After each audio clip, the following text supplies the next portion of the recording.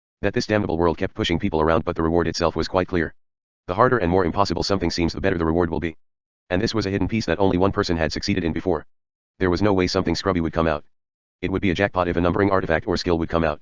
Double numbering, no, even a triple numbering would be a jackpot. Let's go. Hansu, who had finished his preparations, inserted a flying cat's marble into his cheeks and jumped down ruthlessly with the cloud snack in his mouth. The stamina depletion would start now anyways. If you take into account for the marble's regeneration speed, then it would be helpful to go in biting onto it. Quaa. And soon the giant beast's roar that was filled with rage blew out from the inside of the altar. Quah. Sangjin gulped as he heard the roaring cries from afar. Because it felt like his legs would shake just from the noise. It wasn't a problem with strength, but rather a problem of breed. A cry from a predator created to eat humans was shaking their souls. So he's fighting one-on-one against that thing. The feeling of wanting to become like Hansu jealously, and the wanting of being accepted by Hansu mixed around and filled his head. And that acted as inertia and helped Sanjin's shaking legs to move. Yeah. If I sussed this, then Hansu wouldn't be able to ignore me anymore. Then Sanjin looked behind him. And behind there were 10 people whom he was speaking to before gathered there. Suyal, who was standing in the front, made a slightly fed up expression for a moment, but then laughed as he looked at Sangjin. It's good that you chose not to bring your friends, right? Your friends could have been in danger. Sangjin shook his head. You're right. I haven't thought of your words. That Hansu could be danger right now. And then Sangjin remembered that happened before. Suyal and Sangjin shared a lot of words. And there was a question that Suyal asked. And when he thought of it after hearing that question, there was some logic into it. There was a similar case before. Hansu pushed them back when he went to really dangerous places. And the fact that he wanted to go alone this time meant that it was really dangerous. And he had even asked for extra runes. Hansu wasn't the type to lie just in order to scam some runes. Which meant it was an enemy that he needed at least that amount of runes to go up against. Yeah. Even if it's Hansu, it doesn't make sense that he will have the upper hand against that monster. Sangjin nodded as he answered. Suyal laughed at those words as he spoke. Sangjin nodded at those words. Like Hansu said before, it was better the more numbers you had. The only time numbers would be disadvantageous is when things aren't clear and they are wandering around. The people here were the strongest of the 60. They would be of great help even if they acted like meat shields. Suyal looked at Sangjin, who was making a confused expression, as he spoke.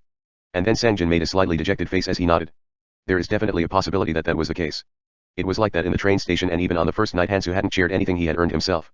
He was pretending to hand out trivial things such as runes, that could be gathered easily, while monopolizing all the good stuff himself. As Sangjin remembered the clip he saw earlier and made an astringent face, Suyal beat his chest. Sangjin nodded at those words. But then Suyal shook his head. Sangjin shook his head at those words. If Hansu were to fall in danger before, then he would lose an important chance. Yeah, if I help this time, then Hansu wouldn't be able to ignore me. What are you thinking about? Let's follow him up. Ah yes. Sangjin nodded his head and then headed towards the top of the altar, and Suyal grinned at that Sangjin. Chapter 20, Altar, 5.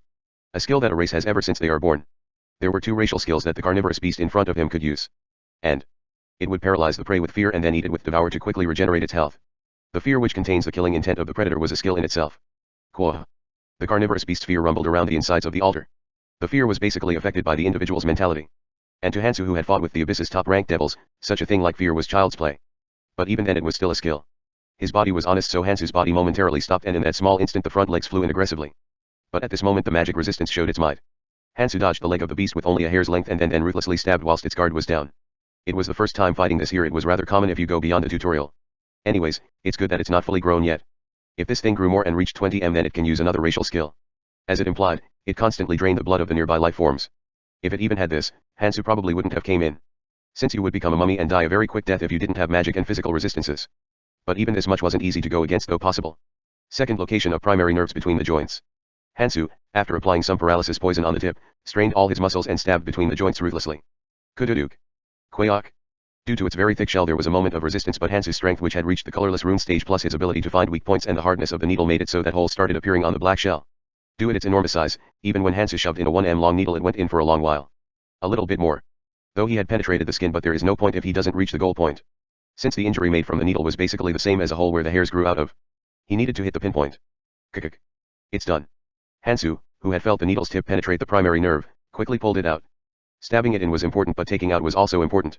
Since if you didn't pull this out on the right time, then you will get ravaged by the beast's outrage whilst the needle was still in its body. Quah. As he expected, the beast, which had felt extreme pain and stopped for a moment from paralysis, started smashing the ground in order to beat down Hansu. Boom. But it's already been a long time since Hansu moved away from that location. The sound of the monster's breath and the sound of bones cracking entered Hansu's ears constantly. And at the same time Hansu's eyes looked over its body. The images of its squirming muscles, the way the tail held balance, and the contraction of its thigh muscles came into Hansu's head and created a 3-dimensional image of the monster. As the image of the monster came into his head, his experience and knowledge merged with it. All of this happened in an instant.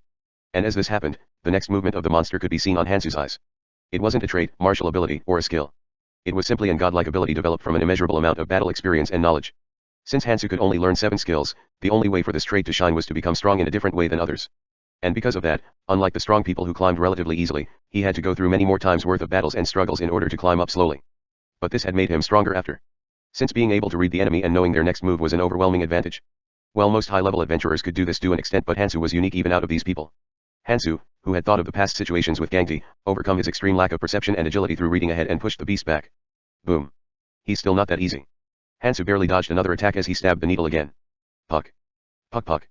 The needle, which had entered its body in an instant, cut off part of the nerve cell cluster on his skin. It would now have trouble sensing his movements through the vibrations in the air. From one angle it would seem like that the fight was very one-sided, but Hansu's wasn't in much of an ease. There was nothing like HP in this world. In other words, if your magic and physical resistances are equal, then being larger would be a huge advantage. A human body like his would get shredded even if an attack were to skitch them. And because of that, the high-level adventurers basically stacked a lot of magic and physical resistances on their body. And these high-level adventurers who had stacked these would show a miracle-like view where they receive the blow of a monstrous beast with just their human bodies. But you couldn't gain those runes or items in the tutorial area, so you needed to dodge every attack. If he hadn't raised his strength and stamina, he would have gotten thrown off from exhaustion whilst attacking the monster. Hansu quickly pulled out a flying cat's marble as he stabbed the shampoo bottle tied onto his waist. Since he had no leisure to squeeze it out with his hands. Squirt. As the paralysis poison came out smeared onto the needle, Hansu quickly stabbed it again. Tududug. Its regeneration speed had been slowing down at an extreme rate as if it used all the materials it had stored. The nerves, which had been recovering despite being broken by the needle and melting from the paralysis poison, had stopped regenerating at a point. And to prove that, its movements had become rigid and its senses had dulled. As I expected, fighting it inside the altar is the answer. If he had fought this while it ate humans after escaping the altar, it would have been much more tiring. Since the needle's area of damage was small, eating one human can heal the damaged nerves for quite a while. And if that happened, even he would have to choose a different tactic. But if this kept going on, he can lay the monster on the ground and put a hole in his heart before his stamina depleted. Let's smoke another one first. As the effect of the cloud snack disappeared, Hansu quickly bit into the 8th cloud snack and then jumped back in to resume the fight. But at this moment something unexpected happened. Hansu.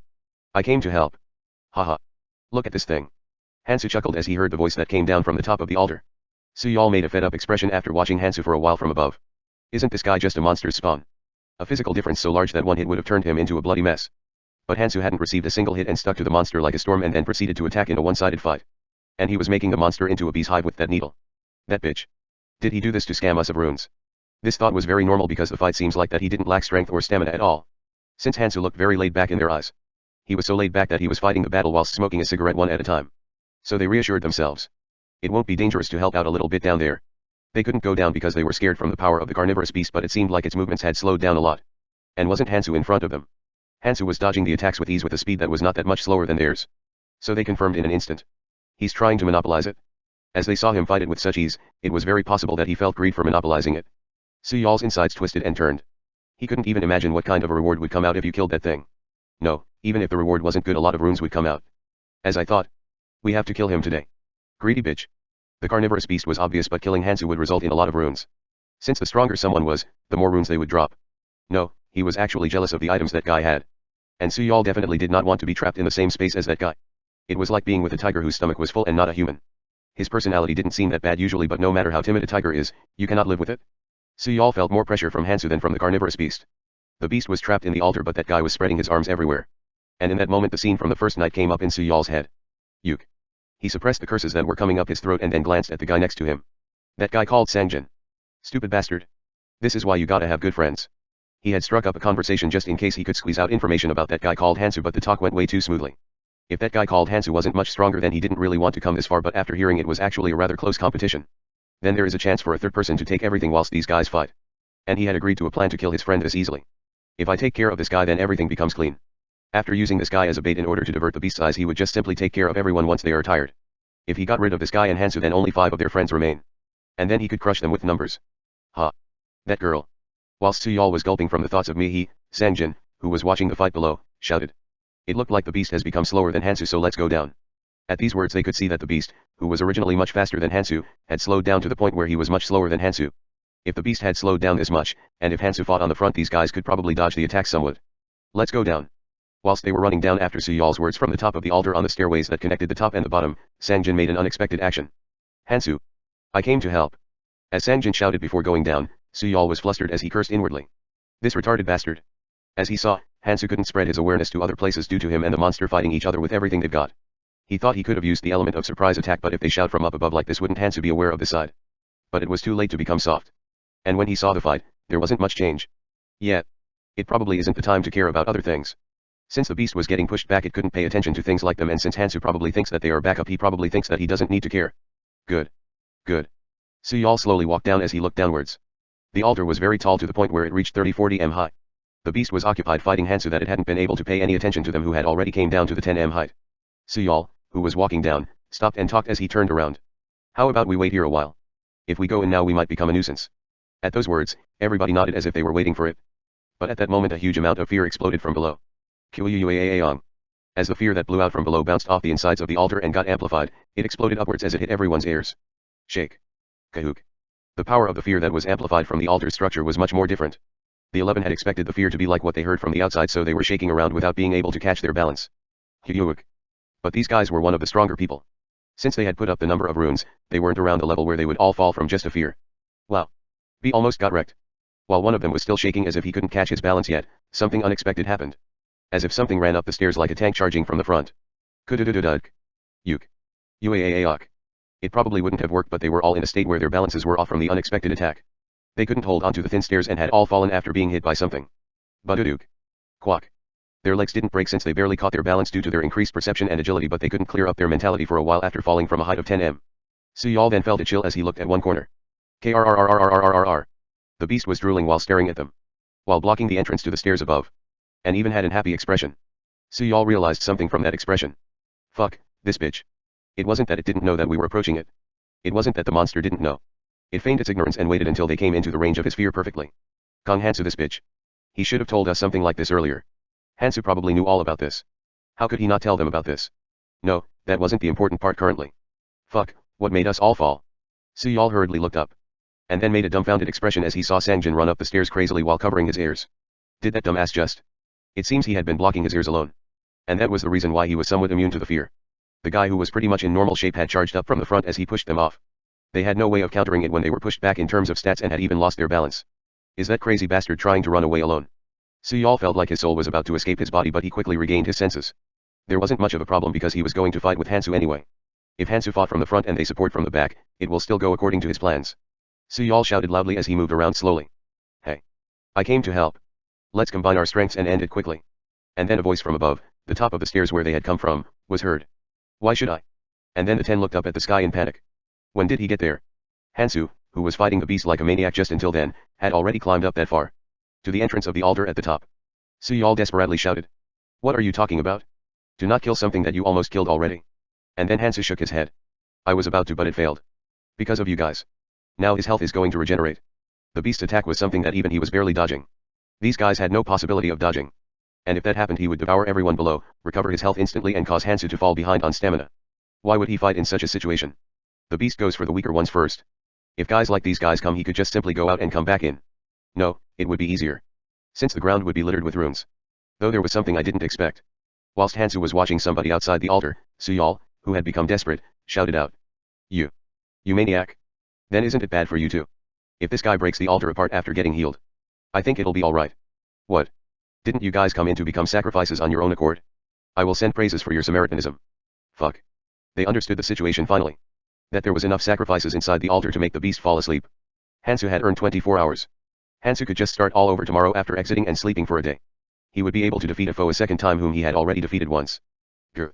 Suyal made an expression filled with despair as he looked at the beast slowly approaching him. And then the beast ruthlessly charged at the 10 of them. Grr. Uaaak. Aok. Kaiaok. And soon the altar was filled with roars, screams, and plosives. Hansu, who had bit on the cloud snack that he was smoking before, slowly walked up the rest of the stairs after hearing the screams that came down from below expressionlessly. And he had met with Sangjin, who was waiting at the top expressionlessly with the look of stupidity from before nowhere be to seen. Hansu, who had gazed at that Sangjin, chuckled as he opened his mouth. Why did you do that? And Sanjin's eyes became deeper at those words. Then soon after he opened his mouth. Because I finally realized what I needed to do in order to be of a help to you. Sangjin mumbled as he listened to the screams of the people whom he had thrown in. Chapter 20, Altar, 6. Hansu, who was smoking on the cloud snack, opened his mouth while he looked at Sangjin. What do you seek for? Hansu could vaguely guess. That this guy had killed those guys for him instead. If he had the thoughts of getting rid of him, then he could have just pushed them in while he was busy fighting the beast. But Sangjin had helped in a way that he could survive. By warning him with a shout from above and acting after the beast's movements had slowed down. Sangjin breathed in and out as he looked at Hansu. He had been thinking Hansu only until now. I want to follow Hansu. This was clear. This had sprung up from three things: longing, envy, and a pursuit for safety. But he didn't know what exactly would happen from now. But he thought he couldn't be with Hansu because he was weak, and because of this he thought that he just needed to become stronger. But whilst he was pondering over this, Suyal had approached him. When Sangjin saw Suyal and his friends approach him, he thought of something. That this was a trap in order to bring harm to Hansu. But he followed just to hear their story. If they crossed the line, he was going to beat them down. It was clear that he was the strongest after Hansu, and he had created a large gap between him and the others. And so he had thought that he could become like Hansu. Maybe not as much as Hansu, but he thought that he could at least beat around 10 people. But this was a very big misunderstanding. There only a single number between him and Hansu in ranking, but there was a gap between them that could not be caught up, and smashing down a large group was something only Hansu could do. He understood the moment he got surrounded by the 10 people. That he could not beat them. But he could not deject them here. Then they will definitely kill him in a manner so that Hansu wouldn't notice. From the way they were talking, it seemed like that they were going to go hit Hansu from the back no matter what happened. Kill him or take him alive, then kill Hansu with him there. There were only two options. So he followed. Since he couldn't die on that spot. They had told him to try going to his friends, but if he had turned around in that situation, then he probably would have been stabbed from behind at that spot. Sangjin thought of countless things whilst he walked. How he would get out of the situation. The anxiousness of possibly dying had calmed down as he walked with the 10. The thought of him having become a lot stronger had been replaced with the thoughts of his lack of strength. These guys were scared of Hansu, so they couldn't act out in the front and had stayed behind him. While they were throwing empty threats at them straightforwardly. He had to look good in Hansu's eyes, but if he couldn't even take care of these 10 guys, what could he do? His head started spinning at a crazy rate while In was in danger. And at the same time he, who had seemed very big, started to look smaller, and something became clear to him. Very, very clear. There is no way that I can be with Hansu by becoming strong independently. The thought of being approved after becoming strong and then following him was arrogant in itself. And the thought of being approved after leading a large group was the same. He realized after calming down and judging himself objectively. That no matter how hard he struggled alone or even with a bunch of scrubs, the gap between Hansu would only become wider. No, it was likely that he will become even weaker by being near weaker people. And at the same time longing, envy, and admiration had disappeared and a different mindset had risen up. That jealousy or longing was something that he should have only when he had the leisure to. The current him was in no state to do so. If he acted arrogantly just because he got a little bit stronger and get attacked by a mob, then he would just get killed. He had to set somebody faster than him in front of him as the goal and chase them zealously. When his thoughts had cleared up, one thing became clear. That he wasn't in the situation to question a lot of things. He just had to catch up while he was still within his eyesight. He will approve of me if I become strong. He had been looking at the situation in a very laid-back manner. But how? He had already lost his chance. He had to prove his worthiness in order to catch up to him. And at that moment he saw Suyal and the others who were walking next to him. Aha! This is it. Hansu's existence was fear in itself, but at the same time he was a very tempting existence which dropped numerous artifacts and ruins along with his death. Like a tiger which was scary to no extent but drops a very tempting skin upon death. People who would want to send Hansu into traps like these would probably keep coming up. If they don't die, then they will bother him without giving up. So he realized. How he could get approved by Hansu. How he could help Hansu. Hansu. Use me. Hansu showed a conspicuous color as he gazed at Sangjin. And then Sangjin bit down on his teeth inwardly. I've had the wrong thoughts until now. Since he and Hansu were running towards the same goal, he thought that they could become acquaintances. Because he was misled by useless thoughts and emotions, he didn't realize the main point and thought that he just needed to become strong. But he was wrong. He and Hansu had different goals from the start. While he was looking out to survive day by day, Hansu was running while looking at something in the distance without stopping. While they were struggling in order to survive and become stronger, he was acting with his personal rules. From dividing rooms perfectly from the start to every little detail. He had to keep moving, but he didn't hurry and always followed the things he had to. The moment he realized this was when he didn't kill Tessun and his friends and just left them alive. There was no such thing as being disabled here. If you don't cut off their lifeline, then they could come back even higher health, but even so he had left them alive and created future troubles. Even though it would have been more convenient to take their runes after killing them. And it was like that on the altar too. Though it would have been a piece of cake for Hansu to just take the runes from them, he had given them the options. Sangjin, who had pondered his actions for a while, realized it finally. That Hansu was ignoring the acts which would bring him instantaneous rewards because he was looking at something in the distance. Though it would be of benefit to becoming stronger in the moment, he knew that it would bring harm to what he wanted to accomplish. Sangjin didn't know if this was because of his psychic powers or because he was smart. But once he figured this out, one thing became clear. The way he could become useful to Hansu. I don't know why you don't kill people. But as I see it, it isn't that you don't kill them because you don't want to kill them, right? Even monkeys would realize it. If he could do that much, then killing was a piece of cake. Which meant there was another reason why Hansu didn't kill. And by leaving them behind, it seemed like that he just needed to not dirty his hands. Sangjin spoke as he looked at Hansu. Use me. I will dirty my hands instead of you. But then take me with you. No, allow me to follow you. Hansu always acted with a clear goal. But because he looked at things on the long term, it was likely that he needed to endure things that grabbed onto his ankles momentarily. And in that moment, he could do things instead of Hansu. Like a cleans who cleans after Hansu, so he could focus on his own goals. Since he had already threw away his first chances, this was the only chance for him to be accepted by him. I could only use a method that put you in danger as well because I was weak, but I can make sure that there won't be a time where I even get close to your line. Hansu was special. There will definitely be guys who will be jealous of and envy Hansu and block his path. And out of those people, there will be guys which Hansu would leave alone because of his personal rules and his goals. He was willing to thoroughly erase those guys. So Hansu can focus on his own goals. And for that he will become strong by following Hansu around. Since he, who had followed him for a few days, had become the strongest after Hansu. By helping Hansu to run faster, he, who is also following Hansu, would also become faster. And if he had another small wish, he wanted to find out what Hansu's goals were. But this would be completed naturally if he stuck by Hansu and helped him. Hansu, who had been listening to his story, chuckled. Even if I say yes, what would you if it's a situation where you cannot follow? For example, getting pushed off forcefully. Then Sangjin's expression froze. He thought that he was being abandoned. But his thoughts changed after seeing Hansu, who was smiling in amusement. There must be something in the second tutorial. He didn't know what, but he had seen it with his psychic powers. That they would forcibly be separated in the second tutorial area. Sangjin clenched his teeth. Then. I will become stronger and come find you. Let's at least go back to our old relationship. Hansu laughed as he responded. Go down. Damn it, is it not possible? Sangjin bit his teeth for a moment and then shouted loudly. Kong Hansu. Can't a person can make a mistake once in a while? I had to make a choose something I didn't have a choice against because I was weak, but I'm just starting. Fuck, just try using me. And if I'm still useless, then you can leave me behind. He wasn't worthy enough. He wasn't enough until now, and he wasn't still enough. But he gained another chance. He had the confidence to do better. Fuck. Just once. Please. Hansu threw down the cloud snack which he had finished smoking and then spoke whilst looking at Sangjin. Don't misunderstand things. Come here tomorrow around 1. I would have killed that thing below by then. Huh. And then take all the runes that are below. You killed those 10, so you should take them. Well. Let's see each other later with smiles on our faces. Sangjin's expression became bright at those words. And Hansu mumbled inwardly as he looked at that Sangjin. Though it's a little awkward. Hansu thought of what he and Ares talked about in the past. Hansu nodded at those words. Since that was always Ares' problem. And because of Ares, there existed cleaners. No, it was a necessity that every sovereign had, even if they weren't Ares. People who would dirty their hands instead of the sovereign. And people who would help their owner head towards their goal. And Ares looked at Hansu as he spoke. I was actually going to end by Aaron, but I will see first. He would need to use the cloud snack again in order to kill the carnivorous beast. But it didn't seem like much of a loss. Since it seems that a lot of things changed in a small moment. It's very cheap if it's just some runes and cloud snacks. The cloud snack was just something that worked on the normal runes anyway. It didn't work on the colorless runes, so he couldn't use it for that long. Of course he didn't know how far he could trust Sangjin. When the second tutorial begins, then everyone here would be forcibly separated around the second tutorial area and they would not know when they would meet again. His mind might have changed by the time they meet again. But investments were always something like this. An investment of a few runes and 8 cloud snacks in order to attain a chance of getting a decent Punisher was a very good investment. Well. If it fails, then there's nothing I can do about that. If that happened, he could just follow his original plans. Hansu, after looking at Sangjin who was going down, started to regenerate his health. Kududuk. Hansu cut off the carnivorous beast's life as he ruthlessly stabbed the needle into its heart. Kuf. It let out a last cry as it fell down. He had went hunting and had already experienced him, so he only needed to smoke 6 of them to kill it. The carnivorous beast didn't drop any runes as if it wasn't designed to be killed. The floor was littered with the runes of the guys who had died yesterday, but Hansu didn't even take a glance at them as he started to walk towards a corner of the altar. The requirements of the hidden piece was simple in some ways. To kill the monster before it destroyed the altar and jumped out. For it to come out, it needed to destroy the altar, but in that instant the chance of attaining the hidden piece disappears. Which meant that if you wanted to kill him, you needed to kill it inside the altar where his fears got amplified. It's seriously not something that was designed for somebody to kill. Hansu went into the room in the corner of the altar that Kwang Gunju had told him jokingly in the past. And in the middle of the room there was a single artifact.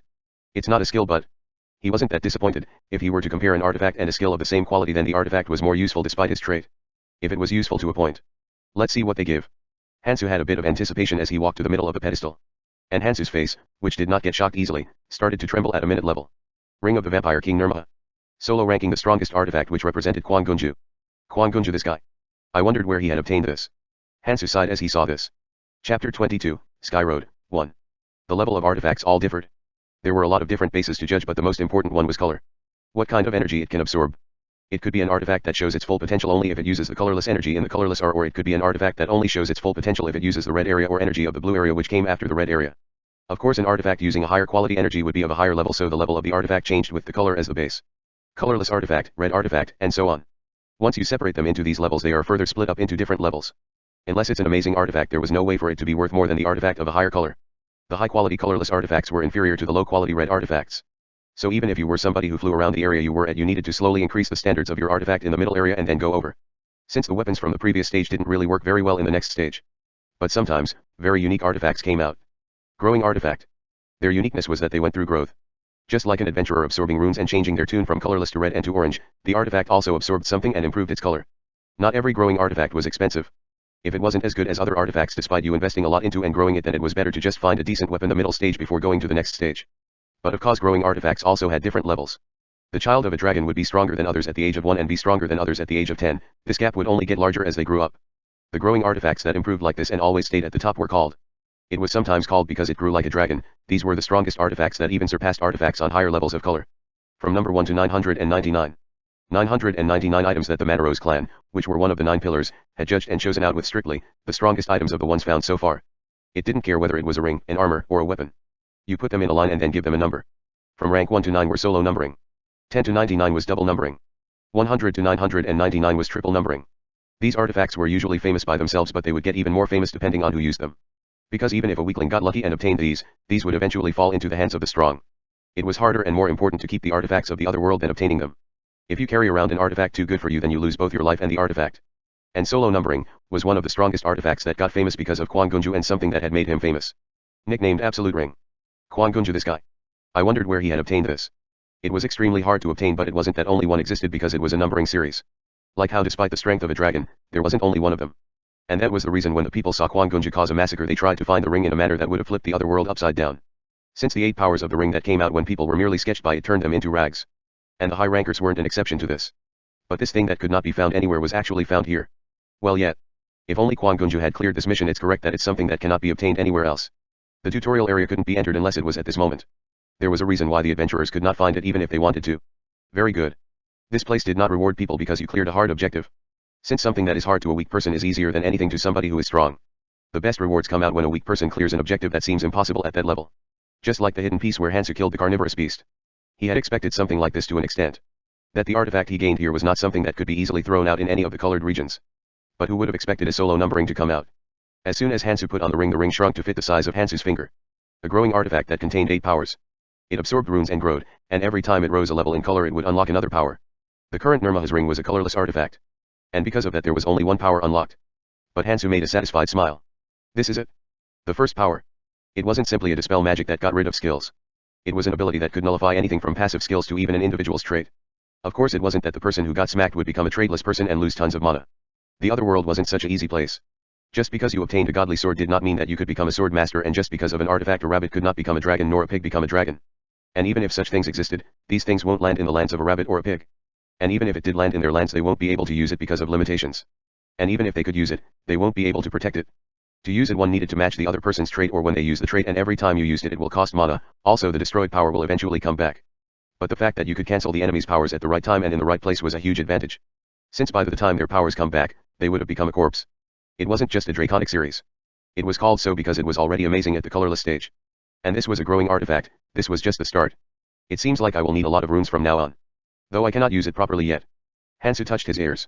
Kong Hansu strength, 92.3. Stamina, 88.8. Agility, 47.1. Perception, 50.2. Mana, 22. Magic resistance, 13. Though it was in its weakest state it was still a colorless artifact. To use this thing properly, one's runes needed to be at the colorless stage. You needed at least one colorless rune and it was better if they were all colorless. But the current him did not have any colorless rune. Hansu pondered for a moment. To either make a colorless rune first or focus on achieving balance. There was 8 Cloud Snacks left. Cloud Snack did not work at the colorless rune stage. Hansu, who was pondering, made a decision. Make one colorless rune first and then achieve balance. If it's an enemy where he needed to use the colorless rune as well as the Nirmaha's ring, it would be hard to beat him while his balance was off. And on the other hand, if the enemy did not require him to use the Nirmaha's ring, then the colorless rune wouldn't be needed as well. Hansu, who had made his decision, started to walk out of the altar slowly. Not bad. Hansu mumbled as he looked at his stat screen on the 7th day. Kong Hansu strength, colorless 0.01%. Stamina, 88.8. Agility, 84.0. Perception, 85.1. Mana, 58.4. Magic resistance, 13. The strength had remained stationary at 0.01%. He had decided that it was good to make one colorless rune in case of an emergency and made it, but he could not raise it any further. Once it turned into a colorless rune then it would only increase after taking colorless runes. This was the same for Nirmaha's ring.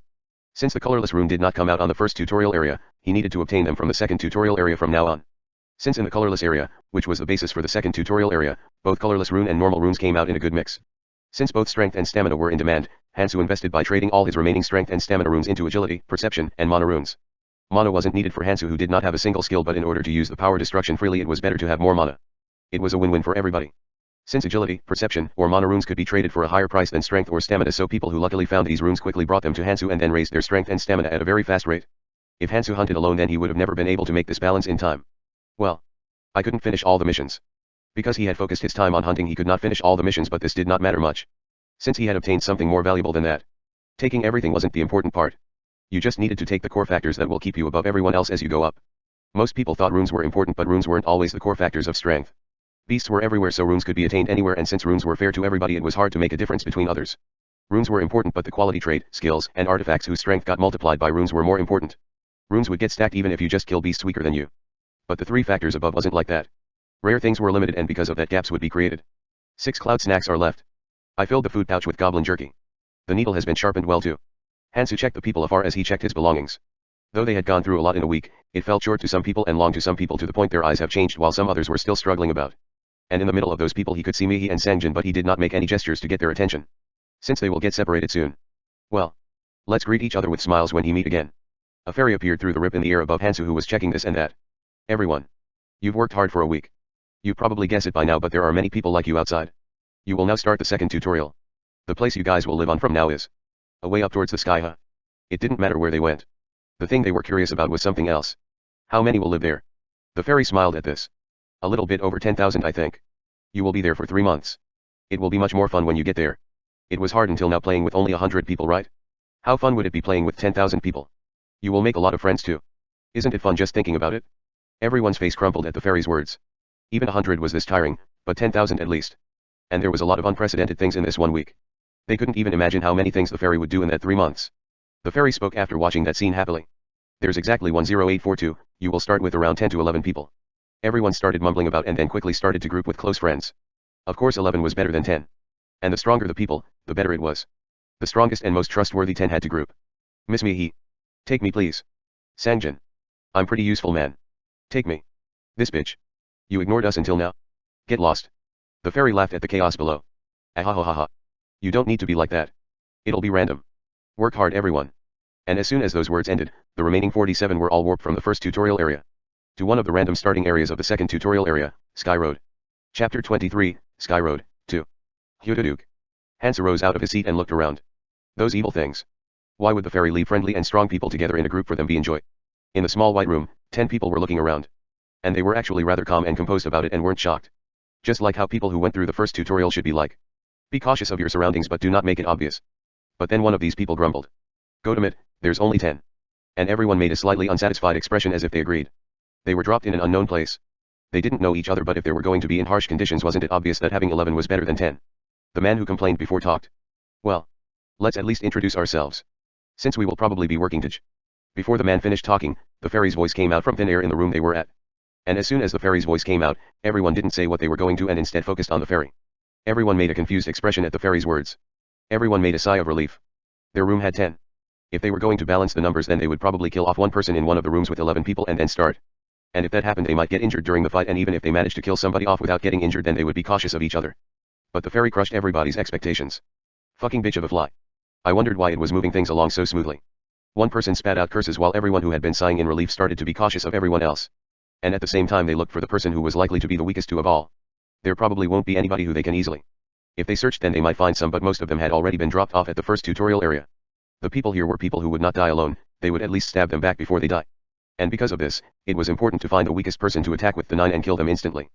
Cool, who was the first to curse, mumbled inwardly. Fuck, there's no way to know since you can't judge from appearances. If they were all normal existences, then you could judge very simply from their appearance. Since females were generally weaker. But if you went on like this in this place, your neck will fly off. Since if they had collected runes zealously because they were weaker, crushing any decent male was possible. Because of this, Cool instead searched for the existence of weapons. Since if they didn't have a weapon, they would be the weakest. The one without a weapon, damn. They all have it? Cool mumbled. Everyone was gripping intensely onto their well-sharpened blade that was shining in the light. But in this situation, one person was out of the ordinary. Who's that guy holding the needle? On the waist of the guy standing leisurely in the corner there was a long needle. Is he crazy? Cool swirled his tongue. That thing was sharp, but from one look one could see that it was harder to use than a blade with a sharp edge. And unless that guy was at the level of a fencing athlete, there's no way he would pick such a weapon. But he couldn't act carelessly. Because if he acted with just that as the basis, the chances of danger was too great. At that moment a female in the corner looked around as she spoke. Aren't we going to act together from now? Let's try to appeal each other. To show each other how much they're worth. Everyone started to nod at those words. Since it was still very pressuring to act if they think somebody looked weak. Because they might be the only one thinking like that. And if they're unlucky and get into a one-on-one, then things become even more of a headache. But on the other hand, if they were to talk things out in a circle like this, they can somewhat judge as to who was the most useless one here. Since they were going to act together from now, it was better if they were stronger or have a unique ability. But on the other hand, if they didn't have such merits, then they were useless. Then the 9 could just kill them. And if that happened then they probably won't get injured. Cool pondered for a moment then raised his sword. It was a little regrettable to show his hidden card, but if he hit it and then get ganged upon because he seemed weak then he would just die. I'm called Cool, I'm not sure if you've seen something like this. And then a humming sound came out of his hands as a shining energy started to flow off from the sword on his hands. And Hansu's eyes shone as he saw this. Reinforce. There was a very unique skill among the runes. If you learned it then you could raise all your other stats while using your mana. This was called Reinforce. The user would continuously use mana while raising the other stats for a set duration. And a few better ones of those people could infuse mana into weapons like that, which increases durability and sharpness. Well, the Reinforce rune that could be attained in the tutorial area wasn't that good in terms of efficiency, but it was better having it than not, since it raised the battle power as a whole. Reinforce was part of the runes that were very useful and high-priced even out of the numerous skill runes. The people who had seen this looked around cautiously as they fought each other in words in order to appeal to others. I can heal. With just that, huh? I can. They argued as they talked back and forth, but since it was a problem with their lives on the stake, so the atmosphere turned darker. If they lost in this dumb show-off competition then it meant death. But Cool made an expression of leisure. It's definitely not me. It seemed that he wasn't the strongest. But the skill he had, Reinforce, was better than anybody else's. As long as he wasn't last place. And at the same time their eyes collected on two people. It was Hansu and the girl who first suggested to appeal themselves. Cool made a leisurely smile as he spoke. I don't think the lady over there has spoken yet. Then the girl stared at Cool as she spoke with a laugh. I'm called Jimin. What I'm good at, I will show you now. Then the girl stood up and started to head towards Cool. Cool's caution exploded as he saw the girl move towards him suddenly. Usually it was a walk that would make his heart beat, but his heart rate increased for a different reason at this moment. What are you doing? Don't come close. I said I'll show you what I'm good at. And then the girl pulled out a dagger from her inner thigh. A blackish dagger that did not look normal. Cool spat out curses. Fuck. Are you all just gonna watch? This is just a crazy bitch. But everyone just pretended to listen. It seemed like that would start fighting each other, why would they butt in? It didn't matter who died out of the two, and even if one did not die, injury was sure to happen, so they could just finish them off after. Cool, who was looking at this, crumpled his face as he rose the power of the skill he attained, to the max. The 27 mana that was surrounding his body started get converted quickly into Cool's stats. The strength that was around 45 rose to 50. Not only stamina, agility, perception were raised, but even magic power, physical and magical resistances also rose. One of the advantages of Reinforce, it raised the stats of resistances which were hard to obtain in the start. Cool even added mana onto his sword and swung down with his raised stat. Kuduk. Huh. Cool, who had seen the female disappear right in front of his eyes, searched for her in a hurry but then looked towards his chest as he felt a warm sensation surge out from the area of his heart. And in that area the girl had already stabbed the dagger in her hand onto where his heart was. The girl looked at Cool as she whispered. I'll use the skill well. It seemed like that your skill seemed the best out of these. And even so to the point where it didn't fit your level. And at those words Cool realized why she asked them to appeal themselves. Fuck. Cool fell soon afterwards and Jimin smiled as she saw the numerous runes and the one skill rune drop from his body like corn. My luck is good. It didn't seem like they dropped on a 100% chance. I will take the skill. Ah yes, we should share the stat. If you monopolize then you will get sick. Jimin only took the skill rune she wanted and the rest shook their heads while they picked up the runes on the ground. Crazy bitch. What did she go through in this 1 week? At least go crazy nicely. Hanshul, a man who had been watching the girl, clicked his tongue. It wasn't that he didn't have the confidence to win. But it'll be tiring if that crazy bitch charged at him because of a few words, so he decided to shut his mouth. And it seemed like a few others had the same thought as him. But the fact that Cool died wasn't really unjustified. Since he had a skill that was too good for his level. The skill Reinforce did really look good. But it needed to be used by someone who could use it well. Even if Jimin didn't kill him, one of the others would have. Killing the weak wasn't the answer. If they killed randomly with no reason then they would attain hostility and die, but in a situation like this where a reason existed, it was basically acting like a thankful cleaner. It was best if you could kill somebody strong when there was a reason to, if you can kill them. Since if you had to kill somebody anyway, it was best to kill somebody who would spew out the most. Jimin had lowered them into 9 and didn't want to struggle anymore, so she sat in the corner. And soon a voice came out of the air again. Sky Road. The road to the sky. Crazy bitch. Bitch.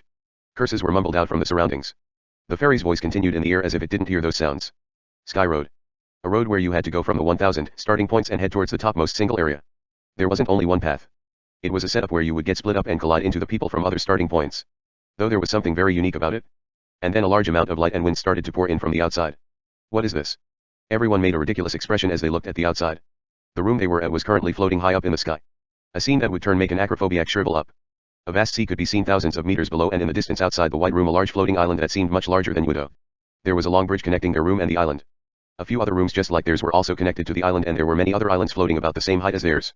And the thousands of islands that were floating above them in layers. The people cried out in gloom as they saw the islands that looked like stairs but too far apart to be called stairs. It's been a while. Hansu mumbled as he saw the stairs of islands in his view. Move by moving between the islands floating in the air. And continue to climb higher and higher. Every island had rewards you could attain and had special rules or beasts. And there's also a trap. The thing Hansu needed to do on Sky Road was simple. He needed to prepare as much as he can in order to pass the final parts of the dungeon. Asterisk dungeon, mentioned in chapter 3. He needed to find every hidden piece and important factors as he climbed the sky road. And the most important thing on the first level of the stairway island was one thing. He didn't care about the other things, but this was a necessity. First, I need to attain. As Hansu set his goal and started to move out, everybody cautiously moved along the bridge. The width of the bridge was short, but it wasn't dangerous because there were side rails. And while they were doing so, Hansu spoke to maybe lighten up the mood. Well, at least it feels good, it's like an adventure. Let's do well together. If we don't go crazy and move cautiously and slowly. Kukukuku. Before Hansu's words were finished, a faint tremble was felt from the island. While everyone got shocked and grabbed onto the side rails, a fairy's voice was heard from above them. Bitch like fly. Curses came out of Hansu's mouth as he could not keep calm anymore. Chapter 24, Sky Road, 3. As soon as the people got to the land, the bridge got destroyed. As the people saw the bridge fall down to what seemed like an endless amount of time, they made a horrified face. If they can't climb up fast enough, then they would fall along with this island. Well, the explanations were done earlier, so let's decide what to do from.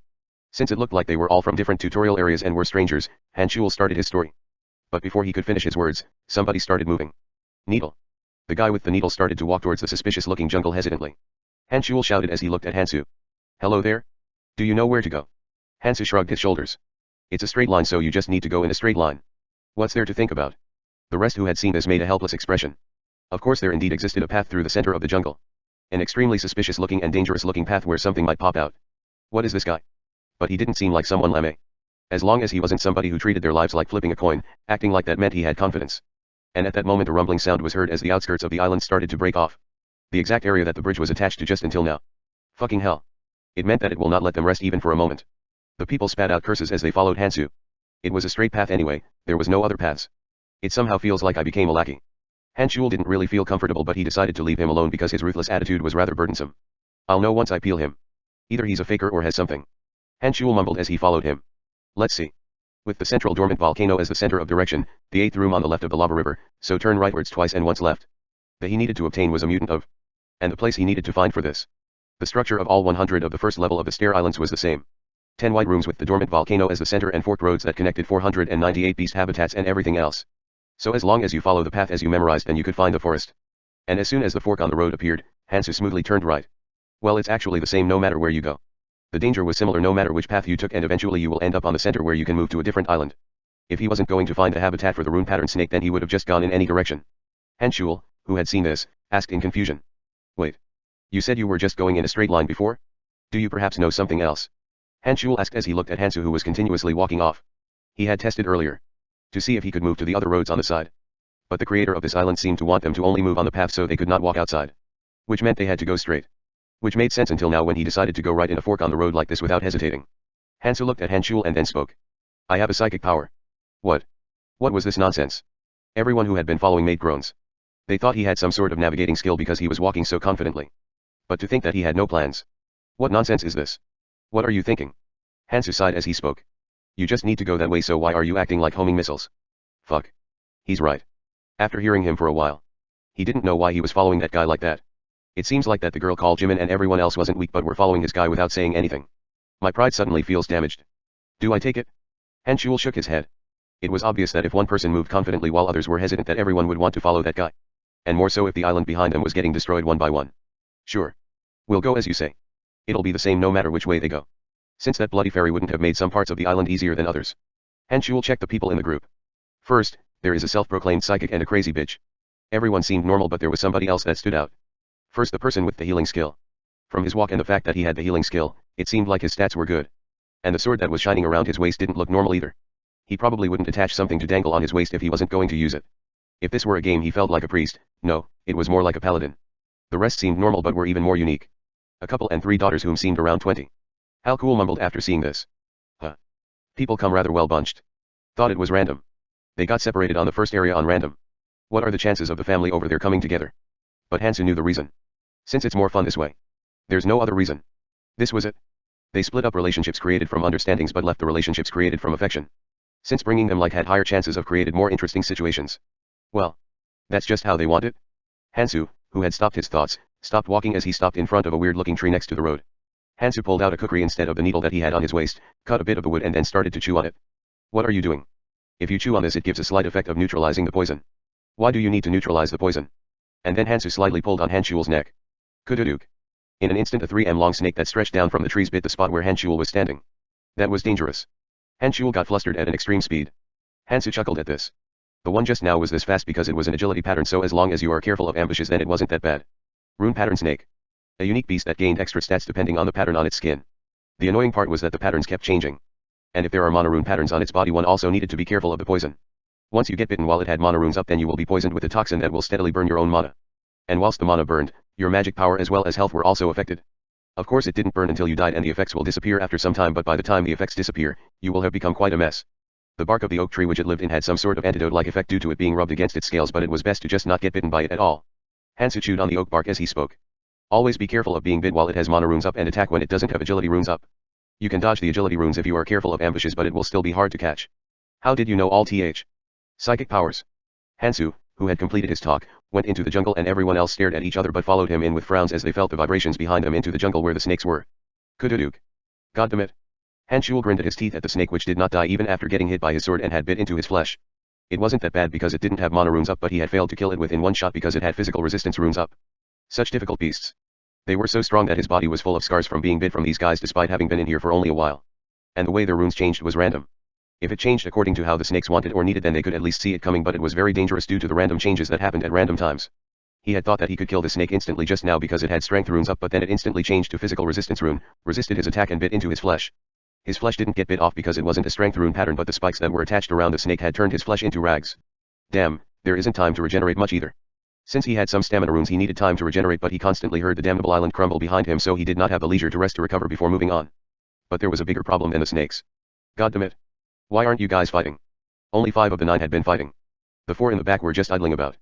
Well, they weren't idling to be exact. Since the guy that looked like the head of the family stood at the back as he slashed off the snakes that flew towards his wife and his daughters. The man hardened his face at Hanshul's rage. I'm sorry. Please understand. I must protect my family. Damn it, family means a free pass. Then what would happen to the guys fighting in the front? This was a difficulty meant for 9 people. The fairy had set the difficulty like this from the start. But because 4 people were doing nothing, the others were struggling. If that guy called Hansu wasn't flying around next to them, they would have already died. Okay. He could understand the family man, but why was the guy with the heel, who was holding a sword, wasn't fighting too? Hey. Why aren't you fighting? He did not understand. If he had a healing skill, then shouldn't he fight even more aggressively? And then Kangman, the guy holding the sword, chuckled as he spoke. I don't think I really need to fight. I'll just heal you guys. Hanshul's rage skyrocketed. This Yankee, then why are you holding onto a sword? Hanshul started to calm down his mind. This wasn't the right time to be fighting. Yeah. Let's think of him as a healer. A healer? Aren't there healers in games? But Hanshul had to curse at Kangman's words that came out afterwards. By the way, in order to receive heals from me, then you must bring runes. To heal all the injuries on you, I will take 3 strength runes or 1.5 agility or 1 mana rune. This motherfucker. Hanshul grinned at his teeth. Was this something a person doing a team play should be saying? Which means he, who was fighting in the front, should also receive runes. He wasn't fighting in the front because he wanted to. That was not normal. From what it seemed from the way he acted, the amount of runes he had wasn't low. He was probably good at fighting. And it would be even harder to beat him once he fought while healing himself. But then to not fight despite having so much battle powers. Is this bitch not fighting because then we will get hurt more? Since if you set your mind to earn runes from healing, that was the easiest method. It might be an over-exaggeration, but there was a high possibility. Kangman had heard himself being cursed, but he laughed as he spoke. But shouldn't you fight more zealously?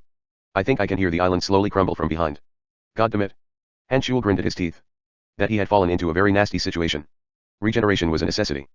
But he had already been injured even though it was just the beginning. If he didn't heal this, then his battle powers will fall and the speed at which he got stronger will slow down because the rate at which he gained runes will also drop. And if you take into account of the fact that stronger beasts will continue to come out, then healing was really a necessity. If that guy was asking for excessive prices, that he would have just killed him. It won't be easy, but if he were to continue, then he didn't know how to deal with him once he got stronger than him and continue to treat him like this. But sadly the amount he offered was a very reasonable price for healing. It was a perfect amount where he will still profit by not attacking but didn't ask for too much. And to continue the relationship where they profited from each other. But this wasn't a situation to make profit of each other, but rather a situation where they needed to combine their strengths. That guy was holding on to the dangerous situation as if it was a chance, but this meant their lives will get harder. Since as long as he took things they will lose something. Bitch. The healer is all that, huh? He wanted to just sit and stoutly declare that he wasn't gonna do it, but he knew that was a crazy act as he saw the island and road slowly fall bit by bit far behind him. As he saw it, this guy had understood his worth in that instant and laid down these calculations. Or he had done something like this in the first tutorial area as well. He had somewhat of an idea how this Yankee had gained runes and gotten strong. He probably wouldn't heal you because you threaten or torture him. Since if he was somebody who will do that, then he would have become a mess during the first tutorial area and would not have had the time to negotiate like this. Fuck. It wasn't that his skill rune will drop with a 100% chance even if you killed him. And the worth of the healing skill was too high to bet like that. And especially in a time-limited situation like this. Are you just gonna leave that alone? As Hanshul talked to Hansu whilst grinding his teeth, Hansu just shrugged his shoulder. He didn't particularly intrude even if they fought or didn't fight. since it will all eventually return to him. Here are some runes. Please heal my wife. As he saw the family man hand over the rune he gathered and asked to heal his wife who was slightly injured, Hanshul grinned at his teeth. It would usually be a very warming view, but Hanshul's situation was too dire to look at it in such a way. The others also stared at the four coldly, as if it wasn't just Hanshul's thoughts that were like this. A shit hand. I pulled a real shit hand. He had thought that the psychic guy was the weirdest one, but it seemed that he was the best hand he had now. A crazy bitch. A heal seller and 3 harmonious family members. Hanshul's face expression turned cold. And at that moment a voice flowed into Hanshul's head. Hanshul answered as if this was all normal. I don't know if these guys are worthy enough to take. Hanshul ended the conversation as he thought of it only and did not send it as a message, and then grinned at his teeth. Hanshul, who had finished the conversation with his friend and leader Hyunjin, started to walk as if nothing happened. He had thought that he was criticizing Hansu, but Hanshul believed in the existence of psychic powers. Since he had already seen somebody with such an ability like his friend Hyunjin and even benefited like this. But there was a guy watching Hanshul. It seems like there's already somebody who had bloomed the sovereign's trait. It's rather quick. Trait. A trait which Aries and Kwang Gunju had. A trait which made them into a leader, and the leader becoming a trait that made somebody into a. Hansu showed a conspicuous color as he looked at the small symbol that appeared for a moment and then disappeared on the back of Hanshul's hand.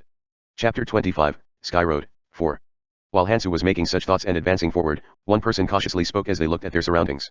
It seems like the number of snakes are decreasing. Everyone nodded at these words. It was something they had felt for a while. Thankfully their speed of movement had increased and they had made quite a distance from the part of the island that was crumbling. Good. Hansu nodded his head inwardly. Since the lack of rune pattern snakes meant he had almost reached the habitat of the rune eater snake. As soon as the snakes had disappeared they looked at each other while catching a breath. Their entire bodies had been healed cleanly. Since Kangmin's healing was rather effective despite the disputes. Kangmin looked at Hansu with a mysterious expression. He didn't receive any heals. There was no way to not get injured no matter how strong you were. And the only reason why he had been able to survive was because he had put himself in such situations. And Hansu was like that too. Injuries all over the body. But there was a clear difference with Hansu. Just how much stamina does he have? Kangmin rolled around his tongue. It wasn't fast enough to see with the eyes, but his injuries were often gone while they were walking. He had thought that he had mistook what he had seen at first. And he had been dodging all the big injuries that would be of harm during a fight. He wasn't sure because he didn't look close, but he could guess some would. He had made sure to not get injured on his joints and muscles, and if he was going to get bit then he made it so the parts of the body that wouldn't hinder him was bit. Even if his skin were to be all scratched off. It would hurt much less to get bit around the thigh or buttocks, but he had been dodging injuries in important areas as if every part which helped him fight was precious. And he had been doing so by getting hit all over the body whilst dodging fatal wounds and healing himself with his high stamina. At once glance he looked like a normal college student, but he was fighting like a beast. As if he was fighting by squeezing every bit power out of his entire body. Is he like a mercenary or something? The skin would hurt a lot, but it healed fast, so it was the right choice. But this choice would be hard for a normal person to make, but that guy was not afraid of getting hurt. No, he had even shown that if he could kill the enemy by getting hurt, then he chose to do so. It seems like the sales won't be that good. Kangmin frowned slightly. Amazing was amazing and obstruction was an obstruction. If that guy didn't exist then the others would have been hurt more, but due to him fighting so well he had to set the price of healing low. Since if there was no demand, the prices will drop. But at that moment, something appeared in front of Kangmin, whom had been thinking of this and that. What is that? A humongous tree that couldn't even be compared to the trees until now had appeared in front of them. And the surroundings trees had been broken and smashed to create an open area. While everybody was cautiously looking at their surroundings in this new area that was a bit off the road, Hansu was looking at the top of the tree. There it is. A giant snake of 15 m that had coiled upon the tree. It had become the leader of the rune pattern snakes by eating them and absorbing their runes. Most mutant rune eater snakes became strong like that and acted as predators. A monster that couldn't even distinguish its own clansmen and only saw them as food.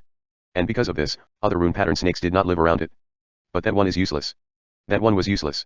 Since due to its size, if you gave it 3 runes it will eat all of those 3. It was only useful while it was a baby, when it did not eat much and would puke out too. When you gave it 3 would it be useful? But since it was only useful for 3 months, he just needed to release it after that. Hansu nodded as he thought of the rune pattern snake's egg somewhere within the tree. Let's go. He had fought in the most dangerous areas for 50 years and had never encountered an enemy who he could leisurely dodge and whom would send only so-so attacks at him. Foresee the enemy's movements. There were much more enemies that moved faster than one could foresee. And because of this the fighting style of giving flesh and hitting bone had been deep embedded in him. Since as long as you kill the enemy, regeneration was possible. But his tactic was only possible when you could receive their attacks to a degree, but due to his resistances being rock bottom low, it felt like he was fighting with chains all over his body. And he seemed strong right now, but later enemies who know how to use skills and their traits properly will appear. He had a bit of an advantage in stats and artifacts, but there was a huge gap in battle powers that came from skills and traits. Since that girl called Jimin had already grasped her fighting style a bit. He had to take the advantage before he could earn skills, and to do that a rune eater snake was a necessity. If I take this then everything becomes easy. The family man, Jaichiel, cautiously spoke as he saw Hansu warm up his body. Do you really have to fight that thing? Isn't that something you don't really need to kill? Hansu nodded at those words. The rune eater snake was too high of a difficulty for people who came out of 1 week of the tutorial. And that snake which ate 3 and spat out 2 was a scam to others who needed the strength, stamina, agility, and perception runes. And because of this he had diverged from the path a little bit. Since there weren't any snakes here, so as long as you were careful you wouldn't run into rune eater snakes or rune pattern snakes. The others who had already seen this stood far away as they looked at the tree with worrying expressions. You don't have to fight. I'll fight it alone, so go over there where it's safe. Or you can go first. Jaichiol shook his head at those words. No. I'm saying let's go together. Jaichiol almost spat out something he had been thinking for a while. How would we advance if you die? Jaichiol knew that the reason why it was okay for him to just protect his wife at the back was because Hansu, who was in the front, was fighting well. He knew that if you don't fight yourself here then you will eventually die. But even though he knew this in his head, how could he send his wife and daughter out after seeing them bleed after getting slashed by swords? There might be a chance that a place where his family could be safe might appear if they continue like this. And for that he needed to live a little bit longer. And because of that I must go with that person. If that guy dies then he would need to step out and fight. Because if he doesn't then the defense line will crumble and they would all die. But then if he died like that, who would protect his family? He wasn't in the situation to put up with danger. And isn't it very greedy to try to kill that snake which you don't need to the point of soloing? Jaichiol, who couldn't spit out such words, tried his best to make a pleasant smile as he spoke. What would happen if you died fighting that thing? It looked dangerous at a glance. Let's just continue and not waste your strength on that thing. Shouldn't we continue forward while the gap is still large? Everyone looked at Hansu and Jaichiol at those words. Chapter 26, Ticket, 1. Hansu chuckled at those words as he shook his head. I'll refuse. Go ahead first. Jaichiol couldn't hold it in as he raged. Aren't you being too much, young friend? And this isn't just my thoughts. We need to move together as 9, but what do you want us to do if you enter a dangerous place like this? Jaichiol's face was on fire as he spat out the words. Since he knew that it wasn't something he should be saying. But he held it in. The thing he had realized as he gained age and as he became a man of the family was that embarrassment was just for that moment and being loud was rather effective. Who would protect his family if he lets Hansu go because of his ego and then die afterwards? His wife and his daughters could not even threaten a fish. They will probably die as soon as he dies. Or something even worse. It's better to get cursed at. And there was still a problem if he beat the snake. Since it can only take a long time for him to fight the snake. Since then the destruction line that they had created a gap from would catch up them. And if that happened they had to fight more anxiously. You as long as you come with us and fight then won't be any problem. Didn't they do good until now? This wasn't a game, this wasn't the time to worry about killing a strong monster for items or runes, but why was he going crazy just because he couldn't fight that powerful looking snake? They were already busy trying to push ahead. Damn. It's not because he's young. He's just crazy. Hansu clicking his tongue as he looked at that Jaichiol. There were times like this where their opinions crossed. And he understood as well. If a man wasn't selfish during times of danger then when would he be selfish? But there's no other way. Since their goals were different there was no other way. Hansu shook his head as he walked towards the snake. God damn it. If you were going to act selfishly like that then why are you traveling with us in the first place? Hansu shrugged his shoulders at Jaichiol's words as he spoke. I never traveled with you. The way we were going was the same. Damn it. At that moment everybody realized that even though Hansu had been fighting in the front, he had never traded anything with them. Though he had taught them a few things discreetly. Jaichiol, who couldn't hold it anymore, cursed out loud while his wife and daughter looked at Jaichiol with a pitiful expression and took him away after looking at Hansu with a resentful face. They knew that they were alive because of Hansu but they were sad because of Hansu acting the way he wanted. While they were leaving, somebody was watching Hansu with a regrettable face. The one who actually stimulated Jaichiol was Hanshul. He was going to try recruiting him after watching for a little bit longer but he was shocked because Hansu had said he was going to fight the snake. It did indeed seem like something amazing will come out if that snake was killed. But that was only important while they were alive. They had no thoughts of fighting with that anaconda like 15 long snake. If Hansu had miraculous powers to the point where he could slice it in half then they might have followed him meticulously to gain a little bit of anything. But they had eyes too. The snake which was sliding between the trees was quite nimble despite its size and its size broke the branches that were as big as normal tree trunks which showed his strength. That was not something where they can gain anything out of while Hansu was fighting it alone. And they wanted to get away as fast as possible because of these thoughts. Since it will be bad if they receive collateral damage whilst watching Hansu fight. They had no thoughts of getting dragged in. Well. There's nothing that can be done. If somebody couldn't keep their lives intact then that was all they were worth. The 8 others quickly left Hansu and took off as Hansu bit onto a cloud snack while chucking at this view. Then he charged at the rune eater snake. Kudududk. Who? Hansu took out the cloud snack he was biting on and then grasped the rune eater snake with both hands. And behind him a giant rune eater snake was laid out dead with its brain pierced through. Now there's only 5 cloud snacks left. Rune eater snake was indeed strong. But it was much weaker than the carnivorous beast. And his stats were much more different from then. He had used colorless energy and used the cloud snack because of limited time but only one was needed. Kikik. And soon the egg cracked open as a small snake that couldn't be imagined to be a baby of that giant snake came out and crawled above Hansu's wrist. Good. There were quite a bit of strength, stamina, agility, and perception runes gathered on his wrist. These were stats that Hansu judged to be not necessary for the moment. Hansu started to feed the baby rune eater snake with all the runes he had gathered up. The rune eater snake didn't realize its parent was dead as it greedily gulped down the runes on Hansu's wrist. The 4 types of runes on his wrist quickly disappeared as a different type of rune replaced their spots. First, raise magic, physical, and magic resistances. His mana wasn't really lacking. He had instead raised these other 3 stats in order to raise his ability battle powers which were lacking. Since soon things with abilities will pop out one by one. Kong Hansu strength, colorless 0.02%. Stamina, 88.8. Agility, 84.0. Perception, 85.1. Mana, 58.4. Magic, 30. Physical resistance, 25. Magic resistance, 25.3. Finally I've gained the 8 great stats. The most basic and the stat that impacted the battle powers the most, the 8 great stats. From now he had to keep raising these stats in balance. Kithiak. The rune eater snake, which seemed to be content from eating its fill, cried out in content as it fell asleep on his wrist. It was indeed the offspring of that giant rune eater snake, no matter how you looked at it. He wouldn't bat an eye during normal battles. You just stay asleep. Hansu, who had been looking at it cutely, started to walk fast as he saw the destruction line closing in. Dad. What do we do? Be quiet please. While Jaichiol and his family were left behind on a fork on a road and were struggling, somebody started to appear afar. Jaichiol nodded after seeing this. I knew this would happen. He was covered in blood, but it was Hansu. Jaichiol, who had been looking at Hansu, spoke out. Did you perhaps run while fighting? It didn't seem like his strength, agility, or stamina changed much from before. If the giant snake had given him runes, then his runes should have increased by a large amount. And the snake did indeed look stronger than Hansu, so the time that he took was too fast for killing it. Since the time it took for Hansu to come back only took around the time it took to smoke one cigarette. I killed it?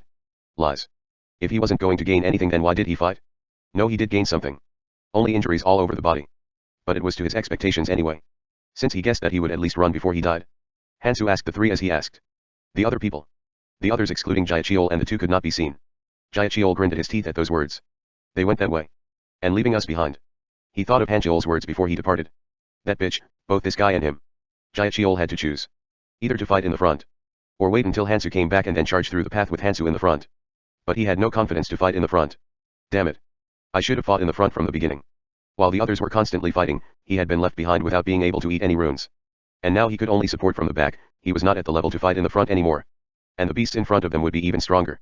They at least had Hansu before, if he had fought in between the others then he would have died rather quickly. So he decided to wait for just 5 minutes. Just in case Hansu would run away from the fight. It's a relief. If he hadn't come then he would have probably had to fight in the front while listening to their hateful words, but thankfully Hansu had come back. While Jaichiol was thinking about this and that, Hansu had chosen a different direction than the others. If that path had been cleared already then the amount of runes he would be able to gain will be significantly lower. It was better to go somewhere where there was still a lot of things to hunt. And this path was more compatible with him. Jaichiol only looked at Hansu pass by him but did not move. Hansu looked at Jaichiol with an amused expression. Aren't you moving? And Jaichiol relied at those words. Didn't you say you were never part of us already? Go ahead first. Huh. These words were correct. I can clearly see his intentions, but a guy being this straightforward is a first. It didn't really matter if there was somebody to fight with or not. Hansu laughed as he started to move towards the other path quickly. And Jaichiol and his family slowly followed Hansu whilst leaving a gap. There aren't any options left. He was not at the level of fighting in the front anymore. He had to push ahead by sticking to someone. Surely such an environment like this wouldn't continue. As long as a similar environment like the first tutorial area came out, then they can catch their breath. Jaichiol started to gaze at Hansu's back with a feeling of being on a tightrope. Hoping that he wouldn't get mad and turn his blades at them. And hoping that he would clear the road well in the front. Ududuk. Hansu made a dull expression as he killed the last Kirudal. This place's difficulty was where 9 people had to fight. It was hard because he had to fight alone. Since he couldn't use cloud snacks in places like this. But it's still very good. Kong Hansu strength, colorless 0.03%. Stamina, 88.8. Agility, 84.0. Perception, 85.1. Mana, 58.4. Magic, 35. Physical resistance, 32. Magic resistance, 32.7. He had been monopolizing the runes because he was fighting alone. And the fights had been getting easier because his resistances were increasing due to his monopolization. And Jaichiol was looking at Hansu with a fed-up expression from the back. He's getting stronger and stronger. It didn't seem like his movements were getting faster or his strength was increasing. But he was gaining a lot less injuries than before. And because of that he was fighting faster and more aggressively. He just took an attack that he would usually dodge and then sliced off their necks like that. And because of this his speed was slower than when he fought together with the other group, but he had long recovered the speed back. This kinda bugs me. He was traveling safely and comfortably. He just had to pick up a few bloody monsters that Hansu had leaked.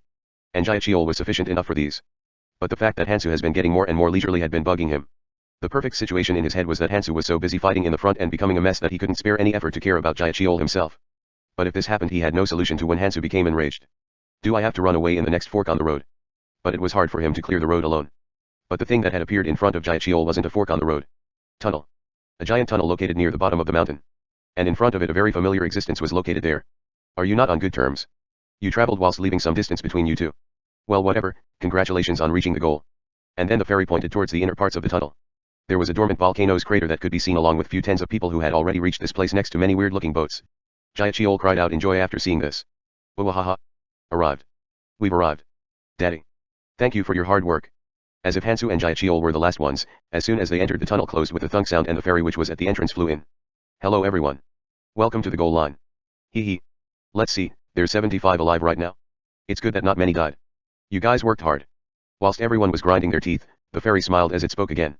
Since there's 75 people, 75 tickets should be prepared right. And then a ticket with strange patterns started to appear on the hands of the people. While the people were mumbling about the ticket, the fairy continued to talk. If you get on that, then you can get on the boat that leads you to the island above. You've done well. I will now tell you how to use the ticket. Wasn't it just that they had to get on the boat after handing it over? Basically the boats you guys will get on is for 3 people. And of course 3 tickets must be gathered in order for it to work. Isn't it so peaceful? Since it's 3 tickets per 3 people, there's no need to fight. Everyone sighed in relief at these words. Since that meant that all 75 people could go up. But Hansu shook his head. There was no way that this would be it. And as he expected, the fairy continued to talk. But it will be unfair if 1 person or 2 people pay 3 tickets and get treated like 3 people, right? So we prepared something special. God damn it, of course it won't just let us go that easily. The fairy made an amused expression as it looked at the people and spoke. Firstly, if you hand in 3 tickets then you can go to any island you want. By the way, if you think that all the islands above are the same then that's a huge misconception. Check the island's map in your pockets. The fairy laughed and spoke as it saw a few people's eyes shining. If you hand in 3 tickets with 2 people then you can go together but you cannot decide where it goes. The boat will move randomly. At the fairy's words, the eyes of the people who were comrades or partners changed. If they wanted to act together then they had to gather an extra ticket. Lastly, if you hand in 3 tickets as 3 people then you will get off separately. You can go up but you cannot be together. A situation like a family would be very sad, right? I hope if you are in a family of 3 that you can gather 9 tickets to go to the island you want. This bitch. Jaichiol spat out curses without control. 9 tickets for 3 people? What was this nonsense? It was hard to even protect one at this moment. He could see Hanjul and others watching with a fierce look from afar. And the fairy spoke in amusements without caring for such matters. There should be about 30 minutes left until the island collapses completely. Hee. I guess only 25 boats are needed. I will separate the boats all around the crater. It won't be fun if you just protect the area of the boat, right? Ticket. You just need to gather 3 tickets with whichever method and then depart. Good luck. The fairy disappeared after those words. And everybody's faces started to stiffen. It was better to go together and even better if you could go where you wanted. So it was better the more tickets you had. If there were 6 in a party then 18 was optimal, 9 was okay and 6 was a worst case scenario. The people who had laid their decisions looked around for weak people. And Hanjul and the others who had been separated earlier looked at Jaichiol's family with a smile. The other didn't know but they did. A way to gain 3 free tickets. God damn it. Jaichiol cursed out. The boat was next to them. If they wanted to live then the 3 of them had to get on the boat at this instant. But if they get on the boat like that then they would be separated. Which meant his wife and daughter will die or face an even worse situation. Damn, what do I do? The fact that they had come this far proved that they were strong. So there was nobody who could get their tickets stolen by him. And then Hansu came into Jaichiol's eyes. Hansu. Please give me your ticket. As Hansu looked at Jaichiol hurriedly smiled. If we have your ticket then my wife and I can go together. And then please take my daughter. If you do so then our whole family can live. Jaichiol shouted in despair. Since then he could take his wife with him and protect her a bit more. And their daughter will be protected by Hansu so she will be able to live a bit longer despite being separated. If there are 4 people with 6 tickets then they can live a bit longer. Please. You can save lives this way. You are strong, so isn't a piece of cake to gather 2 more tickets? You're so strong. Please save our family. Wow, he's not a joke. Hansu swirled his tongue at Jaichiol's words. He had thought that he was very blunt but this was beyond imagination. He probably isn't a fool that would grant that right. But Hanshul was still worried so he started to run faster. Since if he did grant that then those tickets would be gone. Hurry. Please. Jaichiol, who saw Hanshul and the others charge at them.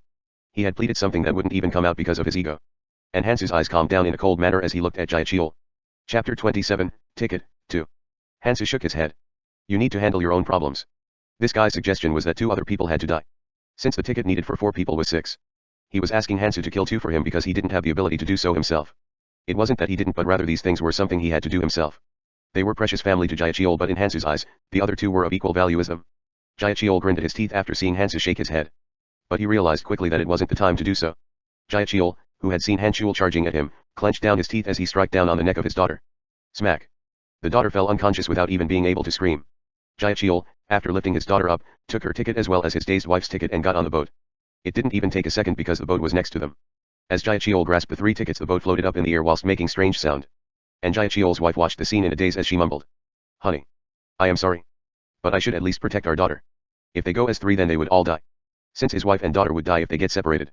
But if he went instead then he could at least protect his daughter to some degree. You. Are you crazy?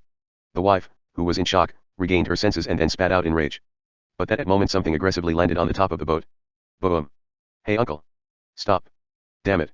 Jaichiol made an expression of despair as he looked at Hanshul who was holding a blade onto his daughter's neck whom he was holding. The boat immediately stopped working as somebody who wasn't part of the boat as well as his ticket got on the boat. And then everyone realized. Then you couldn't leave this damned place with just some good luck. Only people who can protect their boats can leave this place safely. Hansu mumbled inwardly. It isn't the time to sit around and idle.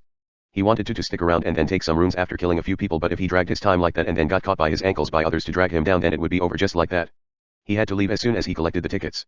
You should get off with your daughter. Hanshul, who had taken the tickets in Jaichiol's hands, kicked off Jaichiol and his daughter onto the ground. He didn't like it, but it was a bit too much to kill the dad and his daughter together. And if he tried to kill them, then they would charge at him in a crazy manner which would drag him down. You beast. How could you do this? As Jaichiol cried out in despair whilst holding his daughter, Hanshul moved his blade closer as he smirked. So if you had fought in the front like others, then you wouldn't be in such a situation. Uncle knows that you were around the same level as me when you came here, right? Jaichiol grinned at his teeth at those words but could not say anything. Since these were all truths. If he had fought in the front non-stop and ate runes, then he probably wouldn't have lost the boat this easily now. Jaichiol finally realized why Hansu didn't care or interfere no matter how much they fought in front of him. You were the most ruthless one. He didn't whip others nor encourage others. He just left them alone. So they could choose and deal with the problems themselves. And the fact that he had hidden in the fact with an excuse of defending his family had came back to him in conclusion. Hanshul, who had been smirking at the dazed and despair-filled Jaichiol next to his crying wife, turned his head and then spoke to Hansu whilst looking at him. Hansu. Let's go together. I wish for you to be with us. I can gather the tickets for you if you need them. He hadn't said anything, but Hanshul felt as if steam were rising off from his ears. A wife and daughter who did not do anything. And Jaikul who had stayed in the back to defend such people. A guy who had the strength to fight but only relied on his heels and took runes. An extremely strong but crazy woman. And two who were fighting properly but did not catch the eyes. But because the others in the front were getting trampled by the eyes, the last two was actually rather dependable. And at the same time, he thought of a game he used to enjoy in the past. A game where you had to make a team with 5 people. In order to beat the enemy, they had to do whatever the team did no matter how much you hated it. It was the same here. Even if there were a lot of the 9 who were performing useless actions, they had to endure and follow. No, this was actually harder than the game. Since a game would be over just like that if you gave up, but here you would just die. An extremely serious situation. He had to take useful people, but there were nobody who caught his eyes. No, it actually made his insides twist and turn at the thoughts of these people becoming a person who would be like a family to him after sharing the symbol. And Hansu was naturally an existence that would catch his eyes in such a situation. He wasn't a superhero or something like that. Well, we had originally started at the same place, so there's no way he could be like that. He wasn't an existence like a Deus Ex Machina which could solve the current situation by slashing apart the ferry and then returning them back to their original world. Since the current Hansu was also receiving injuries. But he was very tough. He was at least much stronger than them, and the attitude of how he fought showed that he could trust and leave things to Hansu. He felt like a veteran that had lived through decades of battles. And if his character's like that, then it's not that bad. He followed the thing he needed to and didn't fall back. He also didn't take more than he earned. This was why such decisions were made. We need people like him. Someone like him was the type of people he needed to him and Hyunjin. That was the only way to go through this world in this damnable world. Come with us. I believe that you have psychic powers since I've also seen it before. And then Hanshul showed the back of his hand. Boom. A small shining symbol. A symbol that couldn't be seen until now was shining on the back of Hanshul's hand. As Hansu showed a conspicuous color, Hanshul continued talking after believing that he had caught his interest. This is a psychic power that was manifested by my friend. And then Hanshul told Hansu the fact that he had found out, which was rather lacking informatively because the time they had it for wasn't that long, that Hansu already knew. If I gain the permission of my friend, then I can give you the symbol to you too. And my friend would definitely agree to you. The talk had already been completed already. If this guy was that trustable, then let's give him the symbol first. It didn't matter what his plans that he had in his mind were. Since if they receive the symbol, they would become a trustable companion. Be with us. We are different from those mediocre people over there. And once you get this, we can trust each other completely. I know well. He knew too well. How could he not? Hansu, who had thought of Ares and his other friends, just shook his head. He could not go beneath the Lord this time. I'll refuse. Hanshul spoke out in surprise as if he didn't expect the refusal. Why would he refuse this? It wasn't that they were tying him down with a contract. The symbol was connecting them with credit and connection. And it was more trustable than a contract because of this, and it also shone during times of crisis. It wasn't a relationship made of understanding, which was like a sandcastle, which would collapse at a slight touch. It was a psychic power that made a lord. He had looked at Hansu as if his explanation wasn't enough, but that was not it. It wasn't that he was pondering, but rather a direct refusal. Does he have a reason? Hanshul wanted to try a bit more but realized that this wasn't the time to be doing so. Since others were approaching him after realizing that he had 3 tickets. He definitely needed 3 tickets. Since he agreed to meet in the above with Hyunjin. Damn. Then there's nothing I can do. The boat was not rising as if it didn't work if there was more than 3 tickets. Hanshul threw a ticket at Hansu and then spoke as the boat rised up. You will probably survive and rise up. Let's see each other again if our destiny meets. And then Hanshul disappeared quickly with the boat. Damn. This is mine. No. I'm the one who's going to take this. As Hansu left the ticket on the ground, everybody was making a huge commotion as they charged at the ticket. But even within that chaos, Hansu just continued to stand firmly. He could interfere and then distribute 3 tickets at a time. But if he did that, then somebody who had the ability to collect 3 will lose their lives.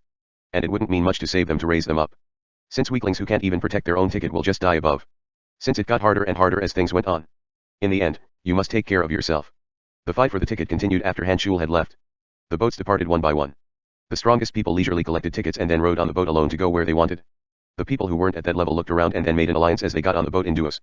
And the weakest ones decided that going as a group of 3 was better grouped up and then rose in the boats as threes. Soon there were only 2 boats left. And somebody approached Hansu while he was looking at the boats.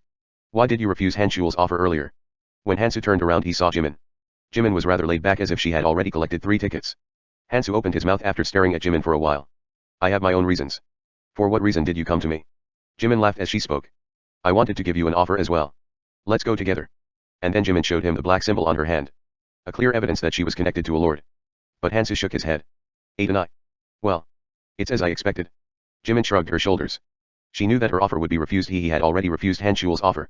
Hansu was a necessity to her sister, but if not, then there was nothing she could do. But why is he still around here? Hansu was just quietly standing in the corner without stealing tickets from others. Is he doing this because he feels bad stealing tickets from the others? Then there wasn't a failure like this guy. I knew as soon as you brought that Jaichiol or whatever guy behind you. Jimin tutted her tongue. And if it was really like that, then Hansu was not needed to them. They didn't need people who weren't determined. Well. He wouldn't die at least. As long as he protected his ticket, then the last boat will remain. So there will not be a case that the boat will leave as long as he held his ticket in his hand. He would probably go up after gathering the remaining tickets right before the island fell completely. Well, I'm not interested anymore. Jimin, who had lost interest in Hansu, got on a boat and then left the island. And now there was 1 boat, 3 tickets, and tens of people left. The people who had been running away and throwing their tickets because they were afraid of the people on the boats. In one aspect it was a clear choice. Since the people who had left were the people who wouldn't only take their tickets but also take their runes. As the situation got dire, the people who had charged at them died just like that. The people who had been zealously fighting and gathering runes were not an opponent for people who did not. But it was right before the island would collapse. It wasn't the time to hide around anymore. They needed 3 tickets to activate the boat, and the tickets in their hands would be meaningless without the ticket in Hansu's hands. And soon the people who had been hiding the tickets started to run crazily at Hansu. That guy was actually much stronger than them. Since the people who knew he had a ticket had all been crushed after trying to take him on. Wasn't the fact that he stayed meant that he would take the last 2 with him. Which meant the 2 people Hansu chose would go with him. But the others wouldn't just stay to watch the scene. The people started to charge at the people running towards Hansu. Damn it. This is mine. You crazy bastard. There's no such thing as yours and mine. Damn it. Please take this and take me too. You have to survive too. And Jaichiol was naturally part of this. Hansu. Please, for the sake of the friendship we had so far. Please. At least take my daughter. Hansu made a sad expression as he looked at them. Their expectations were wrong. He hadn't stayed to take 2 more people.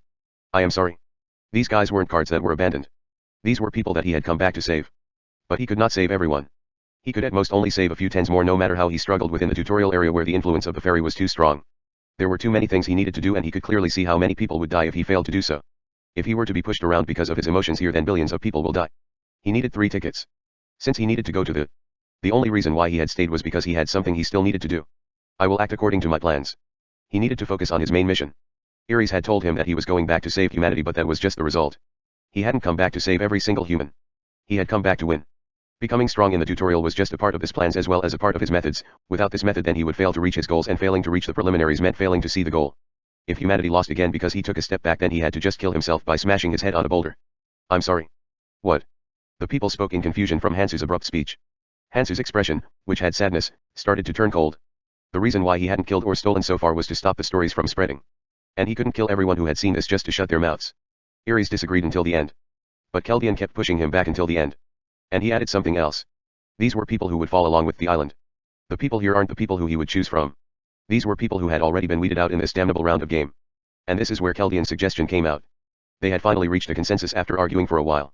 He would not purposely kill them. He didn't feel like it, and if he did do that, then the people with the Lord's marks would know that he had done it. And that would be troublesome. But he was going to devour everybody who had been left behind until the end before he left. Since these guys were going to fall with the island anyway. And down below was an ordinary looking but harsh ocean. If they fall, then they would die in extreme pain. Slowly, bit by bit. The fairies watched this in extreme amusement. I'll at least send you off comfortably. Kiyiyak. Hansu grasped the needle in his hand so hard to the point it crumpled. The rune-eater snake that was around his wrist shouted in glee as if it expected predation. Then Hansu charged towards the people, making a commotion with a cold look on his face. Chapter 28, Central Island, 1. Hansu looked at the central island that he could see afar from the boat. An island that was huge even in comparison to other islands. You're always out of the expectation. Hee. Don't worry. We don't spread things like this around. The fairy looked at the needle on Hansu's hand, which was still dripping of blood, as Hansu looked at the fairy expressionlessly. No regrets. Killing humans wasn't comfortable even if they were going to die anyway, and he was just sending them off in a more comfortable way after judging that leaving them alive would be more painful for them. But he had no thoughts of hesitating if it was necessary and didn't interfere with his plans. Since he hadn't come to play hero. The fairy might have gotten awkward as Hansu stared at it expressionlessly as it shrugged its shoulders and started to explain. Welcome to the central island. You are the last person. We will start now. And at that moment, everybody who was on the landing area teleported into one place. This is. Everybody looked around. A giant castle. Thousands of people were looking around after being teleported high above the walls. And soon the fairy which had appeared above their heads started to explain the situation. Hello, 1912 participants in the central island. I guess I need to explain three things first basically. There are three things of utmost importance on this island. Castle. Demon Lord's castle and underground dungeon. Everyone made a bitter expression at those words. There was only the underground dungeon marked on the island maps. The underground dungeon of the central island was filled with beasts with good rewards and that they could get strong and armed quickly. And that was why everyone had used 3 tickets in order to come to the central island. The castle they were standing on was one thing, but what was the demon castle? The fairy laughed as it continued to speak. My explanation was a bit lacking, but these aren't lies. Can you see the castle afar? At those words everybody above the castle looked at something on the edge of the island. It was an island, but it was so big that they had to focus really hard with their eyes in order to see and figure out that it was a castle. That is the Demon Lord's castle, which is your final destination. Well, you would all die if a real Demon Lord were to come out, so we specially prepared a weaker version of the Demon Lord for you instead. A Demon Lord. Hansu chuckled. He thought of the thing that would be causing a massacre against the other races on the 7th level of the abyss. If that thing did really come here, then everyone would have been killed off just from a simple breath. The people here, including Hansu, were not of the level to kill it even if it was a weaker version. The demon army is largely separated into the demons and undeads. The demons are the ones that give bountiful rewards that you think of. But the undead do not give anything. No item, no room, no anything. The fairy rested for a moment and then continued to explain. And the castle is where you guys are at. There is 1 month. If you can withstand the attack of the Demon Lord and protect the crystal in the center of the castle, you will win. You can also win by just taking over the Demon Lord's castle. Everyone made a bitter face at these words. Since they could see the swarming armies on the way to the Demon Lord's castle at a glance. When would they have the time to break through them? It was obvious that defense was easier than offense. And finally, I should explain the underground dungeon. You can see multiple entrances on the insides of the castle, right? Everyone nodded as they looked towards the inner parts of the castle. There were multitudes of suspicious-looking dungeon entrances located in numerous places. There were entrances on the castle walls and even entrances in the drill hall. These are the same as the underground dungeons that you know of. If you hunt in there, then the runes will drop like flies and artifacts will drop as well, as you knew. And then the fairy talked about colorless runes and artifacts. And then everybody's expression changed. A lot had happened, but it had only been 10 days since they came here. They had become stronger physically, but they only had a knife at most as a weapon. But a chance to earn higher runes and artifacts. The fairy persuades them to go into the dungeons ASAP in order to become stronger. That damnable thing. Hansu sighed. Since he knew what would happen if things went on like this. Now. You will need a tutorial, right? Since it's only the first day, there'll only be about 3 attacks. There also won't be any demons. Start. And soon a large amount of skeletons started rising up at a scary rate outside the castle with clacking sounds. Damn it. Isn't that a weak mob that we fought around level 1? A person mumbled atop the castle walls. The skeletons with blue fire burning in their eye sockets or the ghouls who were screaming out terrifying roars were not weak mobs in anybody's eyes. No, they were actually armed better than themselves, who only had a sword at most. Since they were even wearing armors. And soon the undead who had formed a battle line started to charge towards the castle door and the castle walls. Guard it. And soon the adventurers and the undead started to clash with a fearsome energy. We need to make rolls. One of the lords spoke with a fatigued expression.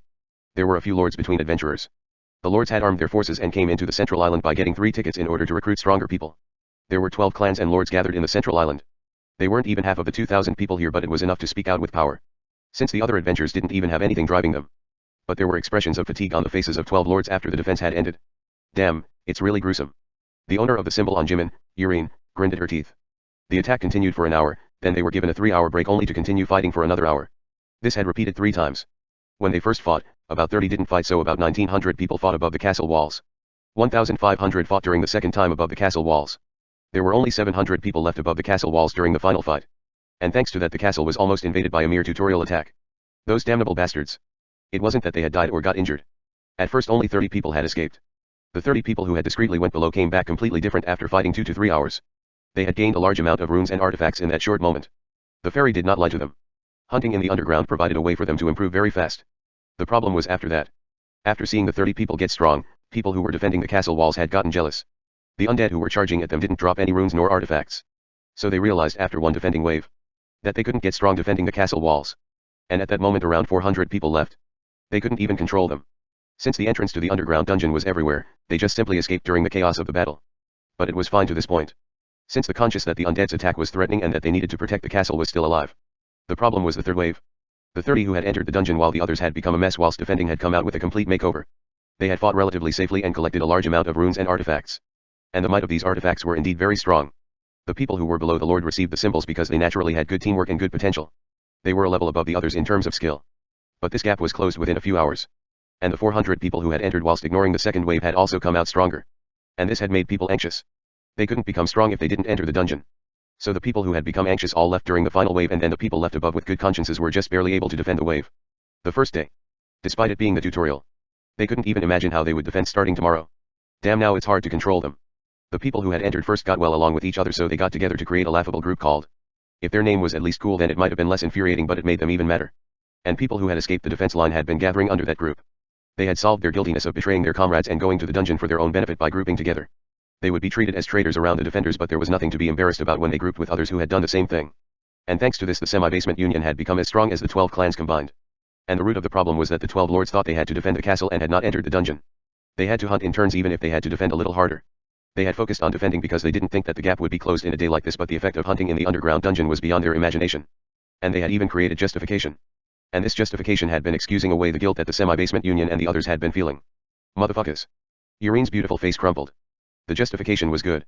And she approved of it. They couldn't just defend in order to defend this castle. They had to rotate between defending and attacking. If they improved too much, then they would invade it due to the weak defense, and if they defend too much, then they would get overwhelmed by the forces getting stronger and stronger. But when would they actually come out? The people were now setting camps in front of the dungeons and were going back and forth. And they were acting like this while their powers were around the same level. If their strength increased, then they could see what would happen very clearly. Damn. How do we solve this? While the lords were racking their brains like this, a commotion was going on below. This bitch. It's a hero of justice, really. What? They had poked their heads outside the windows with confused looks. Bitch. Who are you to be ordering us? We are going to defend the line above tomorrow. Songhun, one of the original members of the group, shouted aggressively. A change starting from tomorrow. What was this nonsense? Hansu nodded at those words. Yeah. Since we played our fill today, we need to start earning for our own food starting tomorrow. The people who had been defending shall go into the dungeons tomorrow. You damnable fellow. Seung-hoon grinned at his teeth. He was one of the 30 people who had first entered the dungeon. Why was he acting kind after he had started the whole thing? And then Kunjin, who had been standing in the back, spoke as he walked out. Calm down. We aren't saying that we won't go out. If we hunt for 2 more days, then we can defend it properly after getting stronger. We can trade then. Let's not fight between ourselves. Hansu smirked at those words. By then the Lord clans would have become a huge mess. That's why it's difficult. Then there was no reason to splitting it perfectly like this. Dismissed. Starting tomorrow, everyone will go up to fight. Gikjin crumped his expression at those words. This guy had some guts. The reason why Gikjin had stopped the fight was because he felt that Hansu was still very useful. Since he had been advancing in the dungeon with that weird psychic powers. They couldn't have become that strong by themselves. But the situation was now different. You were definitely stronger before, but if you come out like this, then things might become difficult. Gikjin looked at Hansu coldly. They all had 1 or 2 colorless runes originally. And from today's hunt they had all accomplished in getting over 2 new colorless runes. And a few people succeeded in making colorless runes for strength, stamina, agility, and perception. And because of this they knew. Their colorless perception runes told them clearly. That guy only had strength colorless runes. Hansu chuckled as he touched his ear. Kong Hansu strength, colorless 0.03%. Stamina, 88.8. Agility, 84.0. Perception, 85.1. Mana, 88.4. Magic, 84.5. Physical resistance, 85. Magic resistance, 85.3. Of course I can't win like this. There was a huge difference between 1 and 4 colorless runes. And there were even differences in numbers too. Hansu looked around at the 30 people around him. He didn't like to interfere, but they had to at least work their worth. If the people here who only cared about self-gain went crazy, then the castle will get destroyed. You won't listen if I just talk right. This bitch. Hansu smirked as he put a cloud snack in his mouth. There's a lot to do in order to destroy the Demon Lord's castle in 1 month. I need to do things properly in the beginning. They needed to work non-stop for the whole month. And even then it was just a possibility. The difficulty of the Demon Lord's castle was that high, and because of this it was necessary to clear it. Since that's the only way to challenge the final dungeon. This was something that even Kwang Gunja couldn't clear. He just went up after defending fervently. There was only one person whom he knew that had cleared it. Ares. Well, I won't be able to clear like you, but as long as you reach the destination, that's all that mattered. Hansu, who had inhaled the smoke, looked around as he laughed coldly. Chapter 29, Central Island, 2. Huong. Hansu stared at the Padao flying towards him expressionlessly. A colorless artifact that increased cutting powers. It was a pretty good one. Cutting was considered a skill, so it was something that required both physical and magic resistances. But Hansu stared at the sword expressionlessly. It was easy to dodge. But Hansu just charged at it. It wasn't always good to dodge. If you dodge, then your balance will fall apart, which will slow down your counterattack. And if you had the confidence to block it completely, then it was even less necessary. Of course, resistances acted as something that reduced the damage, but not as a shield. It didn't make one invincible even if it was at the colorless level, so getting a severe hit can't have no damage. If it had only that, then he probably couldn't have beaten the carnivorous beast. However, that was only when you get hit properly. In a situation where you can see the attack clearly, it was actually hard to even purposely get hit properly. I can see it all. Perception that had reached the colorless stage couldn't even be compared to the previous. A more perfect battle foresight came into his head than what he had when he fought the carnivorous beast. Kudududuk. Hansu deflected the side of the blade perfectly with the ring on his finger. Tong. And at that moment the of Nirmaha's ring activated and destroyed the cutting magic on Arapan's Padao. Yurk. Even before the enemy could get surprised, Hansu's fist had even pushed back the enemy's blade. Then the sword which was dispelled of the cutting magic couldn't penetrate through his physical resistances. Tumble.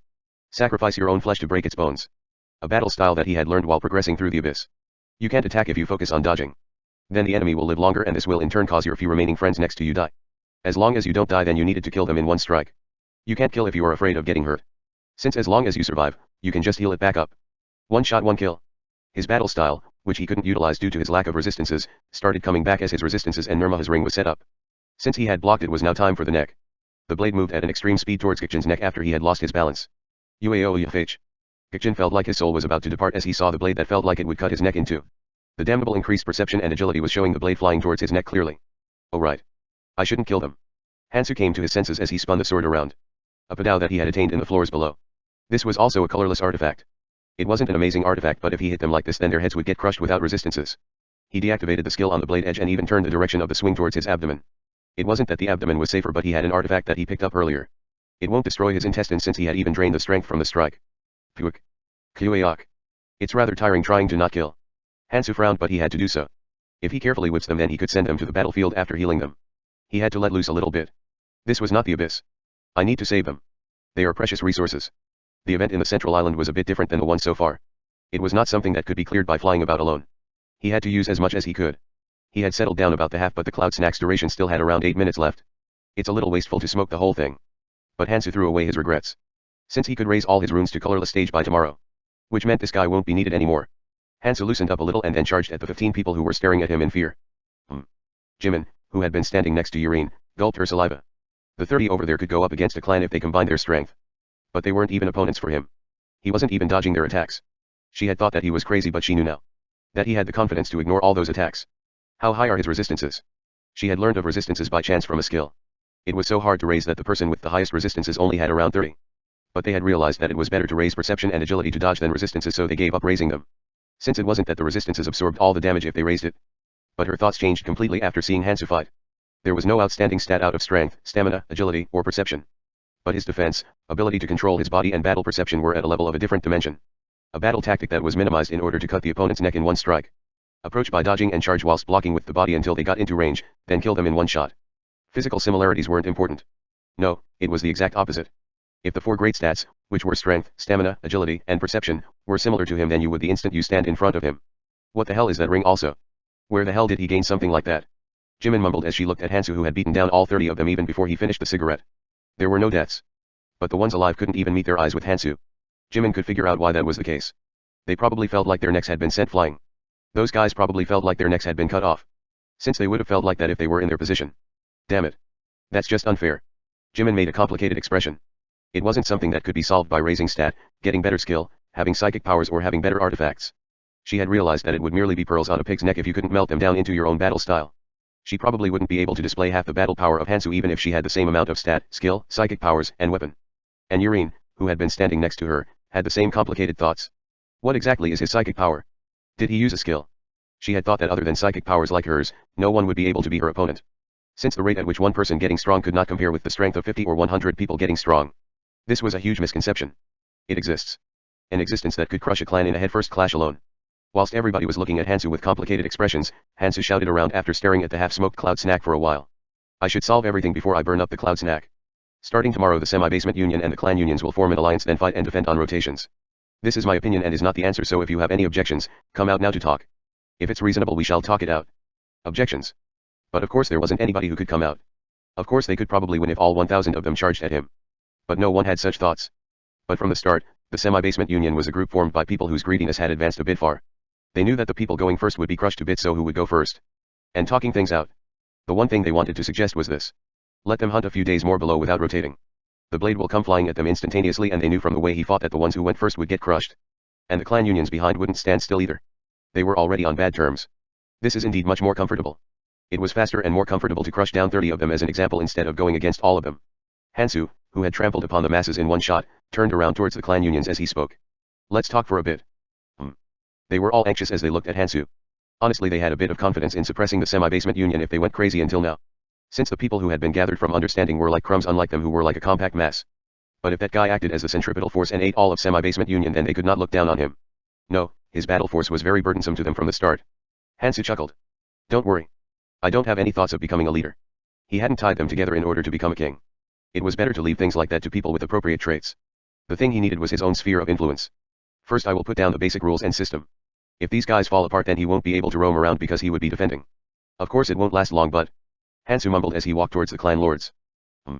Gutai, who was one of the 12 clan lords, smiled in contentment as he saw the view in front of him. That guy called Hansu. He really did something admirable. All the ruling powers within the castle were divided around the 12 clan lords. Hansu's words were simple. And at those words the others started to hurriedly absorb the remaining semi-basement union's people. If there was only one clan then they probably wouldn't have gathered this hard.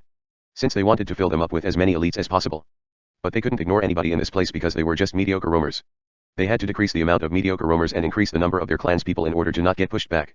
And in result the number of people in the clans had multiplied to about 1,100. Everyone had recruited people under their clan up to their limit. So about 800 people were left. And these 800 people were also divided fairly into the clans. And after this, every clan had about 90 clansmen and about 70 normal adventurers. A number that the clan could control. And after they had completed this process, they agreed to continuously defend and hunt in rotations. And when the runes and the system that everybody had to keep and follow were set up, Hansu let go of his influence. He was nowhere to be seen during hunts and had participated during defense but he didn't have any interest in being a leader. Well yet. The psychic powers they had was the strongest point out of all the charisma, power, and decision-making abilities. Though I want to use non-clan membered a bit more. Gutai didn't like the fact that he had to treat normal adventurers and his own clansmen the same way. But he couldn't do anything. Since they had set up fair distribution with rules clearly and the fact that the semi-basement union had still existed. Tisk. It would have been much better if those 30 had been killed then. They couldn't treat them recklessly since the 30 who had been beaten down acted as the main leaders and looked over interchanges. Since they might move to another clan and the fact that the number 800 was still a very burdensome number. It somewhat feels like raising a workers' association. Whatever happened there were some leisure now. Though it was only a bit. Then there's no reason to send them all to defend. The 1900 gathered here were not grouped stably. Since there was always friction between clans to clans and clans to semi-basement union in order to gain a bit more. I should prepare a little. Gutai, who had completed his thoughts, went into action immediately. Yurine spoke with a cold expression. As I saw it the people assigned to defend didn't do so. Didn't your clan have responsibility of the northeastern side? A few undeads had gotten past the other defense lines because you took out of the defenders to hunt. Gutai, one of the clan lords, smiled leisurely as he spoke. Oh come on. Miss Yurine. Listen to me for a bit. There's quite a lot of leisure lately yet? Is there a reason for all 6 clans to defend the walls? Some of the clan lords nodded at those words. Yurine grinned at her teeth. Lot of leisure my ass. These were people who were secretly pulling out defenders during waves to hunt. She could have ignored them if they defended their spot properly at least. Since they tried to defend without casualties with small numbers their lines had been pushed back and because of that there were damages to other clans as well. Gutai laughed at Yurine as he spoke again. And look. We have some leisure now but does it make sense that the ferry is leaving us so comfortably like this? The demons are nowhere to be seen yet. We need to prepare for that moment and get strong. You are talking about some interesting things. Include me too. Hansu smirked as he entered the room of lords and at that moment the expressions of a few other lords and Gutai froze. Well. 2 days. It's lasted a while if it's this much. But it was better to solve anything before the real start of the battle on the 3rd day when the demons come out. Kong Hansu. This bitch. He was nowhere to be seen but why did he have to come now? Gutai, who had been looking at Hansu with a slightly anxious expression, shook his head. It was said that they had to keep the rules no matter what but who could argue him for only this much? And they had gotten strong in the past few days and their numbers had increased to around 160 from the 50 in the past. He had also hunted but it seemed like his artifacts didn't have much change and 2 days of getting stronger won't change much. Their situations were different from the past. You raised us up like this. Let's see what you've got to say. There was no reason to back down. Gutai calmed down as he started to look at Hansu with a cold expression. Chapter 30, Central Island, 3. Hansu spoke as he looked at Gutai. I was sure we agreed to abide by the rules. We said that you can take the things you earned while hunting but that we needed to keep a ratio between hunting and defending. Gutai made a slightly anxious face but then quickly shook his head. He couldn't back off here. Then my rebellion was useless. They had grown to the point where nothing can shake them. But this was only possible because Hansu had given them all the power. So he was curious. What did he believe in to hand all the power over to them and raising them like so? I need to find what he is believing in. Their clans were at a level where it couldn't be compared to the ones of the past. Because Hansu in front of them had created a safe measure, they could fight faster and have less casualties. And the non-members under his authority had become closer to him due to his hospitality. Everything from quantity to quality. Their power could not even compare to Hansu when he had crushed the others on the first day. Well. This guy did indeed get strong too. It seemed that he had gotten strong as well. As if he had gotten strong by eating the colorless runes from the dungeon. Though it's amazing that all his runes are colorless. It wasn't that blades didn't go through. How could the speed at which one person gets stronger compare to the speed of 150-160 people getting stronger? And I'm not alone. At least a few clans had the same thoughts as Hansu and the defenses will fall if they aren't here. So how could he attack him in such a situation? The only reason why they had some leisure was because the 12 clans were defending, and if there is a fight then the defense will break apart. But there's still some leisure. Which meant there exists something that could threaten them. And Gutai did not like the current situation where he did not know what that could be. I need to poke him a bit more. Gutai, who had finished his thoughts, made a leisurely face as he spoke. I mean, come on. Friend. Listen. Would that very thing leave us like this? It's logical to be getting strong while we have the leisure to do so. You need to have some flexibility in the rules. Hansu made an amused expression as he spoke. Then why didn't you discuss it with other clansmen? I'm pretty sure it's in the agreement. The ratio of hunting and defense won't be decided by one clan but rather on the consensus of 6 clans. Yurine glared at Gutai in anger. Her clan had taken damage because that guy hadn't followed that rule and acted how he wanted. Jimin, her precious younger sister, was injured and was recovering. Gutai mumbled inwardly. What would it mean to follow such rules? The reason why he had discreetly taken out some forces was to be better than other clans. He knew instinctively. This place was dangerous, but it was a place where they could get stronger much faster than in the other islands. They needed to create a gap here so they can crush down the others after getting higher. But if all the clans were to put with the same ratio of clansmen in the fight, then what would it mean if there were 11 other clans at a similar level as his? Superiority was a result of difference. It hadn't been long since he had come here, but he knew something very important. I must get strong whenever I get the chance to. Without stopping. That was the only way of winning. But I can't say it out loud like that. It was because it was a decision that came up whilst I was thinking. It seemed like everyone was busy. It was an excuse that a dog wouldn't believe, but that was why it was effective. Quickly. Show me what you are believing in. Does he act like this because he believes he can cut off their necks here? Gutai knew that Hansu wasn't somebody dumb. And there were plenty of guards outside. He would get surrounded immediately. But at that moment Gutai, who was making a leisurely expression, froze for a moment. Wait. How did he get in here? At that moment Gutai felt a chill run down his back. The location of their conference room was right below the lookout tower for the crystal they had to protect. This was the safest room where the castle's entirety was visible. That was why they had decided for it to be their conference room. Since it would be cumbersome if some crazy few ones caused terror because they don't like how things are. And they had selected the most trusted people in their clans as guards and had set them up outside. 3 from each of 12 clans to make 36. The conference doesn't last long, so if it wasn't a number that affected the defense, and as a lord, they should have at least this much privilege. But there was no sound of clashing. Did he perhaps crush them all? Everyone had been looking at Hansu with similar expressions. Hansu chuckled as he laughed. You see, I've gotten a new merchandise these days. To fit the season. And then Hansu sent in a bit of mana onto the bracelet on his wrist. SHSHHHHK. Hansu's body quickly disappeared from the sight. The eyes of the lords became cold. That is. Invisibility. If that was it, then it wouldn't be a problem. Since their perception stat wasn't that bad to the point where they would lose the enemy because they couldn't see something. But they couldn't see where he was. He had disappeared in front of them, but they didn't know where in the room he was. There was something that worked even against their increased perception. There was a skill that helped with perfect invisibility on that bracelet. If a weakling had used it, then it would have been obvious, but they couldn't know because of the bracelet's powers coupled with Hansu's movements. Everyone felt chills run down their back. He had walked through their most trustworthy 36 clansmen. Despite the fact that they were on extreme alert. This meant that the amount of the clan's strength wasn't important. What would it mean if the surrounding army was strong? It would be over right away if he cut your neck in your sleep. He showed it to us on purpose.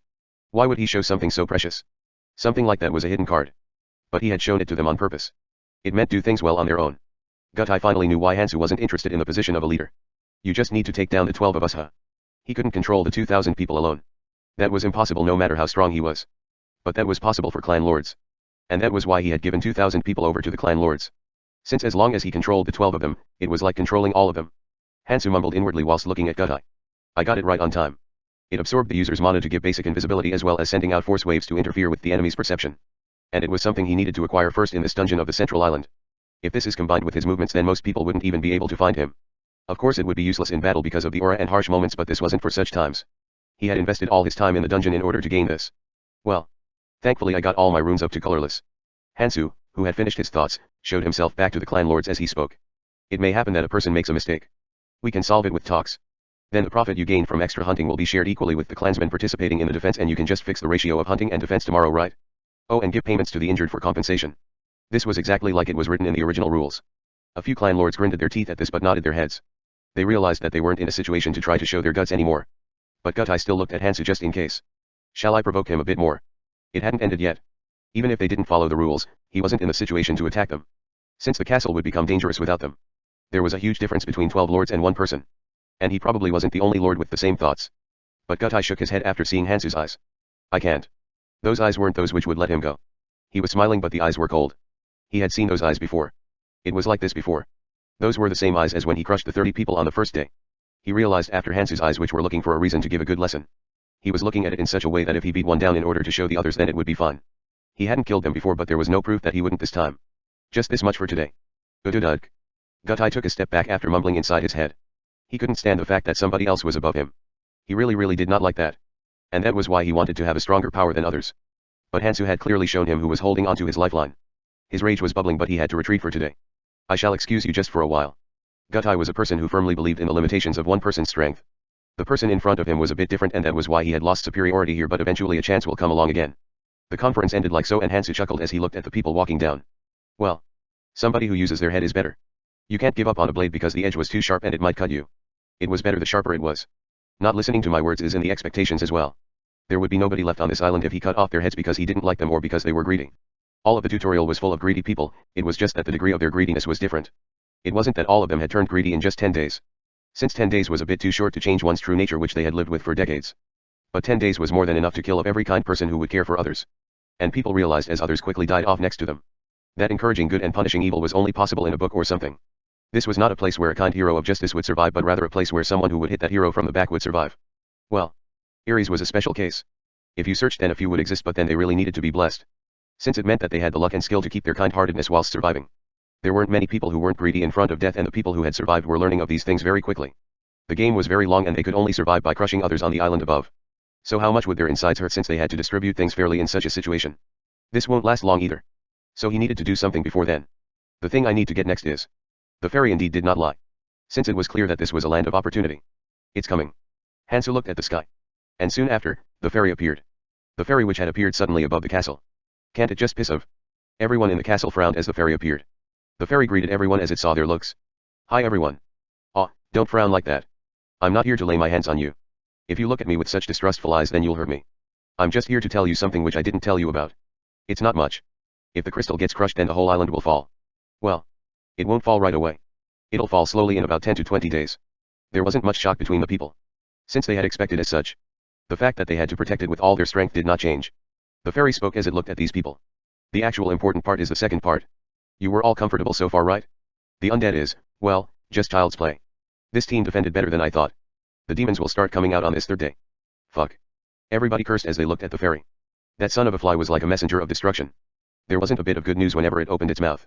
The fairy made a slightly hurt expression at those words, but then opened its mouth again. You guys are too much. Don't you realize how good of a news that the demons are coming out is? This is a really rare chance for you guys. Everyone looked at the fairy at those words. The fairy did mention it before. That there were extravagant rewards. But even then it would be all over if they died. It isn't some crappy rune or artifact. If you kill the demons, then a mini crystal comes out. Hee hee. If you collect the mini crystals, then you can trade it for a really good artifact. It is much better than the ones you have. It's obvious that the reward would be better the more you collect, right? Look at the catalog in your pocket for those. By the way, there aren't many demons, you need to try harder than the others in order to get the crystals. Everyone made a sour expression. Even if they had such things, it would merely be pearls on a pig's neck. And how would they collect enough from the bits the demons dropped to trade it for an artifact when there's thousands of people? They might not be able to lay their hands on one after a whole month. Even if they did lay their hands on it, only the clan lords would do so. And the thing that thing will throw at us won't be weak. As the people made sour expressions, the fairy added another thing. Oh. I didn't say this yet. There's another use for the crystal. As long as you have the crystal, you can leave this island to go to the island above at any time. Isn't it a really good privilege? The people with it won't need to care if everybody dies either from falling after the crystal gets shattered or from being invaded by demons, right? A total of 5 people can move on. Hee hee. No matter if that giant crystal broke or not. No matter if the defense line broke apart or not. They can escape this dangerous situation to a different island at any time. Which meant that this was a privilege equal to a life. Everyone's expressions changed at these words. The story was different then. The fairy smiled as it looked at everyone's expressions. You get it? About how important of an existence the demons are. Be strong, everyone. One demon coming your way for today. And the fairy disappeared as a beastly-looking otherworldly existence started to slowly approach them. Everyone started to calculate their risks. There wasn't enough information yet. They didn't know how strong the demon was, and they also didn't know how the others would act. But one thing was clear. That it was better to get it before others do. They didn't charge in first, but they had no thoughts of missing this chance. Since it wouldn't matter if they just kill the person who obtained it as soon as they get it. Everyone knew that the best scenario was to attack them as the one who charged it was about to kill it, so everyone stood still while standing close to each other. *PR note, kill steal. Hansu shook his head as he looked at this scene. It starts now. A different name for the central island that attracted people below with its sweet runes and artifacts. If you disregard the people who went up using the crystals, then the survival rate here was 8%. And this was only when the defense is successful. Since they would all die if they fail. And this was all because of that damnable crystal. I must take it so nobody uses it. If 5 die in order to attain it and another 5 go up using it, then 5 more will die from lack of numbers. Which meant in conclusion, 5 will live and 10 will die. It was not an object that should be allowed to be set free. And at the same time it was something he needed to collect. I will collect it and exchange it for. Hansu walked forward after looking at the others for a while, and everyone's eyes shone at Hansu's back instead of the demons. Chapter 31, Central Island, 4. The clan lords cautiously but quickly set up an arrangement to surround the demon. But their opinions were split. Some of them thought that, if we get it, it's good. The mini crystal was good whether you used it or collected it. There were quite a few nice items that could be bought with just 2 or 3 of them. It created an aura around the person holding the flag which increased the speed of regeneration as well strength and stamina by 5%. In the situation where the artifacts and runes didn't have much difference between people, the artifacts that could be gained from the many crystals showed a clear difference from other artifacts. An object that could create differences between lords. And 5 people per one mini crystal. This was a significant number even to a lord. If 100 were to be released and the clans were to distribute them, it'll still be 8 per clan. It meant that during a serious emergency, they could move with enough forces to act as a basis for a new start. And there were many other uses for it as well. But some clan lords thought as such. Damn. They can't be spread around. The people moving with the mini crystal will be happy. But then what would happen to the ones below? And the clans weren't the only ones here, there was no way for them to monopolize them. They couldn't make every one of their clansmen escape no matter how many they collected. In that case, it's better to defend instead. The fairy wanted them to suffer but it did not want them to all die. This was probably set up so they could survive if they tried hard. They had to decrease the number of people ascending prematurely as much as possible. They needed to turn them into artifacts as soon as they got hold of them so they could get rid of other thoughts. The two types' opinion were different but the conclusion was the same. I'll obtain it no matter what. The 12 clan lords made a slightly anxious expression as they set up the formation. If the clansmen thought as much, the non-clansmen's thoughts were a bit different. Fuckers. They just keep trying to suppress us. Do you think we don't know what you guys are thinking? Hojin grinned at his teeth. The clansmen and non-clansmen got treated equally and received equal distribution if one were to look from the outside. But this was only due to the fact that the situation around these few days was quite stable. They could feel it when they looked at the hunts of the clansmen. As soon as you receive that weird-looking symbol, you start caring for each other. On the other hand, the clansmen stayed together with them because they thought that the non-clansmen needed help seeing how they were doing, but the way they treated them was almost like they were treating potential criminals. They didn't allow any form of communication between non-clansmen under different clans and they purposely separated hunting grounds between them to stop any form of meetings from happening. In such a situation, who between their 90 family members and possible 70 enemies would be thrown off first in a dangerous situation? Even if their battle strength were similar, the non-clansmen would be picked off one by one. And no matter how one thought about it, this world didn't seem like the difficulty was set such that it was okay for them to just defend decently. Look at that demon at this moment. There was no way that that thing would be weak and plenty of them would die from now on. So they had a lot of opportunities during the next month. So they had to take care of their own lives. But, it would still be hard, right? At this moment a lot of people, including themselves, had already gotten close to the demon. Since there wasn't anybody who wanted to charge towards the demon they just saw. And the people behind them were more of a problem than the demons. There probably aren't many who aren't aiming for that crystal. But they were only taking glances, nobody was able to charge at it. Logically, they knew that the chances that a crystal drops to them was incredibly low. There's even a chance they would get stabbed in the back even if they managed to almost kill the demon. Since even he would do such a thing if he could get the crystal by killing that guy. If somebody was fighting it already there might be a chance for me. At that moment something happened. Kududuk. Something jumped out from the center of the defense formation. The existence which was charging towards the demon at an incredible speed shouted loudly. Get back as much as possible. That guy is. Hojin's eyes shone as he looked at Hansu who was charging at the demon whilst shouting so loudly to the point where it resonated throughout the whole battlefield. Get back. This guy extremely dangerous. Yeah. Just look like that. Hansu looked at the lords who were also looking at him from around the battlefield and then dashed out quickly. I'll get it. The medium-sized greatsword in Hansu's hand sliced the air as it made a heavy noise. Kyueong. The demon, which had been standing still, made a beastly noise as it intercepted Hansu by swinging its fist. Kidke. Hansu's greatsword sliced the skin but could not make a deep injury. And if that wasn't enough, the area that had been injured was healing rapidly. As I expected, even when it's a weaker version. Demons. Clansmen of evil. Their appearances were similar to humans. If you discard the fact that they were 4 m tall and had horns growing out of them. But this guy was an entirely different species from humans. I can't let down my guard even for a moment in order to kill this guy. It was rather okay until now. The cloud snack gained as the hidden piece had been thrown out after being used out cleanly. One had been left over since his runes had been all changed to colorless but he had smoked it deliciously as well so it had been taken care of cleanly. He had increased his defense and resistance with Nirmaha's ring and the Rune Eater snake. Now there wasn't going to be a situation where he would die accidentally from a skill. But this still wasn't enough. Attack power is lacking. Showing off his attack power against humans who had low resistances and who couldn't really take hits well as a race was merely a childish act. Most humans here were close to being superhuman but their ability to take hits and their defenses were the same as normal humans. A situation where they would die if they got stabbed in their vital parts. On the other hand, the things he needed to slice apart in order for him to get to the Demon Lord's castle were demons. Even if they were weaker versions. Defense and resistances aside, their ability to take hits were on a different dimension because they're from a different race. These guys even had 2 hearts so they would continue to fight even if you stabbed one of the hearts. I need to fight it for around half a day just like the carnivorous beast. Rephrase. In order to beat it using the decent weapon he was holding that could be picked up in the dungeon, he basically needed to wrestle it. That was why he needed to raise his attack power. Using the crystals he would get from killing the thing in front of his eyes. Runes will increase steadily as he hunts but the thing that dictated the attack power were artifacts. Hansu ruthlessly charged at the demon while swinging the medium-sized greatsword in his hands. All of Hansu's senses were focused on the demon. And the demon's movements started to form a 3-dimensional image in Hansu's head. And soon Hansu and the demon started to fight whilst creating noises like the storm. But just a short moment after he started to fight, a movement that he expected but didn't wish for, happened outside of Hansu's senses. Tisk. Hansu slightly frowned. Hojin mumbled as he slowly approached Hansu. Though it's strong. The demon's physical ability was not something he could go up against, since Hansu, who was going against it, looked like a monster. But aiming for the crystal wasn't something that one needed to be strong for. Looking at the situation, don't go too close. It wasn't the time to drop his guards yet, since it would be dangerous if that thing decided to go for the weaker ones first. But then there won't be space for him to interfere if the demon died, or was about to die, if he was too far away. A few people who had similar thoughts as Hojin started to close in the formation that surrounded the demon slowly, which meant that they would look for chances whilst Hansu was fighting. Who? Hansu mumbled inwardly. Their thoughts weren't wrong, since there was definitely a chance that they could go for I.T. But how could the demon's physical abilities be all it has? There was another frightening thing about demons other than their physical abilities that was on a different dimension compared to those of humans. The problem was that there was no way for him to know what this racial skill was. Basically, it was random. Because of this, even Hansu wouldn't have had thoughts of attacking it without his resistances and Nirmaha's ring. It seems like it's not using it yet, it's definitely an area of effect attack. If it was a single target skill then it would have already used it. Hansu, who had been pondering for a moment, made a cold expression. Well, their purpose is clear. It wasn't bad to increase the level of alert on others by killing a few of them. No, it was better to clean off people like these by borrowing the demon's hands, since he wouldn't have any surplus power to escape from fighting the demon. Even before Hansu's thoughts could end, the body of the demon, which was standing still until now, started to heat up. It started to prepare the skill because the number of people around it had gotten sufficient. Huyuak. And soon the surrounding air started burning, then it became a ring as it exploded outwards from the demon. The black flame, which had spread out in a reddish-blackish manner, radiating outwards as it scorched the air. Hansu, after staring at the black flame for a while, applied Nirmaha's power destruction, onto the sword he gained in the underground, and then swung. Huang. The Nirmaha had split the black flame just like that. As I expected, it isn't something to laugh at. But Nirmaha's power was not something that one could use for free. Hansu frowned as he felt the mana drain out from his body. If his magic, which increased the might of power destruction, didn't reach the colorless stage then he might not have been able to cancel it out and may have just been covered with it. The wave in front of him had been split but the other parts were ruthlessly charging as it headed towards the others. God damn it. Get back. Yurk.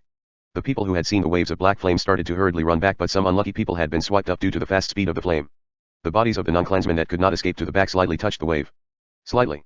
But the people who had been touched by the flame cringed as they screamed. God damn it. Uaak. The flame instantly enlarged as if it swallowed the person whole. And the person covered in flame screamed as he rolled about on the floor. The fairy had only thrown one at 2,000 people. How could such a thing be weak? The only reason why it had thrown it was because it could still damage them greatly even if it went up against 2,000. He hadn't raised his resistances for nothing. But attacks like that which covered a large area was much weaker in comparison to single target skills. But this was only the case for him, who had resistances as well as Nirmaha's ring, and the other adventurers who did not have magic resistances had a lot of strength but didn't differ much from ordinary people when it came to flame resistance. Which meant that there wasn't much difference between them and an ordinary man being swept up by a gas container explosion. He was from the Blaze descent, huh? This guy's type was the worst thing possible for people other than him. It might be different if he was of a different descent but the other adventurers basically had almost nothing they to do against this guy. The clansmen and non-clansmen hurriedly backed off as they saw the attack that had bursted out. They had realized that its advantages were too horrid to do something with numbers. Just stand like that. Hansu, after looking at the people who weren't approaching him anymore, charged at the demon just like that and the others made a reluctant expression as they looked at the demon and Hansu. Kududuk. Hansu breathed out roughly as he cut off the demon's head. As Hansu cut off the demon's neck, a few runes and a small crystal came out. When Hansu grabbed the runes with his right hand, the rune-eater snake zealously ate the rune as it distributed the runes evenly. And as he grabbed the crystal with his left hand it turned into a small symbol and got engraved on his left hand. The eyes of the people who were watching changed slightly. They couldn't kill it. But there were no rules which said the person who killed it had to take it. As everyone's expressions turned grim, Hansu, who had seen this, smirked. Whoa. Don't stare at me in such a scary way. As everybody looked at him from those words, Hansu smirked as he spoke. If I go up because it's too scary then who's going to fight that thing from now on? Of course they could kill it if they charge it with numbers. Since they could use a special method which would supplement their resistances with skills. But the fact that casualties would increase was definite. Chapter 32, Central Island, 5. Hansu shrugged at the glares directed at him. Of course he had no thoughts of going up. This was merely a threat. Since he wasn't too here to pick up a few more runes. And because of that he couldn't concede any of the crystals that would come out from now on. The lords should have a conversation with me. Everyone made a bitter expression as they approached him, they disappeared from sight to somewhere else while everybody was watching them. Tisk. I'm not sure if it was a good thing. Gutai mumbled alone after the conference ended. Hansu's proposal was very simple. He's really a special case. Gutai actually knew that he would concede all the duties of defense and roam about alone. Since there's nobody to stop him even if he did so.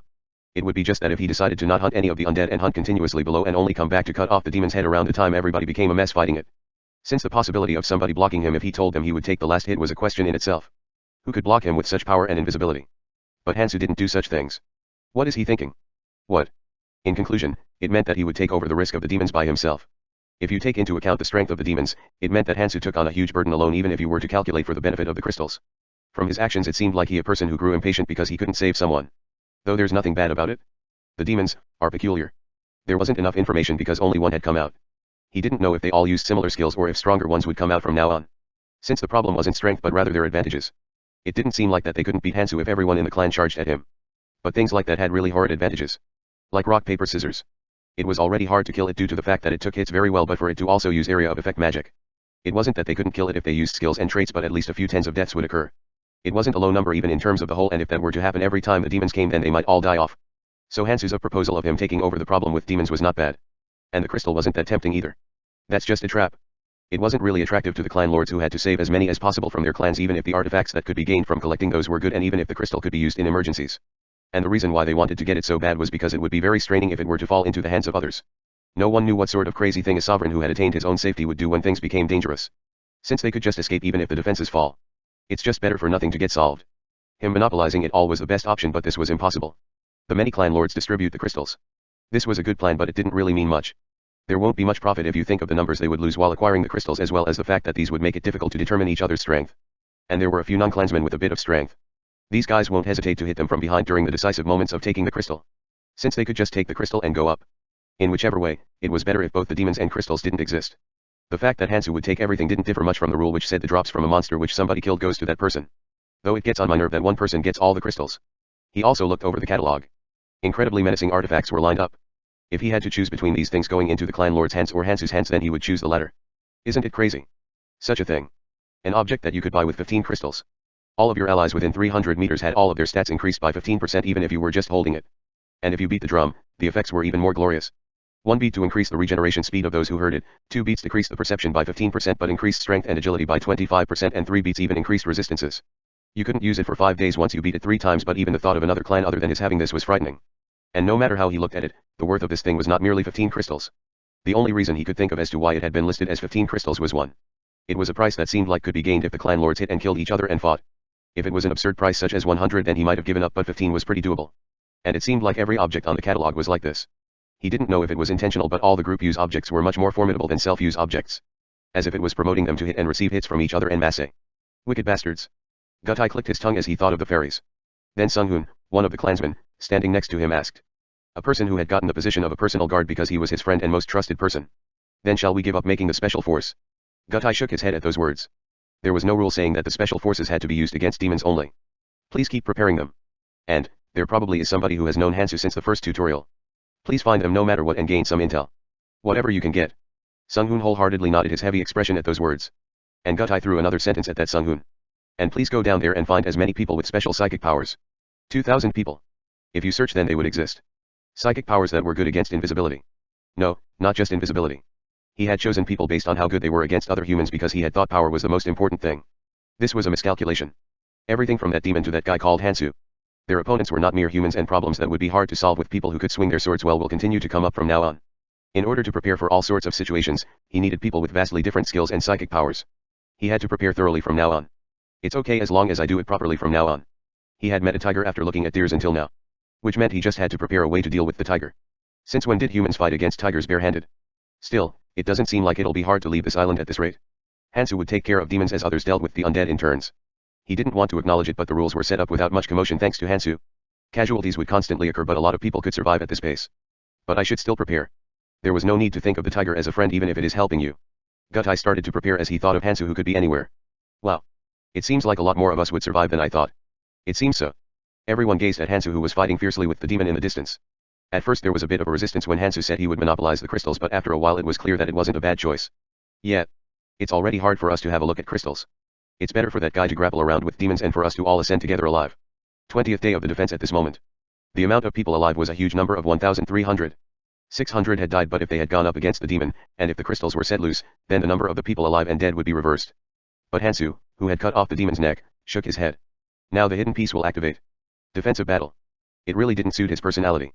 But despite that, he had been focusing on the defense whilst jumping around back and forth and killing off demons constantly.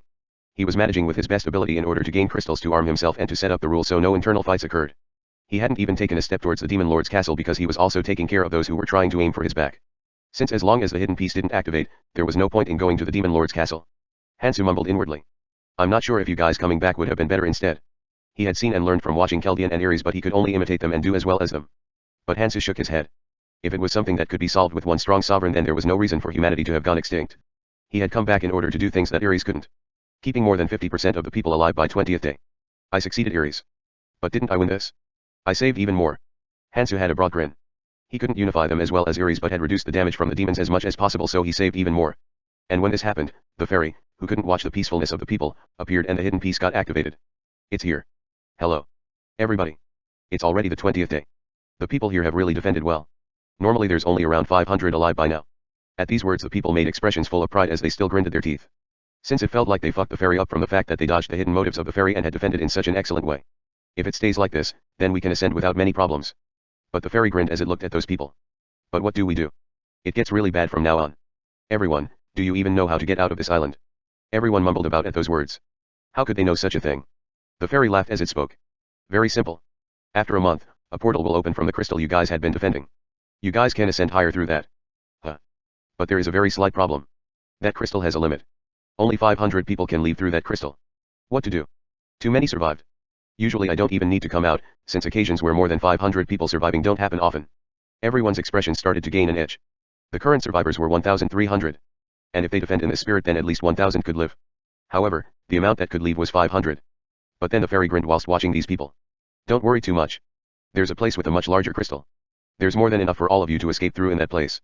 Where is that? As someone asked, the fairy grinned as it pointed to the demon lord's castle which could be seen from afar. Over there. It normally doesn't work but I'll start it up now. Hee hee. At those words, a grand noise started to resonate from one location within the demon lord's castle and everyone who heard it grinned at their teeth. And at the same time the people started to split up. And Hansu also had a cold expression. It starts. Actually, this was more of a surprise event if you looked at it differently. It was a hidden piece that didn't happen unless the requirement of more than 50% living by the 20th day has been accomplished. Since if it was below that, the numbers would reduce to below 500 whilst defending. Would Ares have gone to the demon lord's castle because she wanted to? Ares didn't know what would come out when he went there back then. He didn't know what he would gain, but it was obvious that more people than if they were defending would die. In a situation where Ares wanted as many people to live by combining their strengths, there was no reason for him to go. But there was only one reason which made Ares head towards the demon lord's castle in such a situation. It was all due to this damnable hidden piece. Ares had defended too well. And ironically too many people had survived. While other teams couldn't even keep 200 alive out of 2,000 on average, Ares had kept over 1,000 people alive before the 20th day arrived. It was the result of firmly rejecting the mini crystals and combining the people's strengths. Actually it wasn't only Ares who had activated this hidden piece. There was a few times when people who had gained amazing traits and skills had fought well against the demons and forcefully united the remaining people in order to keep more than 1,000 people alive as existed. And the people standing in front of the hidden piece had to make a decision. To head towards the demon lord's castle despite the dangers. Or defend, and have a huge battle royale in order to choose the 500 in the end. And after collecting all the intel from the final brigade, there was nobody he knew who had chosen the first option other than Ares. It was obvious, since at least 500 could survive even if they didn't go. And if the 500 people who could live said that they won't go, the remaining people won't be able to go anyway. Since they won't have enough power. We aren't going. It's better to focus on defending. We don't have a reason to go either. Instead of everyone dying by going, let's save 500. The forces split up and grouped up with clan lords as the center. He had taken these people, Hansu started to admire Ares. And thought that he would never be able to become like Ares in his life. Hansu walked forward as he warmed up his body. Let's see. Tijin, one of the lords, mumbled inwardly. He didn't know if the demon lord's castle was dangerous or not. But he just needed to decide between the two. Between whether his clansmen could be included within the 500 who would go up or not. If that was possible then there was no reason for him to go to the demon lord's castle. I need to do some traffic control. *TL, where have we heard this before, O.O. There was a location where they had gathered one of their clansmen each for quick communication during times of emergency. And they could talk through these people and voice their opinions. It was created for an emergency, and if the situation wasn't an emergency, what was this then? And their decisions had come to a consensus through the people who voiced the Lord's opinions for them. If they fight with other clans so they could take all of their members up with them then they would all die. If that happened then even 300 of 500 was too much. The best option was for the 12 clans to fill up the 500 spots one by one to ascend. If that happened then they could at least take 40-50 people up with them. They didn't like the fact that all 12 clans ascended alive with similar ratios, but it was still a profit. They had gotten strong quickly by going through the underground dungeon and were armed with artifacts. They didn't know the situation in the other islands, but if they took 40-50 elite members like them then they could still utilize them to an advantage above. This is solved for now. Once a consensus is met then an answer was set. If they defended here then there was no such occurrences where the clan lords and their elite members couldn't ascend. Since the problem between clans had been solved, the problem was now non-clansmen. There's quite a lot of non-clansmen. It was better the more people you had for defense, but the story changes once the people who could live was set to 500. The current total population was 1,300. About 600 clansmen and 700 non-clansmen. The non-clansmen felt uneasy joining clans after seeing the strange scene where people, who were on bad terms even to the point where they tried to kill each other, unnaturally and forcefully get reconciled through the symbols of the clansmen. They would guarantee their safety, but it was obvious that people will avoid it if they see their free will being controlled in such a way. And even more so if there was an existence above them called the Lord whom they had to listen to even if they were to command them to suicide. They might have gone in if the situation was dangerous, but the fact that the defense progressed flawlessly also contributed in keeping the ratio of clansmen and non-clansmen. But there were too many non-clansmen currently to leave them to just die. If only 600 clansmen are left, then the casualties would increase at a shocking rate. So they had to stop them from going. But they didn't need to stop them. Our clan chooses to defend. Us too. Every clan started to shout their choice in defense from all over. And then all the non-clansmen mumbled. There's no way they could leave. Tejan laughed inwardly. The weak always had their choices limited. And now those people had to wait for their choices. Bitches. Sancti, one of the people who were in a non-clansman union, grinned at his teeth. Damn it. I should have went into a clan when things were normal. But he couldn't go in from uneasiness after seeing the clansmen who had received the symbol. He hadn't joined a clan because he thought he could ascend without many problems if they defended like this, but for such an unexpected event to happen. Well. Even if I did go in, I might have been cut. 500 was that low of a number. But in such a case, something bad would happen. There was no way they would leave a spot for the non-clansmen to ascend. Since they'll be too busy trying to take all of their people. It seemed like the other non-clansmen who were quick to catch on had realized this already as they mumbled about. They had 3 paths they could choose from in that case. Exclude the clansmen and head towards the Demon Lord's castle with non-clansmen. Form an alliance between the non-clansmen and fight the clan for the spot of 500. And final choice. Stay with the clans to fight and hopefully wait for the empty spot that may come their way. Goddamn. Sancti shook his head. In reality the 2 options above were basically impossible. The non-clansmen adventurers had long been ripped apart by the clans. The 2 options above were only possible when they form an alliance and agree with each other to create a clan vs non-clan composition. But if they only had the choice of choosing from the 2 above, then they would have gathered their strength in some way. Since they couldn't just sit and die. The damnable fact was that hope still existed. The 3rd option is the problem. If they continue to defend, then the number of clansmen will go down. But those guys probably want to fill up 500 completely to ascend. Since it was better the more you had if you thought of the place above. Which meant, there will be space where non-clansmen would be able to come into. A much higher chance than the first 2 which had the chance of a complete massacre. Damn, can't really do anything then. If this happened, then as long as they don't think of getting all the non-clansmen to have a fight, they could only get on the good side of the clan unions. It might be barely possible if the 700 remaining people gathered their strengths, but if they were split like this then they had no choice. Fuck, as long as we group up then we might be able to do something. Actually the main point of this game was very simple. If they split their power then both sides die. So everyone had to choose one side. Either to defend or to attack. But if one side advocates strongly then the other side could only obediently follow unless they were determined to have a battle royale. So there was no way for the non-clan powers to win. Since the clan unions were unified in thought whilst the adventurers of non-clan powers were split up all around. And even if they were to emphasize that it was more beneficial for the clan unions, they could only get pushed around whilst holding onto a dim thread of hope. Sancti shouted loudly after pondering. This can't go on like this. Hey. Is there nobody to go with me? Damn it. You know what will happen if you stay here. A few non-clansmen flicked at these words, but nobody had walked out on their own. Damn it. But while the clan lords were looking at Sancti with ridicule, one person came out from the crowd and walked up next to Sancti. And Sancti frowned as he saw this. Since a person that was totally out of the expectation had walked out. Why are you all so surprised? Hansu, who had walked out into the eyes of the people, shrugged his shoulders as he looked at them. If you stay here then you will definitely be part of the 500 though. Hansu chuckled at Sancti's words as he spoke. Well. There's always personal circumstances. I'm going to the Demon Lord's castle. And then one of the non-clansmen shouted with hope. Everyone knew that Hansu had a strange psychic power. Did he perhaps choose to go to the Demon Lord's castle because he knows something? If we follow you, will it be safe? The reason why their ankles were caught was because they could not even imagine how dangerous the road to the Demon Lord's castle would be. Since if there was a confirmation for such a thing, there was no reason to stay around here. Hansu shrugged his shoulders at those words. I don't know. The same amount of 500 might survive if we go there, or maybe even less. Will more survive if they all combine their strength to head towards the Demon Lord's castle? He didn't even know this. Since there are too many factors. But he knew one thing for certain. If they stay here then no more than 500 can survive. If 600 were to survive in the end, will the remaining 100 peacefully die? Of course there will inevitably be a collision and the others who aren't part of the 500 will die. On the other hand, Ares had managed to ascend with 600 people out of 1000 after choosing to go to the Demon Lord's castle. Hansu chuckled as he saw the dejected looks on the people as he spoke. But if you aren't part of a clan it's better to go. If you stay here then the ones taking the risk are you, so why would you try to stay here? Even if they were die off the same way, it was a problem of ratio in the end. Even if the same amount of people die on the way as they would if they defended, once they arrive there then they can ascend together.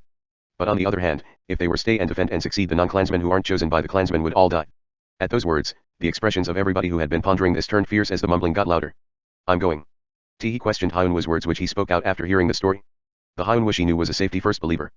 But then he was risking on such a dangerous looking gamble. Really? Hyunwoo smirked as he spoke. There's something I had found out about him separately. There once was a movement that went around in order to collect intel about Hansu. And as such movements occurred, Hyunwoo became curious as well. No, this was not only Hyunwoo's question. Everyone was curious about that guy fighting there. Since it was weirder to be not curious about that guy who was so eye-catching. And so the rumors of rumors and opinions of opinions combined. It started from the people who had been with Hansu since the first tutorial area and went up to the people who had seen Hansu so far where the intel grouped up and got organized. And the conclusion that came from it. He can be trusted. Surprisingly, they said he was strong from the start. There were plenty of ways to take advantage of others in the beginning. He could kill people to pull runes.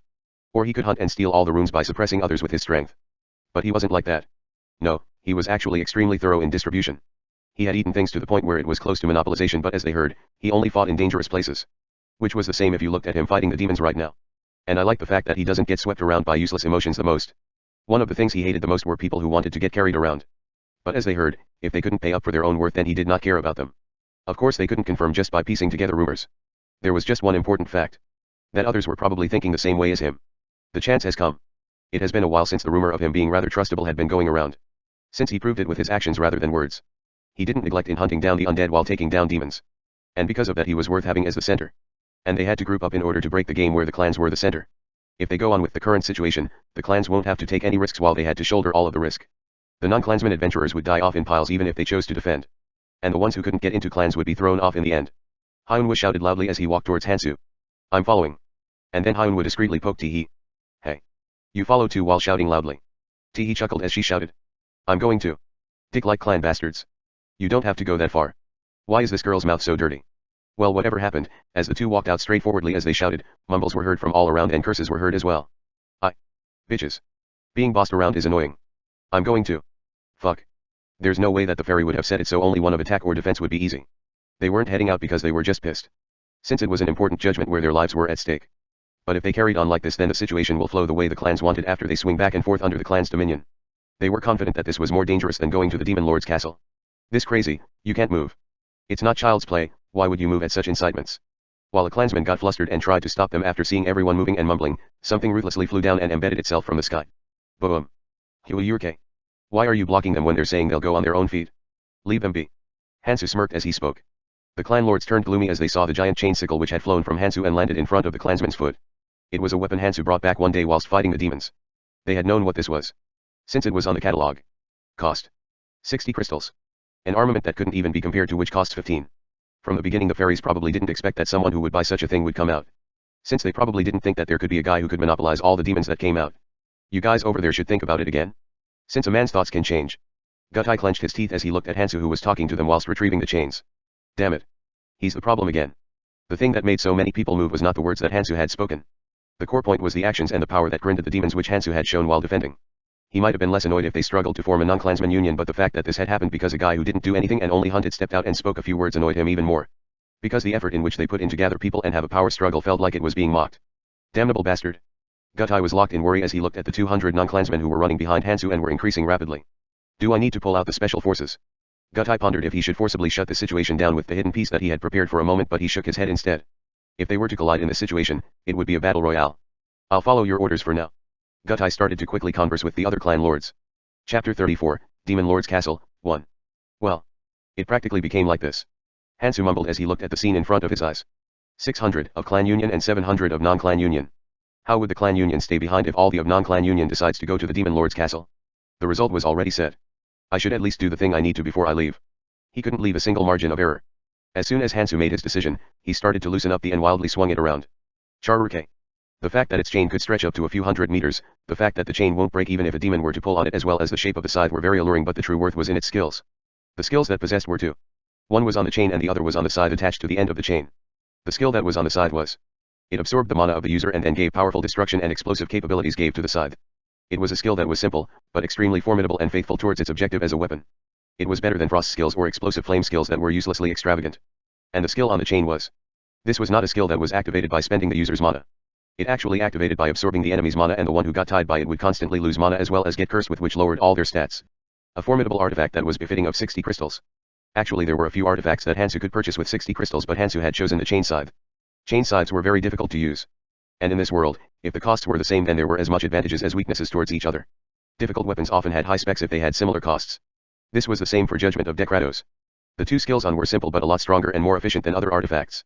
Weapon types aren't important. Hansu wasn't really lucky in terms of artifacts. He couldn't even imagine obtaining an amazing artifact and using it constantly like Kangti, so he used whatever he could get his hands on or had good options. And the chain scythe was included in those.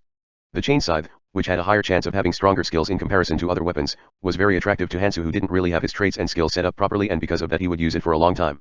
He had gotten a habit of sustaining such a battle style for over 50 years, so he could use most weapons properly. Which meant that using it wasn't a problem. Only the options were important.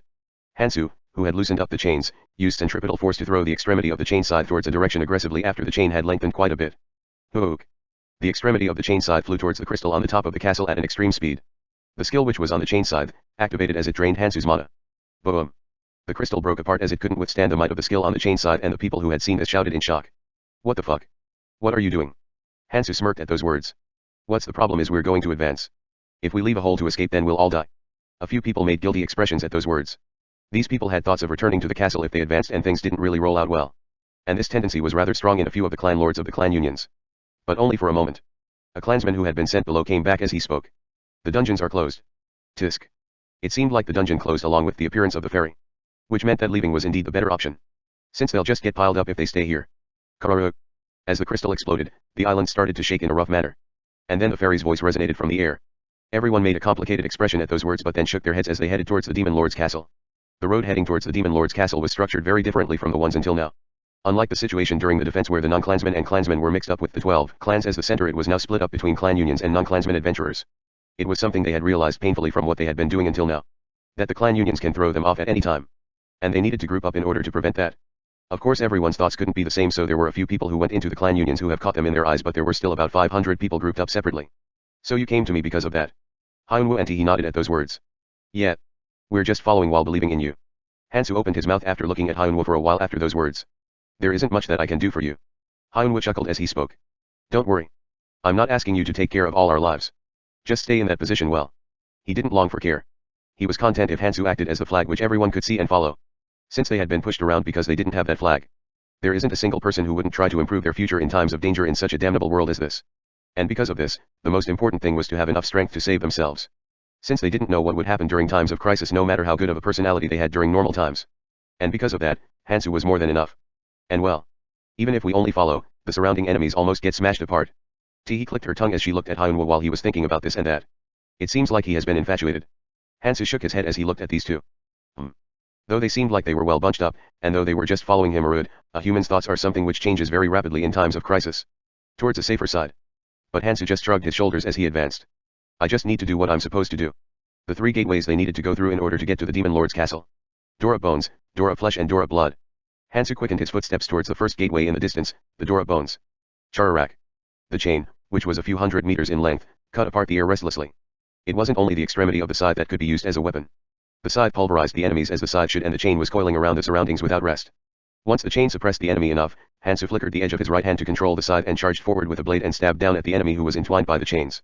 Kyuyuyeong. One of the demons, which had been stabbed by Hansu's weapon, screamed. Hansu didn't just have one weapon. There were 7 daggers around Hansu's thighs, and there was also a padao and a medium-sized greatsword by his waist. There weren't any limitations from carrying this many weapons due to the increased strength. The problem was whether he could utilize all of these weapons or not. From the which Hansu had stabbed into the enemy demon, an effective hemorrhage bursted out as blood started to flood. Kaduk. Kaduduk. Hansu didn't rest there as he started to put injuries all over demon's body as he stabbed his daggers into its body. Judgment of Dekratos wasn't used properly just because one used. Rather, the true worth of the weapon shone when you were able to use effectively as well. And the chain and scythe were restlessly flying around Hansu's surroundings. But of course it wasn't alright even if he was Hansu. When it received the attack of the enemy, a strange curse injured the body of the one who had attacked them. Hansu was holding on with his resistances and Nirmaha's ring, but blood was flowing out from his body as injuries occurred one by one. But if one were to hesitate because of such things, they would receive an even greater injury. Kuduk. Kuduk. Hansu ignored the light wounds as he cancelled out the curse which activated when he stabbed the heart of the demon with the Nirmaha's ring, took the runes and crystal which had dropped from its body and then flew off somewhere else as he bound up his surroundings with the chain and stepped on it. Since there wasn't much time for leisure in the current situation. Aok. Damn. It's a mage. Kill that first. Aok. Endless screams could be heard all around. A huge number of undeads and demons which couldn't even be compared to before. They weren't really giving large amounts of casualties to people. Since the demons came in pairs when they charged, and since both of them were bound by Hansu's chain. And even now, one had just died at Hansu's hands and the other one was fervently battling Hansu and his chain scythe. The thing which had caused the most damage to them were mages. Skeletal mage. It was a weak mob in games, but reality was cruel. Every time skills exploded out from its hands, even though it was only poison, frost, and fire for a total of 3 elements, it froze people down to their bones and burned their skins. And the fact that it was long-ranged and had an AoE move bugged them more. Hansu's chain scythe was turning them into powder whenever it had the leisure to, but there were many occurrences where people were screaming here and there after getting hit by the skills. And the clan lords were looking at their surroundings with cold expressions. It was important to maintain their battle strength before, but it was even more important as of now. Since they could take all of their maintained battle strength up along with them. In the defensive war, where the defense areas were set between them, their improvements and the damage they received were very similar. But in a situation like this where they were advancing, it was much more different. Since no matter how fair you set up the rules, one's actions changed how much damage they received by a lot. But no matter what Gutai did, he was still the leader of a group. He had the duty of keeping alive as many clansmen as possible. Was being greedy that bad? We could at least adjust the speed at which we advanced if the crystal wasn't destroyed. Damn. No matter how much of the battle strength he wanted to save, there was a limit to it. The vibration which resonated throughout the island was getting larger. The fairy had told them that there were over 10 days left, but nobody knew if those 10 days were enough for them to get to the Demon Lord's castle. Playing chicken is only when you can. What sort of meaning would playing chicken have in a situation where you would get massacred anyway if you hit around in the back? The clan lords could only advance forward while accounting for the danger. Anyway, are the demons coming out at similar difficulties? Gutai looked at the demon, which Hansu was killing, coldly. He was worried that a stronger demon might come out when they got to the Demon Lord's castle. But it seemed like these were at the same level as those during the defenses. And at that moment a noise came from the ground as another demon came up from beneath. Uaok. Another one came out. Dodge it. Unlike the defensive stage where they had something to protect, this was over as long as you could arrive there. There was nobody who wanted to go up against the strong demon. All the non-clansmen flew away like flies in all directions. But a few clan lords laughed as they looked at the chaos. It came out at a good timing. If they don't account for their weaknesses, then they were a failure as a human being before being a lord. The clansmen of evil and Kong Hansu. Those crazy things were jumping about around him and showing off their strength. Didn't he prepare something for such a situation? The 15 special forces, which Gutai had been saving, came out. These were the guys who were armed with the runes, skills, and artifacts of other clansmen. Warriors created to fight monsters with their raised resistances and attack power. Though I've been saving them in order to reduce casualties. He was going to save them if stronger demons came out on the way to the Demon Lord's castle. But what if they were around the same level? If it's that much, then they can hunt without casualties. They didn't need to depend on Hansu. I'll show you. As to who should really be in the center. The thing that they weren't comfortable with wasn't just Hansu's power. It was the fact that he was acting as the center of the non-clansmen. And the reason that he could fight the demons up front was a large factor as to why he could do that. Since they believed that it'll be safer if they followed Hansu rather than the clans. But if they could fight the demons, then they didn't have a reason to group up with Hansu as the center. There was no worry for traitors either. Since the clans could just take them all in. Well. It is just so even if it seems uncomfortable. They will soon realize. That it'll get more and more dangerous and that they had to hold onto a reliable pillar. And in order to do so, he had left them alone with the mages. Let's see what happens, if the non-clansmen that you trust in so much come to me. There was no reason to hurry. They could advance slowly, like water being absorbed through. Go. At these words, the 15 special forces that Gutai had prepared advanced forward in order to hunt down the demon. Chapter 35, Demon Lord's Castle, 2. Hansu chuckled at the movements he felt behind him. I wondered what he was preparing so hard for. Hansu nodded. It seemed like they were well prepared as they employed the method they learned from Hansu fighting the demons. Artifacts that could slow down the movements of the demons instead of ones that would damage them fatally. And resistances and buffs to deal with the basic AoE attacks of the demons. They had a decent assortment. Their movements and attacks couldn't follow up to Hansu's. But they were filling the gaps with various skills and traits. If you do that, then you can definitely hunt it safely. The opposite method of Hansu's. If Hansu was trying to catch it as fast as possible by taking on the hits while trusting his resistance and his dodges to suppress it down with an overwhelming attack, then this method was a safe hunting method in order to receive no casualties whatsoever. The 15 special forces were rotating endlessly as they injured the demon. This was possible because they could withstand the demon skills to an extent. They couldn't reduce the damage like Hansu, but they were compensating it with healing skills. While Hansu was about to finish off his demon, the special forces had also pulled out both the hearts from the demons. The people's expressions turned grave. They had thought that only Hansu could kill the demons, but the clan lords were killing them well too. And as they started killing the demons, the other clan lords pulled out their own special forces that they had hidden and basically crushed the mages apart. The mages were very threatening to the non-clansmen who didn't have my magic resistance, but it wasn't really hard for the special forces, who had magic resistances as well as heals and other skills, to deal with it. And the most attractive thing was their number. Hansu was one person. That fact did not change no matter how strong he was. But the sum of the different clan lords' special forces were over 100 and they were hunting that much more efficiently. If this happens, then isn't it better to just join the side of the clans? Somebody mumbled. Hansu was strong, but he only had one body. And the non-clansmen were constantly getting injured from the mages.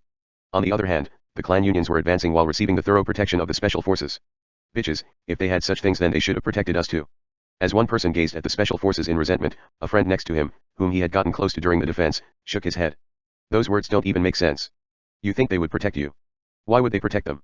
They weren't even part of the clans. The friend, who had been talking, looked at the Demon Lord's castle in the distance. This was the first day. There was a long way to go. Disliked things were disliked things, so he had to decide rationally. He started to ponder after laying down his possibilities of choices.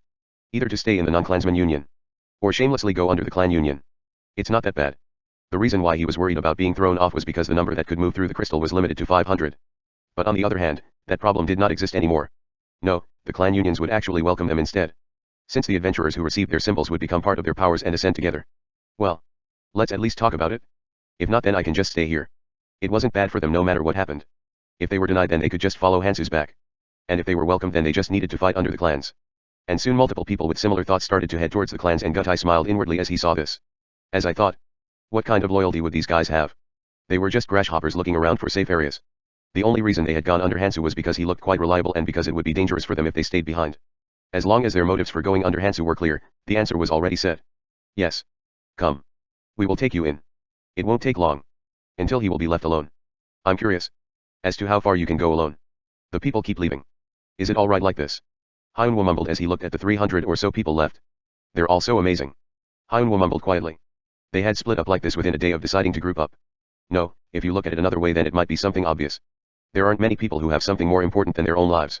Especially in a world like this where family, love, and faith was hard to maintain. Hansu chuckled at Hyunwoo's words as he spoke. Well. It's not that bad. If they fight that well. Hansu actually thought that the clan unions were rather good. Those guys, who had set up a way to fight against a difficult enemy with near perfection in 20 days, were actually worthy of praise. And no matter what happened, it was easier to control them if there were more people in the clan union than in the non-clan union. In conclusion, this would increase the number of people who would live and even the speed in which they would advance towards the Demon Lord's castle. But doesn't the fact that they're taking the crystals piss you off or anything? Hansu shook his head at Hyunwoo's words. The things he had been worrying about until now were two things. People dying at the hands of demons because they tried too hard to get their hands on the crystals and the people who had gained the crystal ascending just like that. But such things won't happen anymore.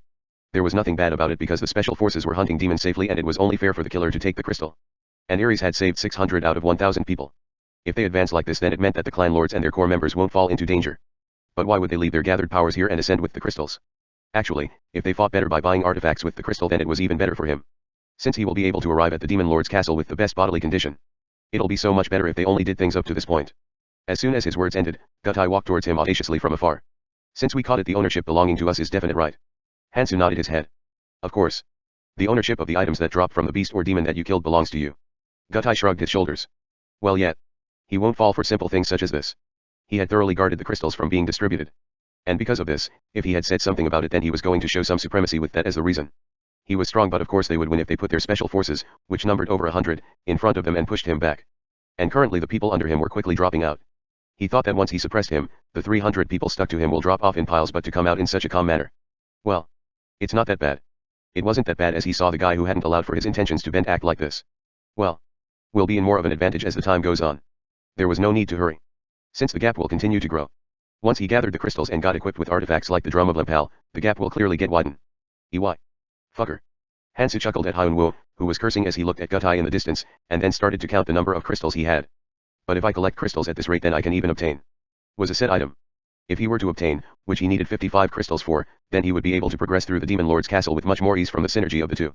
If they advance on friendly terms like this then he might even be able to save more than Ares. Though it seems that it'll be hard. Hansu finished his thoughts and then jumped at the demons just like that. Kududuk. Hansu swung his scythe widely towards the special forces that were slowly approaching the demon which he was fighting.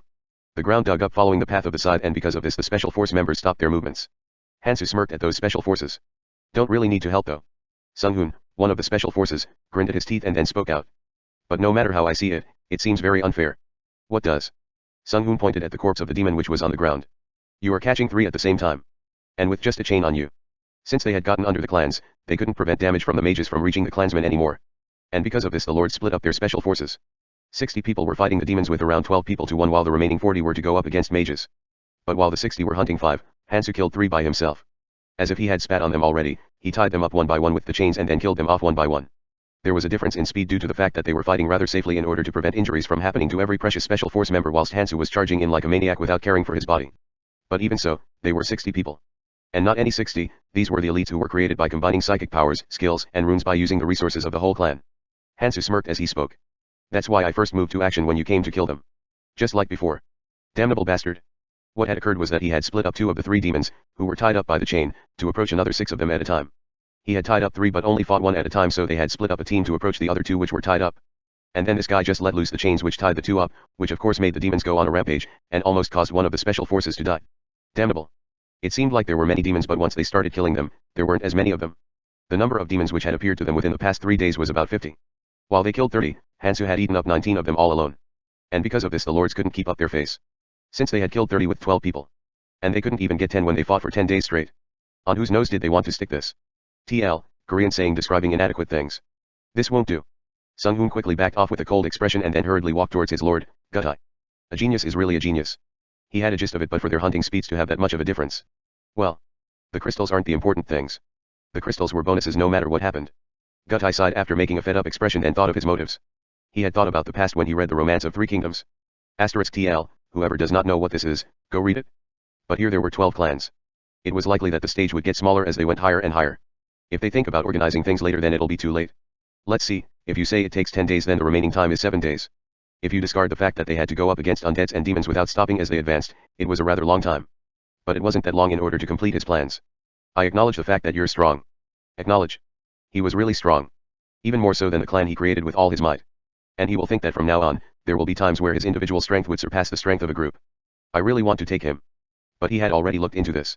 As he heard, he had already denied the proposals of other clans. But everyone probably poked him once at least. And to his knowledge, he denied all of them. It seems like there's a reason. He had many things that he kept hidden. The fact that he didn't ascend despite having crystals was suspicious too. Well, thanks to that there's an opportunity for me. If I cannot use it, then others cannot either. That was too dangerous. Even if things were to get dangerous because of his disappearance, he could just escape using the crystals along with his core members and special forces. Though they had a connection, the level in which the sovereign and the ones below, the people with symbols, were very different. A sovereign wouldn't tell a general to not go to war because he treasures the general. There's no need for me to do it personally. It'll be over if he made somebody go get hit by the blade and die. Even better if the blade got damaged. Let's see. Somebody who would be the easiest to make him fall into such a trap is Tijin. Gutai ordered something to the clansman below through the message as he got up and headed towards Tijin. Tijin stared coldly at Hansu, who was standing in front of the giant door made of bones. Because he thought of the words of another clan lord, Gutai. And then he said that this fact needed to be remained a secret from others in order to avoid the eyes of the other clans. This bastard. You deny my offer but accept Gutai's. Tijin grinned at his teeth. Of course he wasn't dumb and didn't believe right away. So he had threatened that Hyunwoo guy who was always with Hansu. And he found out that there indeed were positive talks going between Hansu and Gutai. It cannot happen. It cannot. Gutai already had the most power out of the 12 clans. It was comparing the height of acorns, but a huge difference was created once that guy came in. Though they were secret allies within the clan union, how could he just watch things like this when he didn't know what would happen after they went up? This bitch, I had left him alone because he was in a neutral position. There was a huge difference even if they say that the power between him and the affiliated person were the same. And it'll be a huge burden once the crystals in his hands go into Gutai's hands. I need to make some preparations. He fought all the way in the very front. So a chance will come by if he looks for one. Especially if it's near that dangerous looking and suspicious door. Yeah. You've been quite comfortable up until now. Unfitting of this damnable world. Tijin grinned at his teeth after seeing Hansu and the giant door made of bones in the distance as he proceeded to order something towards the clansmen below. Chapter 36, Demon Lord's Castle, 3. Hyunwoo gulped his saliva as he looked between Hansu next to him and the giant door made of bones in the distance. Hansu. You at least feel good. Since you can escape during times of crisis because you have the crystal. And then Hansu chuckled at Hyunwoo who was looking at him enviably. Don't worry. I'm not going. Yeah? Well. Logically speaking, you're probably here because you have something to gain. Hansu chucked as he looked at Hyunwoo who was mumbling because you'd gone up if that wasn't the case. Well. Those words are right. It was better for him to go up than to stay down here since he wasn't a clan lord who logically had to save everybody. Since the hunting efficiency here was rather low. The only runes that came out were from killing the demons, but the amount they dropped wasn't really satisfying it if you take into account their strength. Some people who have already fulfilled the requirements of other islands rather quickly were probably already roaming around the most attractive area out of the islands above, since this fact was already on the island maps. But he hadn't come here for such things from the start. Demonic Jade Crystal. If he didn't obtain the from the end of the Demon Lord's Castle, then there was no point even if he got to the end of the final dungeon. He wouldn't have known its existence without Ares. Ares wasn't in the condition to utilize it properly, but he could pull out all the power from the Demonic Jade Crystal. He had come here for the Demonic Jade Crystal. The Judgment and Justice of Dekratos were merely part of the process. About 21 crystals collected. Also, if he were to hunt with ease, then he could probably obtain the Justice of Dekratos also. It kind of seems like the clan lords don't like you much. Is it because you're strong? There was no reason to hate Hansu in Hyunwoo's eyes. He helped others well, was diligent in his own part of the work and felt very secure because he was strong. There were basic rules and he was very diligent in following them. The reason why the non-clansmen had followed him at the start was because of this. Though they had all split up now. Hansu chuckled as he spoke. Well, there's that, but it's as you say. They just don't like me. The road was long and they didn't know when an enemy will appear. If they thought logically, then they had to combine their strength in order to defeat the enemy. But lords were a little different. Historically speaking, it wasn't that the kings did not slash off the necks of capable generals because there was an enemy. Lords instinctively hated people who didn't work in their way. Lord of a clan. As soon as you awake the trait, you realize it instinctively. That your words became the law and the rules within this household. He didn't know himself, but according to the words of Ares, it was a very addictive and amazing feeling where you are living in the modern society and then getting into a situation where others had to listen to your words. And they tried to increase the number of their clan because of this. To increase their influence inside and outwards as well as to apply the rules they created. The reason why the lords increased their power wasn't just for survival. But who would like it when somebody else were to come and then tell them to follow different rules? It was a different problem from their own rules being right or wrong. He, who was in, couldn't have a good relation with lords from the start. Well, they might not be able to judge things reasonably. The lords who had been around for tens of decades were growing impatient because they couldn't kill him. The fact that the ones who just became lords were around him and were suppressing themselves was even more amazing. Since reason and emotion are different from the start, and when somebody sets their mind on something, they're bound to create some reason for it in their head. They still need to grow a lot. A new ability. And a new world where they can use it freely. It was obvious that they wanted to swing around the fascinating new sword that they had obtained. And getting angry was normal since they met somebody which their sword, which usually worked well, didn't work against. But they needed to see more and hear more. And they had to realize that this was just the start. And that was why they needed to escape the tutorial area in order to survive.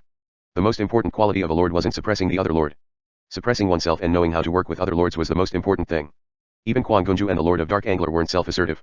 Well, it's a little early for them to know of it. Anyways, I should try a little bit harder. What would he do by showing off his strength against baby lords in the tutorial area? The people here were people who came from living in the real world and had only been here for about a month. They might look at him in a marvelous way, but if Hansu wasn't able to do at least this much, then Kangti would have probably went overboard.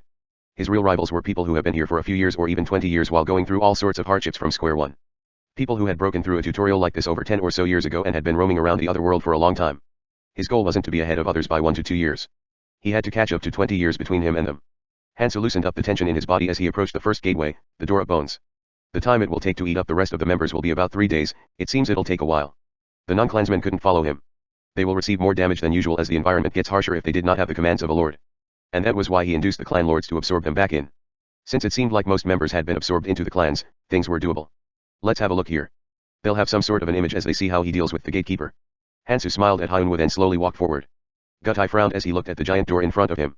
A giant door that seemed like it was made of hundreds of thousands if not millions of bones. One could see that from the door that reminded of France's Arc de Triomphe, a fearful aura was coming off from it.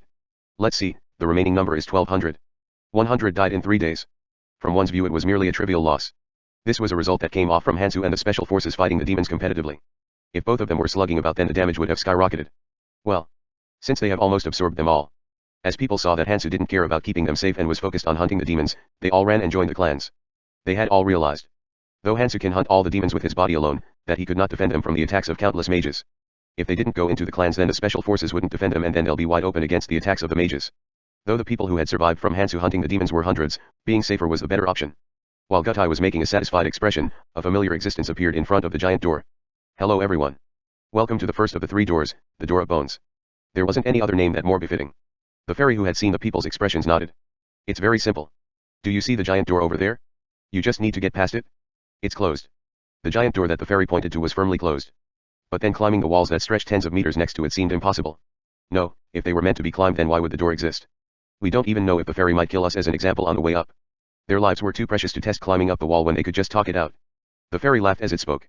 Hee. You need to pay a passing fee. Everyone made a bitter expression at those words. What do we need to pay with? The fairy shrugged as it spoke. What else? The crystals on you guys. Crystals. Just pay 30.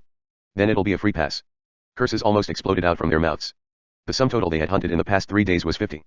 And there were only about 30 in their possession. But for them to pay 30 crystals in order to open a door. Which meant they had to hand over their lives too. The reason why they were able to plan things about while trying so hard was because they had a backup plan which came from the crystals. They, which was right above the central island, was shown on the island's map and was told to have even more opportunities than now. The reason why the name Central Island was given was because it was an island right below the tower. And they, who had already gained a lot in the central island, could still look out for opportunities even if they go up with heavy losses. But if they lose the crystals, then they would have to give up on all of those opportunities. And the fairy had told them clearly that there were 3 doors. Which means there was a chance that they will get robbed 2 more times like this from now. Gutai struggled to maintain his expression and then spoke. Is there a way to pass without paying? The fairy nodded at those words. Simple. You need to kill the gatekeeper. Gatekeeper? Yes. Gatekeeper. As soon as the fairy's words ended, a fearful vibration started to ring throughout the ground. The origin of the vibration was the door in front of them. Ka-doo-doo-dook. Doo-doo-doo-dook. The hundreds of thousands if not millions of bones that had made up the door mixed and intertwined as it turned into something giant. Wolf. Somebody spoke out in dismay as they saw the giant wolf that stretched 50 m long from head to its tail. Grrrrrrrrrrrr. Though it was made of bones, there were blue flames burning from its eyes. And this was from 30 m above them. It was only 30 m on paper, it felt like a building was standing up and growling at them. It didn't even squeak like the weak skeletons. Since the number of bones that its body consisted of was too many to do so. The people made fearful expressions as they saw the giant black wolf made of bones that were polluted black. The fairy laughed as it saw those people. Here. There isn't a moon anymore, right? If you aren't going to pay, then you just need to walk beneath it. Grrrrrrrrr. The people gulped their saliva as they gazed at the giant wolf. How about giving 30 crystals? Yeah. How are we going to? 30 crystals. A number that could only be gained if they killed 30 demons. It actually looked as strong as 30 demons. And that was the problem.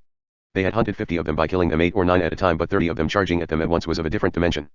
The clan lords made bitter expressions as they looked at each other. There weren't any crystals on the few remaining non-clansmen.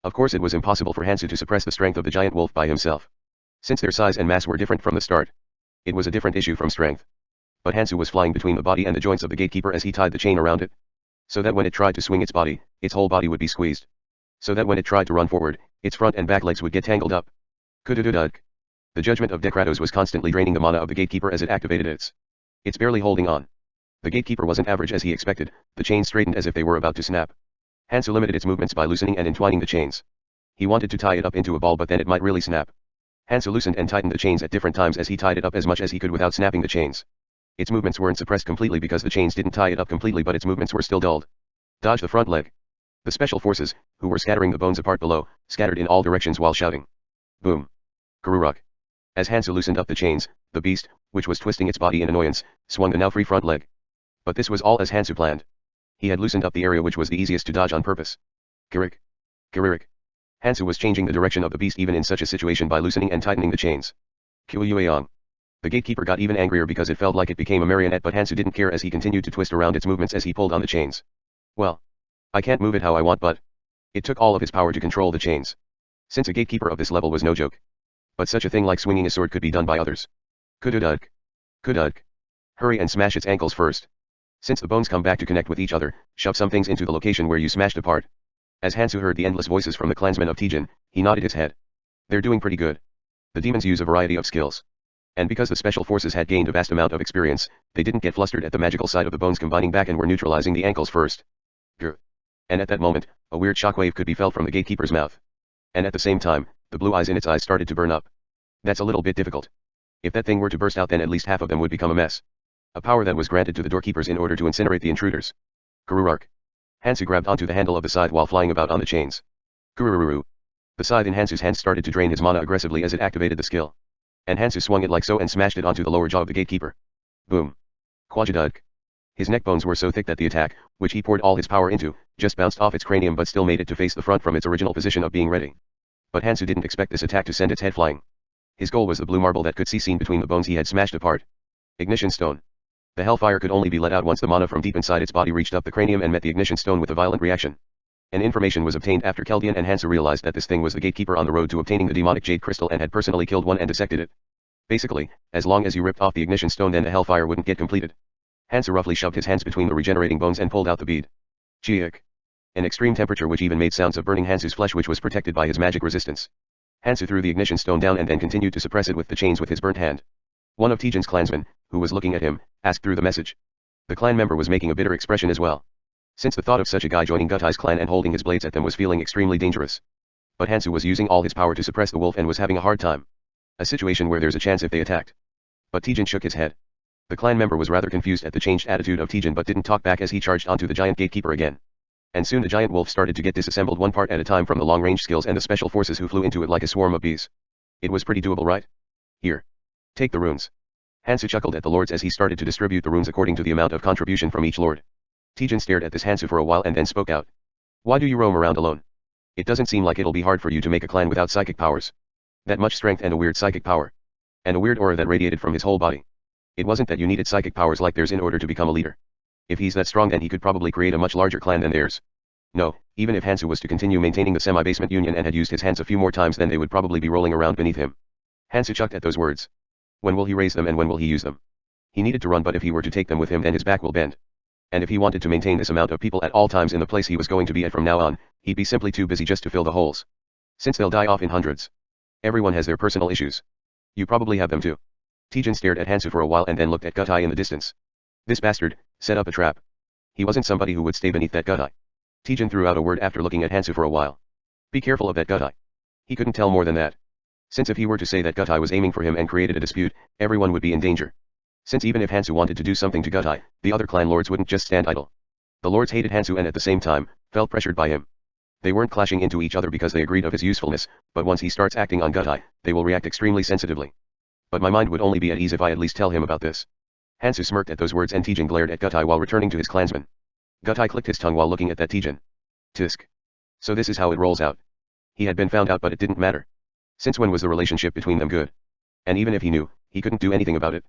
How would a guy who valued his clansmen so much fight recklessly? You need to know when to throw things. Hansu was the same. But one thing was clear. It's better to leave him alone for a while.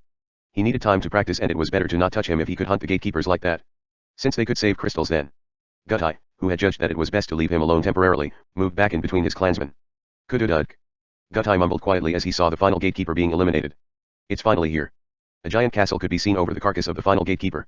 The witch was only seen in the distance. A ginormous crystal could be seen in the corner of the demon lord's castle. Let's see. About 1,000 people left. Gutai looked at his wrist. 8 miniature crystals. It wasn't a large amount because the 12 clan lords had to share, but he could still obtain a pretty good artifact with it.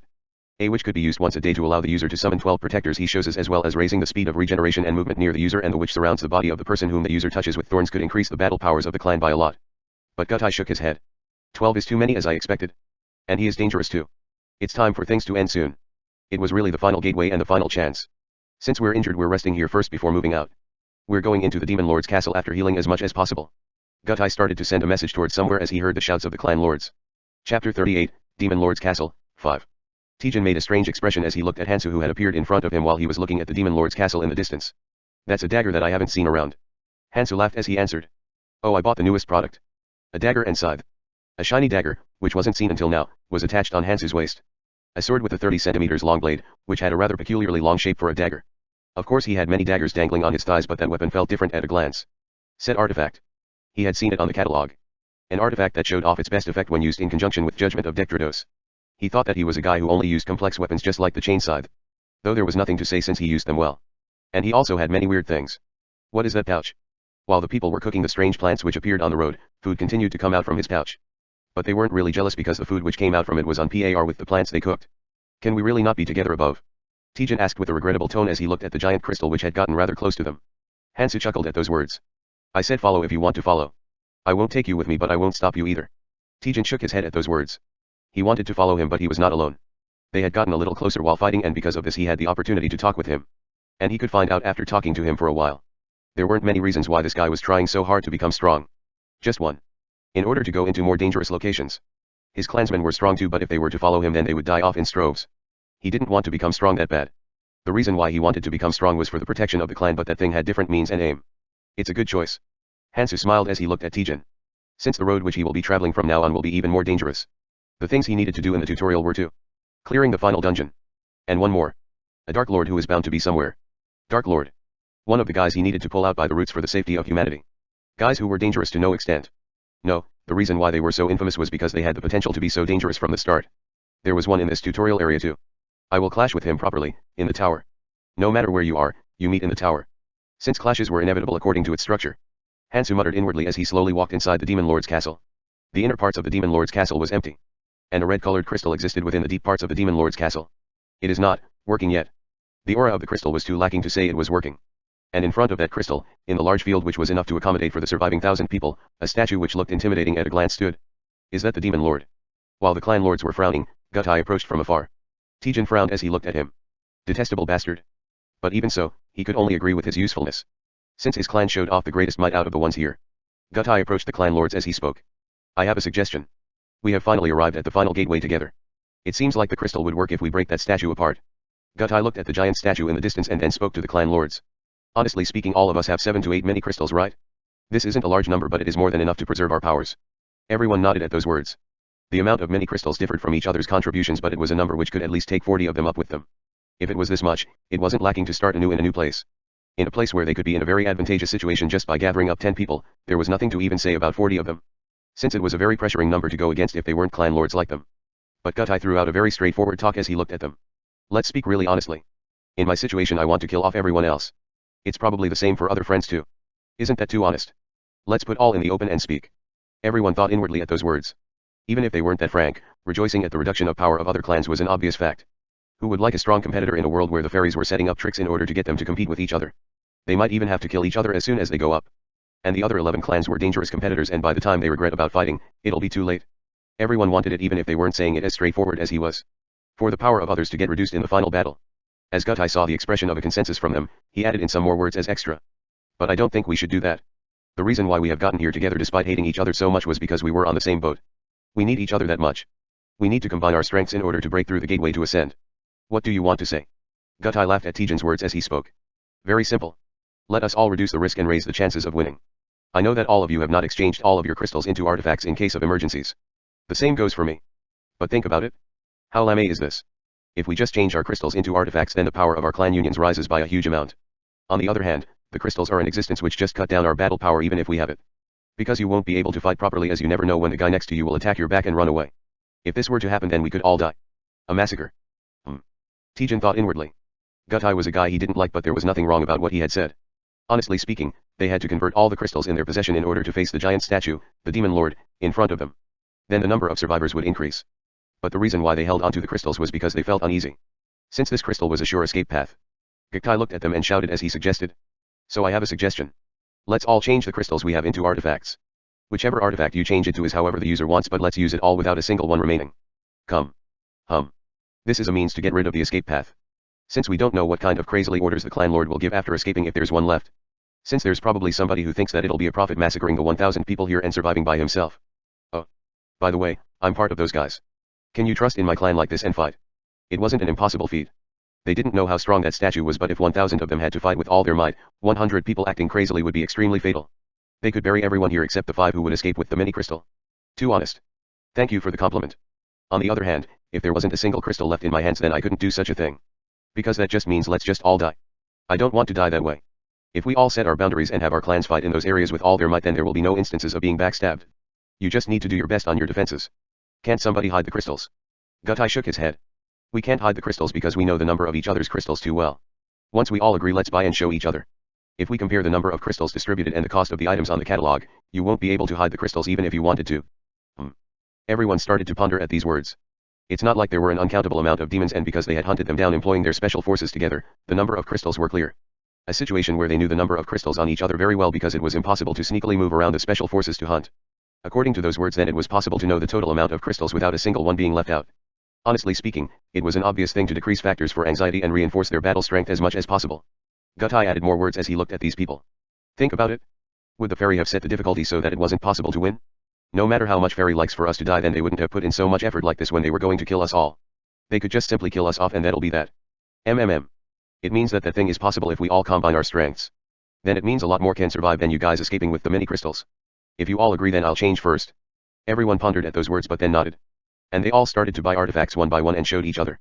I'm choosing the Thornwood casket. I'm getting the Ariadne's essence. Gutai made a content expression as he checked them one by one. Good. I'm choosing the Wilderness Lord's cape. This costs 8 crystals. Everyone should know I received 8. Hansu, you had exactly 59, where did you use them all? 59 of them. Everyone thought silently. If you include the judgment of Dekratos he bought before, then it totals to 119 crystals. They had known this, but confirming it again made them amazed. Hansu chuckled as he lifted and showed the dagger hanging onto his waist. I used it here. Justice of Dekratos. Gutai gazed at Hansu dagger and then nodded with a content expression. Though 4 are left over, is there anything else you're going to buy? Hansu pondered for a moment and then shook his head. Gutai chucked at that. Hansu. You probably don't have a reason to go up. Keep it well then. Well. You're probably here because you have an objective left. Gutai laughed inwardly. If he was somebody who would go up for his own safety, then he would have left already. The fact that he had stayed until now meant that he had something to do left. Anyways, if he decided to not fight and create a chaos or go up, then nobody could stop him. It was better to just tell him to hold onto the escape path and fight actively. Well. There's not a single crystal left between the clan lords. We can finally focus on the enemy in front of us. As soon as Gutai's words ended, the giant statue squeaked as it raised its body. No, it was not a statue. It was like a living thing having been petrified like a statue. It's been a while, huh? Demon Lord, Barbadoi. Though it was a weaker version, old memories sprung up when he saw the thing he had fought back then to death with after a long time. Though it wasn't a good memory. Just the number of humans who had died by getting ripped apart by his hands was easily over 10,000. While Hansu mumbled inwardly, Tejan shouted loudly at the Demon Lord. Normal clansmen fall back and special forces, long range, and those with healing skills. A decision that had been laid because it could be a massacre if the normal clansmen, who couldn't even fight against the gatekeepers, got swept up in the fight against the Demon Lord. If they couldn't even fight against, then they were not of help. But Tejan, who had been shouting, realized that this wasn't necessary. Since an enormous amount of undead started to rise out of the ground in a crazy pace. God damn it. Don't fall back and cover us instead. It looked like that they couldn't even get close to the Demon Lord without normal clansmen. And soon the undead charged ferociously and chaos was created. And at that moment the fairy appeared above their heads. Wow. For 1,000 people to have survived. Amazing. You just need to finish it off. First of all, the arrival point, even if you chose the same island, would be different from the mini crystal to that of the giant crystal, so you don't need to worry about getting revenged. Hee. It sounded like that they should attack from behind and leave without feeling any pressure, since they didn't need to worry about being chased after running away with the mini crystal. But everyone snorted. Since they didn't have any mini crystals anymore. But the fairy's words did not end. By the way, it isn't that the giant crystal turns on when you kill the Demon Lord. It will turn on after 30 minutes. So you just need to survive until then, right? The fairy disappeared with those words and everyone flinched. It was survival and not kill. Which meant the clan which fought the hardest would have the greatest loss. It's perfect. Really? And Gutai laughed as he looked at everyone flinching in the battlefield.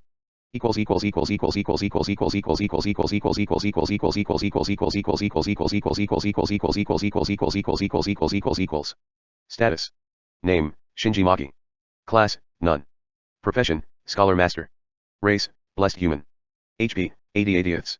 SP, 40/40ths. MP, 38/38ths. STR, 12. AGI, 14. End, 16. Int, 16. Cha, 4. Mana pool, Earth and Light element. Skills. Base rank, Visualization, Mana sense, Stealth, Martial art, Glass blowing. Master rank, Mana manipulation, Perception, Improvised throw weapon, Acceleration. Spells. Ungraded, Filth Eater, Minor illusion, Light. Low grade, Mana hand, Rock throw, Camouflage. Base grade, Invisibility, Dome of silence. Blessings, Blessing of Vlog. It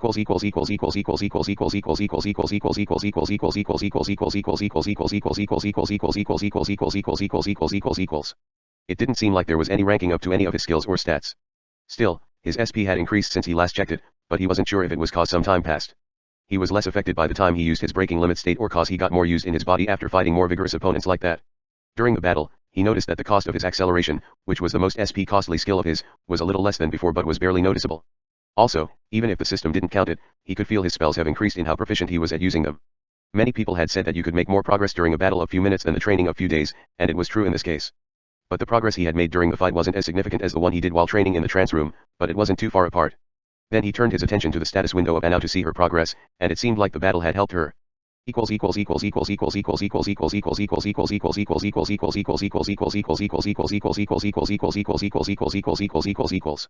Status. Name, Anao Maki. Class, Arcane Blade, Apprenticeship State. Race, Blessed Human. Title, First Student. HP, 108/108. SP, 42/40 seconds. MP, 23/23. STR, 15. AGI, 10. End, 12. Int, 12. Manpool, Air element. Skills. Low rank, Cooking, Deflect, Enchantment, Martial art, Combat insight. Base rank, Mana manipulation, Mana sense, Air slash. Master rank, Lift, Push. Her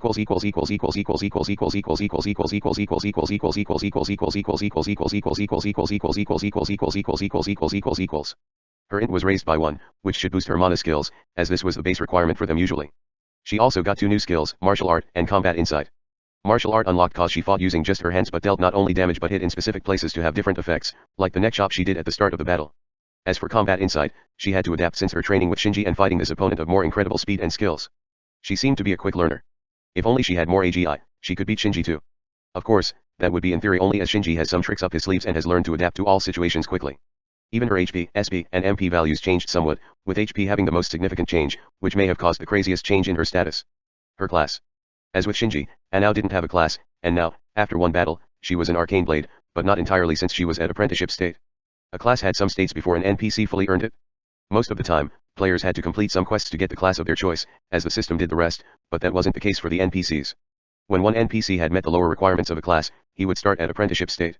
Next, he needs to work on more standards, which could be to learn more skills or spells of the class or reach a few specific skills to a certain rank or find a master to teach you the class's ways.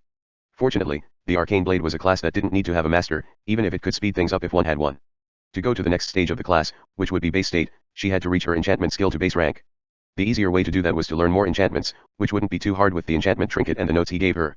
She also had to learn 4 weapon skills that needed the blade and have them all at least at base rank. She already had 2 weapon skills, Air slash and Deflect, so she had to learn 2 more and ranking them and Deflect to base rank. After she reached the base state of the class, she needed to pass some more requirements, and she would be a fully fledged Arcane Blade.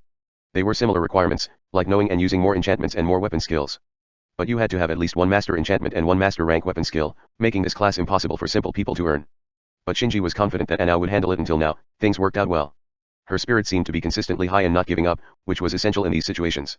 She is progressing even faster than I thought she would, and at this rate, she will surpass me if I don't keep up. Shinji had learned a lot since becoming an NPC, but he still kept his mind on one important task. His main quest. He had completed 2 tasks back when he trained with Anao by getting a title and a blessing, but after that, no matter what he did, he had made no progress on the quest. Finally, he knew he should fulfill the only task to earn a class, but he still progressed in acquiring one. He aimed for one that had an arcane nature, but he knew he couldn't get one with his spells and current skill set. He didn't also seek to be an arcane blade, as even if he could use a few enchantments, it wasn't much of his style to focus on that type of magic. But he didn't overthink it and just went with the flow and made progress with his skills ranks and spells proficiency as he considered them to fit his style. And so he focused on his visualization and making the trance room. This time changed it to be their tree hideout instead of their room, and after a few minutes, he got the notification if he wanted to use it as a trance room. He worked similarly to last time to raise his master rank skills, proficiency, and spells. However, he seemed to barely use his mana sense, which appeared to have gone very near being raised to master rank. Of course, in the room, he could sense the surrounding mana without the skill. Still, it differed significantly from the skill. He could tell more details, like estimating the amount of mana in its element and where exactly it was. While without using it, he could tell if there was some mana and its general position. He even visualized his dagger and made his light blade, as it seemed like quite a good attack, but even here, it seemed pretty hard to handle for a lot of time. The best he did was 7 seconds after that. Even here, he wasn't able to keep the mana together like it was exploding and released. It seemed like he was lucky that it lasted 5 seconds for the first time he used it, and probably it helped that he used the mithril dagger, which he couldn't replicate here. Nonetheless, he had made much progress on his invisibility and camouflage spell and his acceleration skill most of all, as they were ones he worked on the most. When he used camouflage now, he was confident to hide from anyone with no master rank perception while he stayed motionless, even if he was next to him. Even if one had master rank perception, he could use it to make his attack less predictable and cause confusion, but only if the target's perception were on the early levels of master rank. But that didn't consider if he combined it with his stealth skill or if one knew to use the perception skill at its limits. As for his invisibility, he was confident that he was at the limit of the spell that one could reach without the appropriate arcane words that he wanted to research at some point. So he improved his spells to be used to others and almost worked the same at others as they would at him. Last time when he used his invisibility at Anao if he didn't cause a distraction. They were lucky that the players were on guard against Shinji, so they were extra focused on him. She wouldn't be too hard to be detected. Even items he didn't touch, he could turn them near invisible using the same technique he used in the last battle. He let the mana get transferred to them through his mana hands to surround them with the camouflage field. His range was around 5 meters, which significantly improved from the little more than a meter he had during the last battle. After that range, he needed to use more mana to be considered in the safe zone, so unless having no other option, that was his range for now. His acceleration skill didn't improve how fast he could go and how quickly he could react. The acceleration skill boosted the user's adrenaline, but that wasn't causing his senses to increase as much as his body's capabilities. So he had to find a balance between them to control his moves better. Cause no matter how fast he was, if his brain didn't register that an attack comes right at him, it wouldn't be beneficial. The trance room's time ended, and once more, it went in 24 hours cooldown, so nothing changed from last time. But it did not upset Shinji as most people never even got the chance to get access to something like that even once in their lifetime. It was another morning, and Gary had left them a note in the kitchen that he would be away for a couple of weeks and they should continue their work at the shop in the meantime. But, of course, he didn't mention why he had to live, and even Anna found it strange as even if sometimes he left the house, he never really had left a note like that in the past. The young brother and sister went their way to the shop, with Shinji being on guard all the way, but fortunately, nothing happened. He continued using his mana to create some of the superior dust he wanted to use. He also used mana hands to work on some orders and help Anna with her training. This time he did it specially. He cast one mana hand and had it touching the shoulder of Anna, which seemed to get considered like him touching her for his blessing's active effect to work. The deflect skill itself was a weapon skill, so STR and AGI mainly affected it. Still, combat insight got influenced primarily by a user's int. So, with the effect of the blessing, he boosted the int of Anna. Then, all he had to do was increase the difficulty of his attacks, making Anna use her combat insight skill. This would make his moves way more comfortable to read and so, helping at her deflect training. Also, he didn't forget the title of Anna as his first student, which made it easier to learn skills from him. So with everything, that 1 hour that his blessing was active had the most significant effect. Shinji worked on some orders that his mana hand couldn't handle. He also used his mana hand to fight Anna to gain experience fighting against different opponents of strange nature. Getting used to fight only a specific opponent wasn't granting you actual strength. And like that, the week passed with no accidents or hearing about those guild players, but he knew it was most likely the calm before the storm, but he could only prepare and wait for now. The week came to its end, and it was finally the time that he and his student players waited for. The day to explore the nearby dungeon. Chapter 40, Demon Lord's Castle, 7. Though the trait of Lord seemed overpowered, there were still a few limitations. You could only give limited orders to a strong clansman whom you had given the symbol to. Since if the order is too extreme then their self-defense mechanisms will activate and break the symbol. And there was also a limit to numbers. Due to a few more limitations other than these, even a lord couldn't show invincible-like abilities in an area of people around the same skill level as him. But like every other skill or psychic power, the traits level was the most important thing and few lords with amazing potential appear from time to time. People who bloom the trait much faster and use this as a base to start with a huge head start compared to others. Was one of them as well. While the others could barely control 100 people, he had a powerful control over 200 people to the point where he could order them to commit suicide and had stood out starting from the tutorial. Though he was a crazy bastard. And even more regrettable was that this guy was part of his own tutorial group. Out of the 9,000 people who had gotten to the second tutorial area, only 300 people, excluding the 200 of his clansmen, survived due to this guy. Since he had killed them all. And with a very simple philosophy as the basis. A result that came out from a personality that could not trust others, amazing potential, and ruthlessness. He had thought that the real enemy in the tutorial area was not the monsters but rather humans who had the possibility of causing riots. He used this as the basis and had thought to kill off every potential rival. Usually people prepared and grouped up in large mobs after calculating the fact that they had to fight against the people who had gone missing before them, but this guy was not like that. Make them not able to compete against the people ahead because they can't combine their forces? Would they have made it so they would survive if they grouped up in a crowd of 3,000 but kill them if they roamed around alone? After setting up the tutorial like this, if there was some sort of consistency in the fairies' actions, then such things won't happen. There will probably be an area where the people who had arrived earlier wouldn't be able to lay hands on them right away or prevent them from doing so for a while.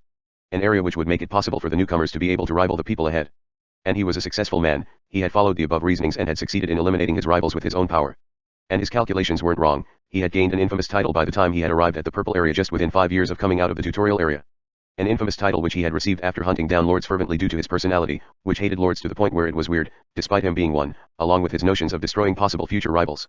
Thanks to this guy, most of the lords in the same group as him had died. He had even killed normal adventurers whenever he saw them, with the reason of them having the potential to become dangerous as well. Prepare well for the dungeon he is after. Chaldean's words came to his mind. Tisk. It'd have been better if we were to fight now though. But it'll be a huge loss if he didn't get the thing he was going for while following that guy around. He might have skinned him off slowly, like peeling an apple, and destroyed him if it wasn't for the structure of the islands, but this was not possible since there were set islands which he had to go to. He had to differentiate clearly between the main mission and submissions. And his path wasn't clear anyway since there were almost no survivors. Since everyone who had met with his clan had died. So he had focused on the dungeon first. But there was one place where his objectives of the final dungeon and that guy's path would cross for sure. A place where the biggest amount of lords had gathered. And a place where you could massacre a large amount of lords if you use a fraud lord. If he had some form of logic, then he would have taken the lords as hostage and would have used their forces, but this guy would kill them all since he hated them to no end. Hansu had never stopped being on guard against the tower even when he was hunting. He had set them up so they grouped and guarded against each other and had always hunted near the dungeon so he could rush back because he didn't know which one of the 12 was the fraud lord. Since the hardness of crystal was not something somebody normal could smash, it was only because it was him that he was able to smash it apart.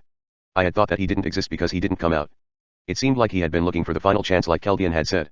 And because of this, Hansu had never created a dangerous situation. Since it wasn't possible for him to act when there was no danger.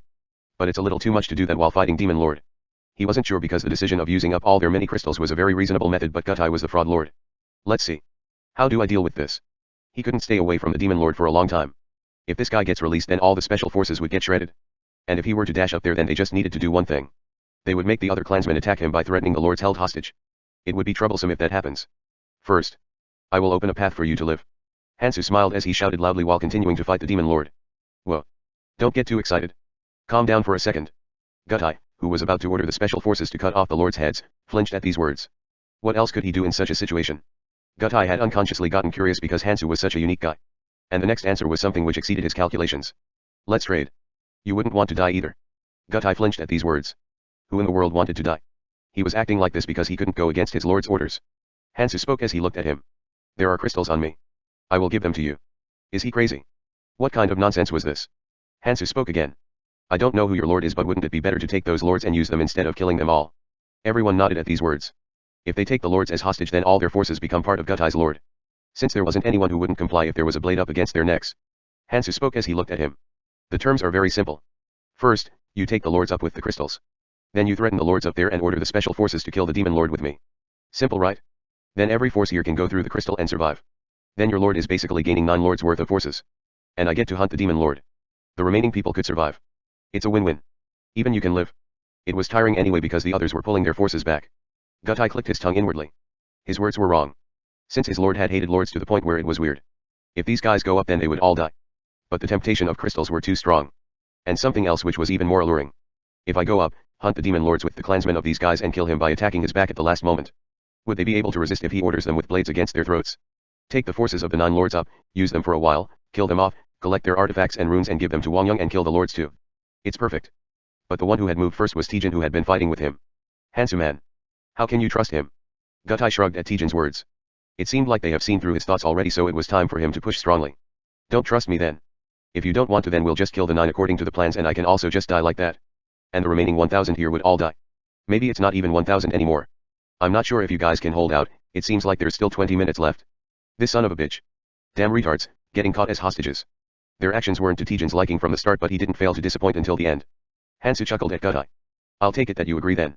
Take them. Gutai, who had received the crystals which Hansu had thrown carefully using the special forces, hurriedly used the crystals and the 10 special forces. 9 lords and Gutai started to get covered in light. Goodness, for it to play out so easily. Gutai cheered inwardly as he selected the destination point. Destination is Island of the Tower. The light which came out from the many crystals soon covered the 20 of them, and soon afterwards they couldn't be seen within the demon castle anymore. Damn it. I don't care anymore then. Don't worry too much. He looked pretty naive.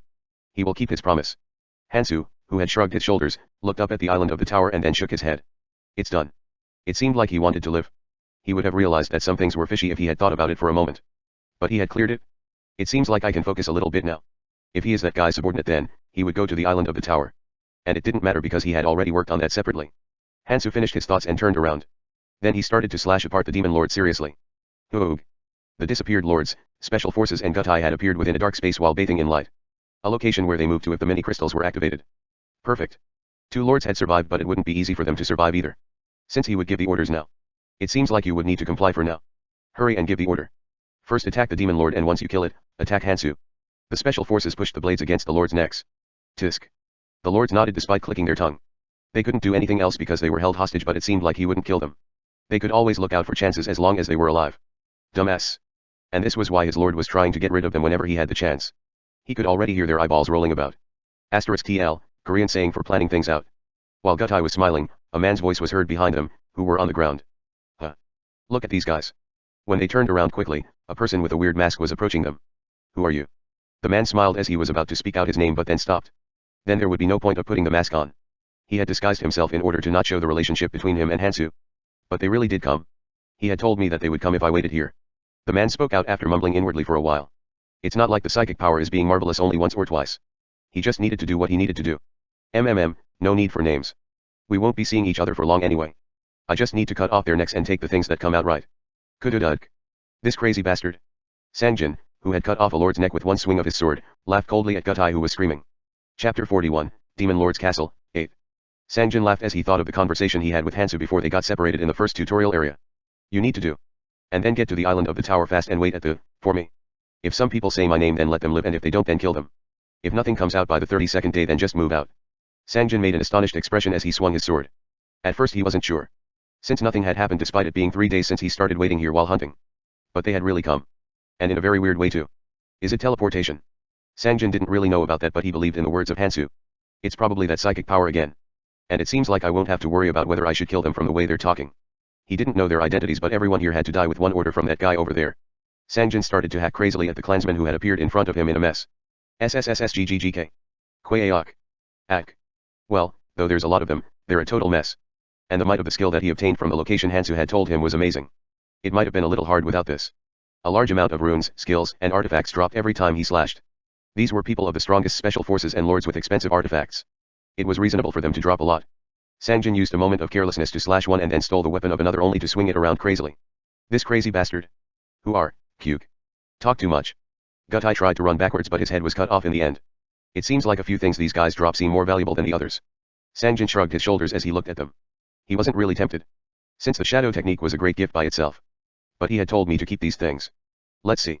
Since they came before that he had told me to get, the next is. Sangjin smiled at the shadow swaying around him and then disappeared into the dark forest after picking up all the artifacts and runes. Kudududk. Damn it. Keep the formation. Fuckers. If you want to live then hold on more. Hold on to another 5 minutes. The people had cleared up and were chopping apart the undead crazily.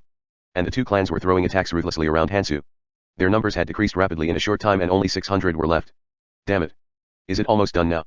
Tijin took a deep breath as he thought of what happened earlier while grinding his teeth. Right after Gutai went up. People's symbols disappeared and the control over them had disappeared. And the chaos that had come after.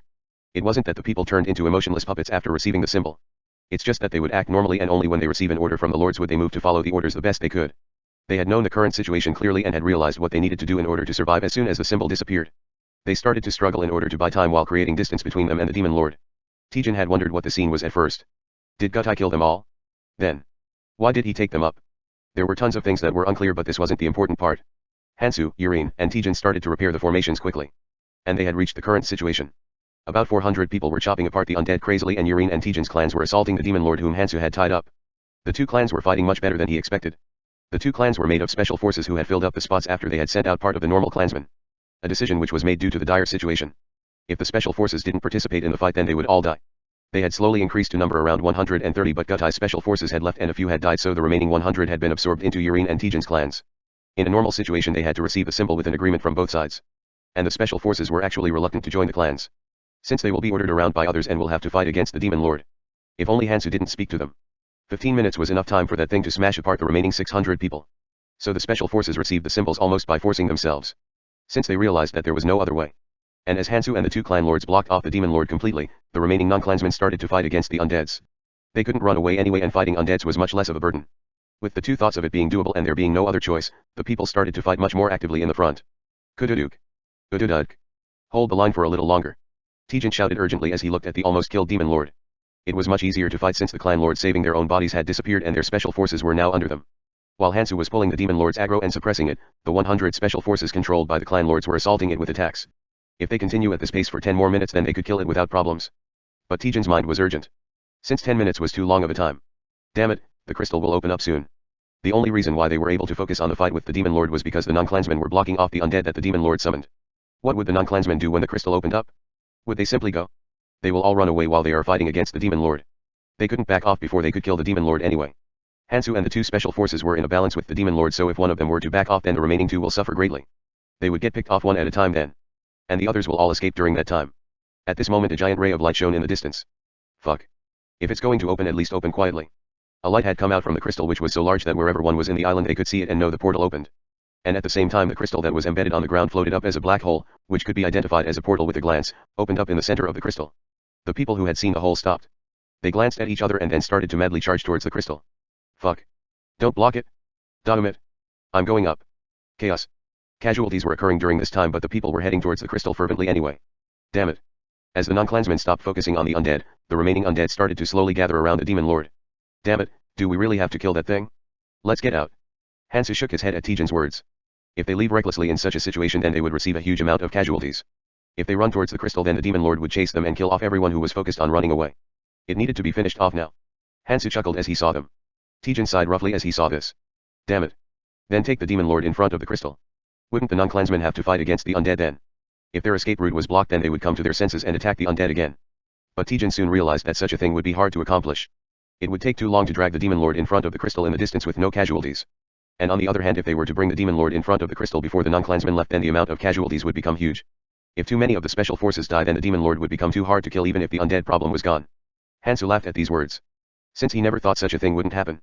It isn't possible to bring the demon lord in front of the crystal. But the opposite was possible. Wait for a moment. Hansu, who had thought of the words of Ares, grabbed onto the side part of which was tied onto the demon lord and then started to run towards the crystal at an extreme speed. Pay. Endless amounts of daggers were thrown out of Hansu's hands and Hansu jumped from dagger to dagger as he charged towards the crystal. The undead tried to attack from below, but the height at which Hansu was running was too high. And soon he arrived at the crystal and then started to tie up the crystal with the chain after laughing at the people running towards it. What are you doing? Hey. Hansu spoke as he looked at them. Let's combine our strengths, guys. As soon as his words ended, the demon lord shook his body with an enraged scream. Kueaong. And then the crystal, which was floating in the air, started to get pulled by the immeasurable amount of force and started to fly off. If the crystal was embedded on the ground, then the chain would have snapped. Since the demon lord's strength was that fearsome. But the chains didn't snap because the crystal was floating in the air and the crystal, which could not resist the strength of the demon lord, flew towards it. Kueaong. It's hard. It won't break with this much then. I wonder if I can take it closer. Maybe it was due to the fact that it could transport more people. The crystal in the demon lord's castle was much sturdier than the crystal at the castle. Hansu followed behind it as he pushed it. And when the crystal neared the battlefield, he untied the chain around the crystal. Hansu laughed because if you take into account the crystal's hardness, then it was safe from destruction from the demon lord, but it was in a location where one could not recklessly run into the portal. No free rides. Work your worth. Hansu ended his words and then charged towards the demon lord again, and the faces of the non-clansmen who were heading towards the crystal turned dark. Since it looked like they would get swept up if they tried to go for the crystal. No, the people fighting there wouldn't allow them to do so in the first place. Tejan sighed as he looked at the scene. Since now it looked like they could kill the demon lord. We're finally going up. Did Hansu say he was going to the island of the tower? Wherever they went, they were able to leave this damnable central island. Tejan stared at Hansu but then threw away unnecessary thoughts as he focused at the demon lord in front of him. Gutai died. As one guy muttered while sitting on top of a giant beast, the woman next to him smirked as she spoke. I told you already. Don't place your trust in such half-wits. Why would they send a guy like him when they had plenty of people with ability? No. He did a good job. Far beyond what I had told him. Gutai had done more than he asked. Only an unexpected event occurred at the last second. Het. While the woman made an expression of curiosity, the guy, Wang Yang, laughed as he shook his head. It's nothing. We'll meet eventually. Let's not worry about it and focus on what we were doing. Are Hansu and that masked guy related in some way? Lord Wang Yang mumbled inwardly but then shook his head. Gutai did tell him that the location which one arrived at using the mini crystal was fixed. But how would Hansu know the location of such a place and send somebody of his own there? There was no possibility of such a thing. If Wang Yang had such an information, then he would also have done that. Well. It doesn't matter. He didn't know about the guy with the strange mask, but he would soon meet that Hansu guy. Let's prepare ourselves. The woman who was standing next to Wang Yang nodded and then shouted loudly. Surround this area and prepare your skills. and then hide. Until they all cross over. Wang Guiyang's clan, which was made of 100 people. They only had 85 currently because 15 were somewhere else, but their battle power was much greater than normal clans. Since while the others were killing beasts in a fair manner, these guys were killing people and had stolen their artifacts and runes. And the people who come up from below would be a huge mess. They couldn't lose such a great opportunity. I wasn't like this originally, it seems like I've changed after I've gotten the symbol. The woman finished her thoughts as she asked Wang Yang. Anyway, did you say that they would come this way if you wait here? At least the people coming up from the central island will. It seemed like the warp gates to the tower was different for every island below and were spread around the tower island. But if his calculations were correct, then the warp gate which connected with the central island below was this one. Since it looked like the warp gates were set up so the path was a straight line from the island of the tower to the other island. Others were like that too. Not everyone will come here, but there'll be quite a number who will. Since going through the island of the tower was the most efficient according to the island's map. Tisk. If he had taken care of everything below, then I wouldn't have to do such a thing. He wanted to kill them off one by waiting in front of the portal, but then if a clansman came up, the others below would know of it and everyone would stop coming up. It had become much more tedious because 2 lords had survived. They had to wait as much as they could and then kill them off when enough people grouped up. Well, I can't kill them all, but it wasn't bad for something you could gain by waiting a little bit. They just needed to kill as many as they can and then go into the tower. Since there will be plenty of chances. I'm not sure how many will come up, but hurry and come. It'll be nice if that Hansu guy is there too. Wang Yang laughed coldly. Chapter 42, Tower, 1. Kururu. Tijin sighed as he looked at the shredded corpse of the demon lord. We finally killed it one way or another. Another chaotic situation would have occurred if runes came out, so he was worried, but no runes came out thankfully. The undead all turned into dust and flew away after the demon lord died, and the people who were up against the undead all crashed down. Around 500 people? A lot survived. If you take into account the event in the middle and when everyone ran trying to save their lives, quite a lot survived. Tisk. He didn't like the non-clansmen over there, but the fact that random lives had not been lost was not bad. At that moment he could see Hansu, who was searching around the demon lord's corpse, approaching him with a complex expression. Tijin made an expression of confusion as he looked at him. What's wrong? Then Tijin looked at the bloody red marble in his hands. Kong Hansu strength, colorless 20.8%. Stamina, colorless 21.1%. Agility, colorless 16.7%.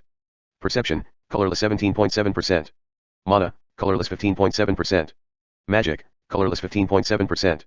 Physical resistance, colorless 15.7%. Magic resistance, colorless 15.7%. It's not bad. Hansu nodded. If you take into account the fact that he had raised Nirmaha's ring by feeding it runes, then it was a number which wasn't bad for a month's work. The normal runes were prepared for the tutorial stage from the start, so they rose fast, but increasing the experience on colorless runes was not easy.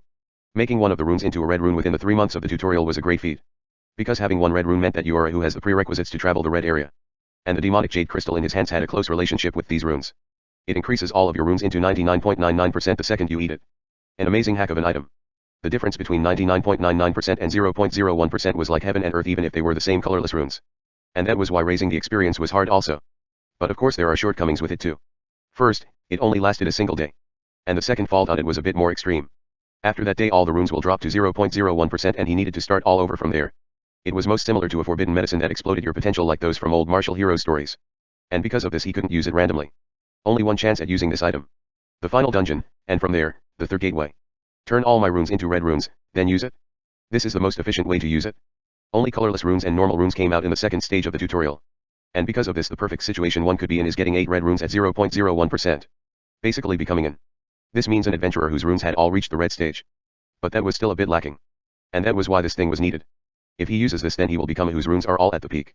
And there aren't any risks either. Since he started at the 0.01% anyway, he will just be going back to where he was. I must save it until then. There was no need to focus on raising the runes. Since there was another plan for that. He needed to focus on other things before that. Like this demonic jade crystal. Just gaining this in the central island means success. And it was even better since he had gained the Decrato set. But there was still another problem. Hansu put away the demonic jade crystal as he spoke to Tijin and Yurine. We hunted together but only this came out. I really need this. I can't share it with you but I can give you anything else we gained from the hunt, so speak out what you want. Both of you. He needed to distribute things fairly. He couldn't give away this item but he also couldn't ignore the 2 clans who had hunted the demon lord together with him. Tijin and Yurine looked at each other for a while and then chuckled. Just take it. We would have all died without you anyway. We even gained more special forces thanks to you. A few of their clansmen had died but their overall strength had increased by far. Since they had filled 50 of the 100 people limit with special forces. Hansu pondered for a moment and then spoke to the both of them. What are your plans from here onwards? Tijin and Yurine said very simply. Go to the tower. Hansu shook his head at those words. He wasn't sure if the Dark Mad Lord was going to wait in front of the entrance above. But that guy probably knows about the situation in the central island. He should also know that Gutai had died. Which means that he could assume that a lot of people from here would survive and come up. He might have prepared something or he might not have, but he couldn't ignore the dangers due to unexpected chances. Since he will be an entirely different existence from the previous clans. Full frontal fights would not be easy. Let's see. I cannot let them do something good for him. Hansu looked around at his surroundings. Nobody's coming. Changi, who was standing next to Wang Yang, asked. Is there a possibility where this guy is wrong? He could make mistakes because he was a human, but it was rather wondrous since they had never seen him make a mistake. Before Changi could finish her thoughts, a single person appeared from the giant circle in front of them. But Changi clicked her tongue. Since it was a familiar face. Dislikable guy. That guy over there was hard to trust because his attitude changed back and forth too fast. Well, that was probably why he acted as the person close to Hansu. Changi spoke out to the guy who had just come up, Hyunwoo, as she looked at him. Didn't you say you had a friend called Dee? Hyunwoo shrugged his shoulders. She was just for cover anyway. What's there to call a friend when we had only seen each other a few times? She died on the way. While Changi was clicking her tongue, Wang Yang asked Hyunwoo while staring at him. But it seems you're alone. Did the rest die? Hyunwoo shook his head at Wang Guyang's words. Nope. Exactly 531 people survived. But none of them came to the island of the tower. It might have been different if they had all died but for that much to survive and not come to the island of the tower. The island of the tower was a very alluring location. Hyunwoo sighed at those words. That guy fucked it all up at the last moment. Then Hyunwoo thought of the words which Hansu had said to the people at the last moment. No one would come if they hear that. But is there really a chance for nobody to come like this? The thing about a person's greed is that it usually did not work out the way they wanted, but for none of the 500 plus people to have come. Hyunwoo added a few more words at that. It's because they all know what happens if they ignore his words now. He's really a talented fellow. Wang Yang clicked his tongue inwardly. The people who had survived there would probably be much stronger than the ones who had gone through other islands. This was the perfect chance since they would be a mess from fighting the Demon Lord and the undead. Well, if it didn't work then there's nothing I can do about that. If Hyunwoo spoke out then he would only arouse suspicions. Did you check where the Hansu guy went? Hyunwoo shook his head. I don't know about that, but I did see him going into the crystal. Wang Yang shrugged his shoulders as he rose from the seat. Well, that's enough then. Since we did everything we needed to do here, let's go into the tower. Hyunwoo asked at these words. Doesn't your heart ache? We got nothing out of the central island in conclusion. Wang Yang spoke as he laughed. What's there to have a heartache over? It was one failure out of many. And we killed a lot of the lords too. And according to my senses, the thing we'll gain from the tower will be much greater. The island's map never lied. The thing they would gain from the tower would be much sweeter than the thing they would gain from the central island and wouldn't be comparable in terms of quantity and quality. Hansu, that guy. I'm disappointed. He didn't know about others, but he felt like that guy would come up at least. But for him to dodge him like this. There probably won't be much difference, huh? That guy probably didn't know since he hadn't gotten to the island of the tower yet, but everyone eventually gathered to the tower and there would be more instances where they would collide. Meeting him then will just be the end of it. Though we won't meet for a while. I should at least give warnings. But this guy, why doesn't he have any distinctive features? Wang Yang sent a message to the 15 people in other places. Wang Yang, who had sent messages to the people all around, shrugged as he spoke. Let's go. At those words a large amount of people started to walk slowly towards a location. Towards the giant black tower that pierces the skies in the center of the island. A long while after the circle shone as it spat out another person. Hansu, who had come out of the circle, checked his surroundings. Clear signs of people. It was definite that a clan was waiting for people here. Hansu smirked as he looked at these. I knew this would happen. The Dark Mad Lord always liked to be doing something, so he wasn't good at waiting. A very diligent guy from a point of view. Though the fact that he was working diligently on crazy things was the regrettable part. He had used a Rankle's bracelet to pretend entering the crystal and then waited nearby while hiding. Though they could have spotted him if they looked hard enough, they probably didn't expect him to do such a thing in a situation where they were trying to get into the portal. He had fooled that Hyunwoo guy like that. Who would get fooled if you stick around like that at all times? While that guy was looking around at him, he was doing the same. The result was that he was very suspicious. It might have been different if he didn't know about the Dark Mad Lord. But that wasn't the case. Anyways, Hansu had waited until everybody left, healed his body completely, which was exhausted from fighting the Demon Lord, and then came through the crystal. Since this amount of time would have been enough for them to have left. It's too tedious to go around. Hansu then looked towards the tower in the distance. The final level as well as the stage of the second tutorial. The in the center was piercing the clouds up above and many islands were floating around the tower. And like branches of a tree, black bridges from the tower extended to connect to those islands. If you were to start at the island where the tower was standing, then you could sweep up from below, but even if you were to start at the nearby islands you would eventually go into the tower. This was why he pondered going to other islands, but then he might not be able to gain what he wanted. Since if he went to other islands he will start at a different floor and not on the first floor. Let's start. He was going to prepare faithfully for the final dungeon. Since this was his first target. And the Dark Mad Lord was going to be included within it. Hansu grinned as he organized his gear. I'm not sure if that Hyunwoo guy remembered my physical traits well or not. Hansu pushed down the Justice of Dekratos deep within his thigh. At the same time he shortened the length of the chain on Judgment of Dekratos as much as he could, wrapped it around his waist once, fixed it firmly onto his back and then covered it with his cape. And soon it was almost like the two weapons disappeared. Hansu then proceeded to grab onto a sword he had picked up randomly before coming in here.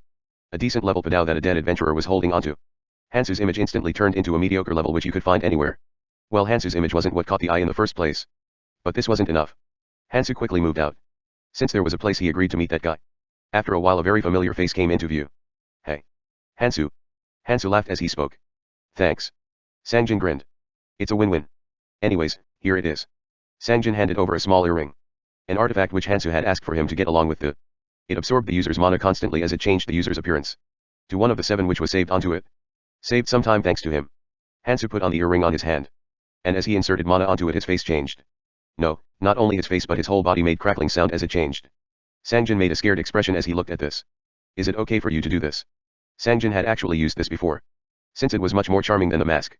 But this wasn't something where one could change their face however they wanted. It was something which changed their whole body onto one of the 7 saved images. Of course the battle power decreased and Sangjin, who had realized this, gave up using it and put on the mask. But Hansu shook his head. This is good enough. He needed to do at least this much. He couldn't fool the enemy just because he had changed the face a little bit. Since the adventurer's perception was too high for that. Since that was basically covering one's nose with a biscuit and then saying that they have disguised themselves. They would be found out by other adventurers who had memorized the shape of their entire body. He needed to change his whole body structure as so. It does decrease my battle power but this is enough. This wasn't the important part. Hansu made an expression so cold that it was fearsome. Everyone should remember me to some degree by now. The 500 people of the Central Island remember him. The clansmen of the Dark Mad Lord remember him. Rumors about him would be spread far and wide. He does not kill people. He sticks by the rules. He tries to fight in the front and also tries to save as many people as he can. This much was enough for him to create an image. Ares. This should be enough. And now it was time for him to keep Chaldean's last will. Dark Mad Lord. Until I come find you, keep doing well. Hansu laughed coldly at the tower in the distance. Chapter 43, Tower, 2. Hansu who had sent off Sangjin looked at the tower in the distance as he got lost in thought. It seems like I will need to play hide and seek. He's a real talent huh? Hansu clicked his tongue. They could choose because the structure of the tower was unique. To either move in small groups or in large groups. And a fitting difficulty and reward is prepared from that. Normal clan lords would try to move by combining all their forces. Since they had done so until now and since it was safer this way. But this guy was different. With such thoughts he splits up his clansmen and then mixes them in between other adventurers. A method that was possible because he was confident in each individual member's abilities and because they could communicate with each other no matter where they were in the tower. It would actually be eye-catching if they were to move in groups but moving in small killer squads allowed them to pretend they're normal adventurers between other people and then wipe them off during decisive moments. People who had died from the Dark Mad Lord small killer squads had numbered over 1,000 in the past and these killer squads had monopolized around 1,000 people's worth of artifacts and runes and had reached a point where they could openly massacre people and no one could do anything to them. Since they were all separated he had to find and kill them off one by one as he climbed. There was no need to look out for his image because he had transformed himself, but he hadn't done this to just kill normal adventurers to turn them into runes. He had changed in order to get as close as he could to the Dark Mad Lord, who knows of his appearance, to cut off his neck in a single swipe. It won't take that long. Hansu thought of this and that and laughed coldly as he slowly walked towards the tower. After a long walk the people inside the tower greeted Hansu. A newcomer has come. I'm called Suhan. What about you? Hansu made a befuddled expression at the words of the man in the front. I have to choose a name. Since he was a different person he had to make a separate name. Since he wasn't Kong Hansu anymore. Hansu laughed as he spoke his name. My name is. Is that the tower? Chulman frowned as he looked at the giant tower in the distance. How hard had it been getting to this point? Chulman looked around him cautiously as he walked. At the same time he glanced at the giant tower in front of his eyes. Giant tower. Many entrances existed in all directions but not many differences could be seen. Do I just need to go in? Kilum chose one of them and then headed in carefully.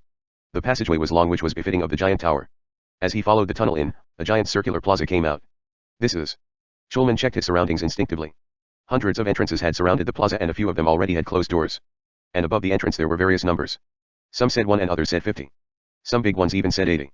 Similarities between them was that to the inside of the entrance was not a passageway but rather a small room. What is this? But that wasn't the only peculiar part. People who had grouped up in the corner. 9 people. It was only 9 but he couldn't let his guards drop. Whilst Chulman was on guard the guy in the very front spoke out as he looked at him. Don't be so anxious. We're meeting each other for the first time here too. The others couldn't drop their guards but had their curiosity perked at these words. What was the reason for 9 strangers to group up? And the fact that 9 people were mixed into the group was also strange. Why are you gathered so?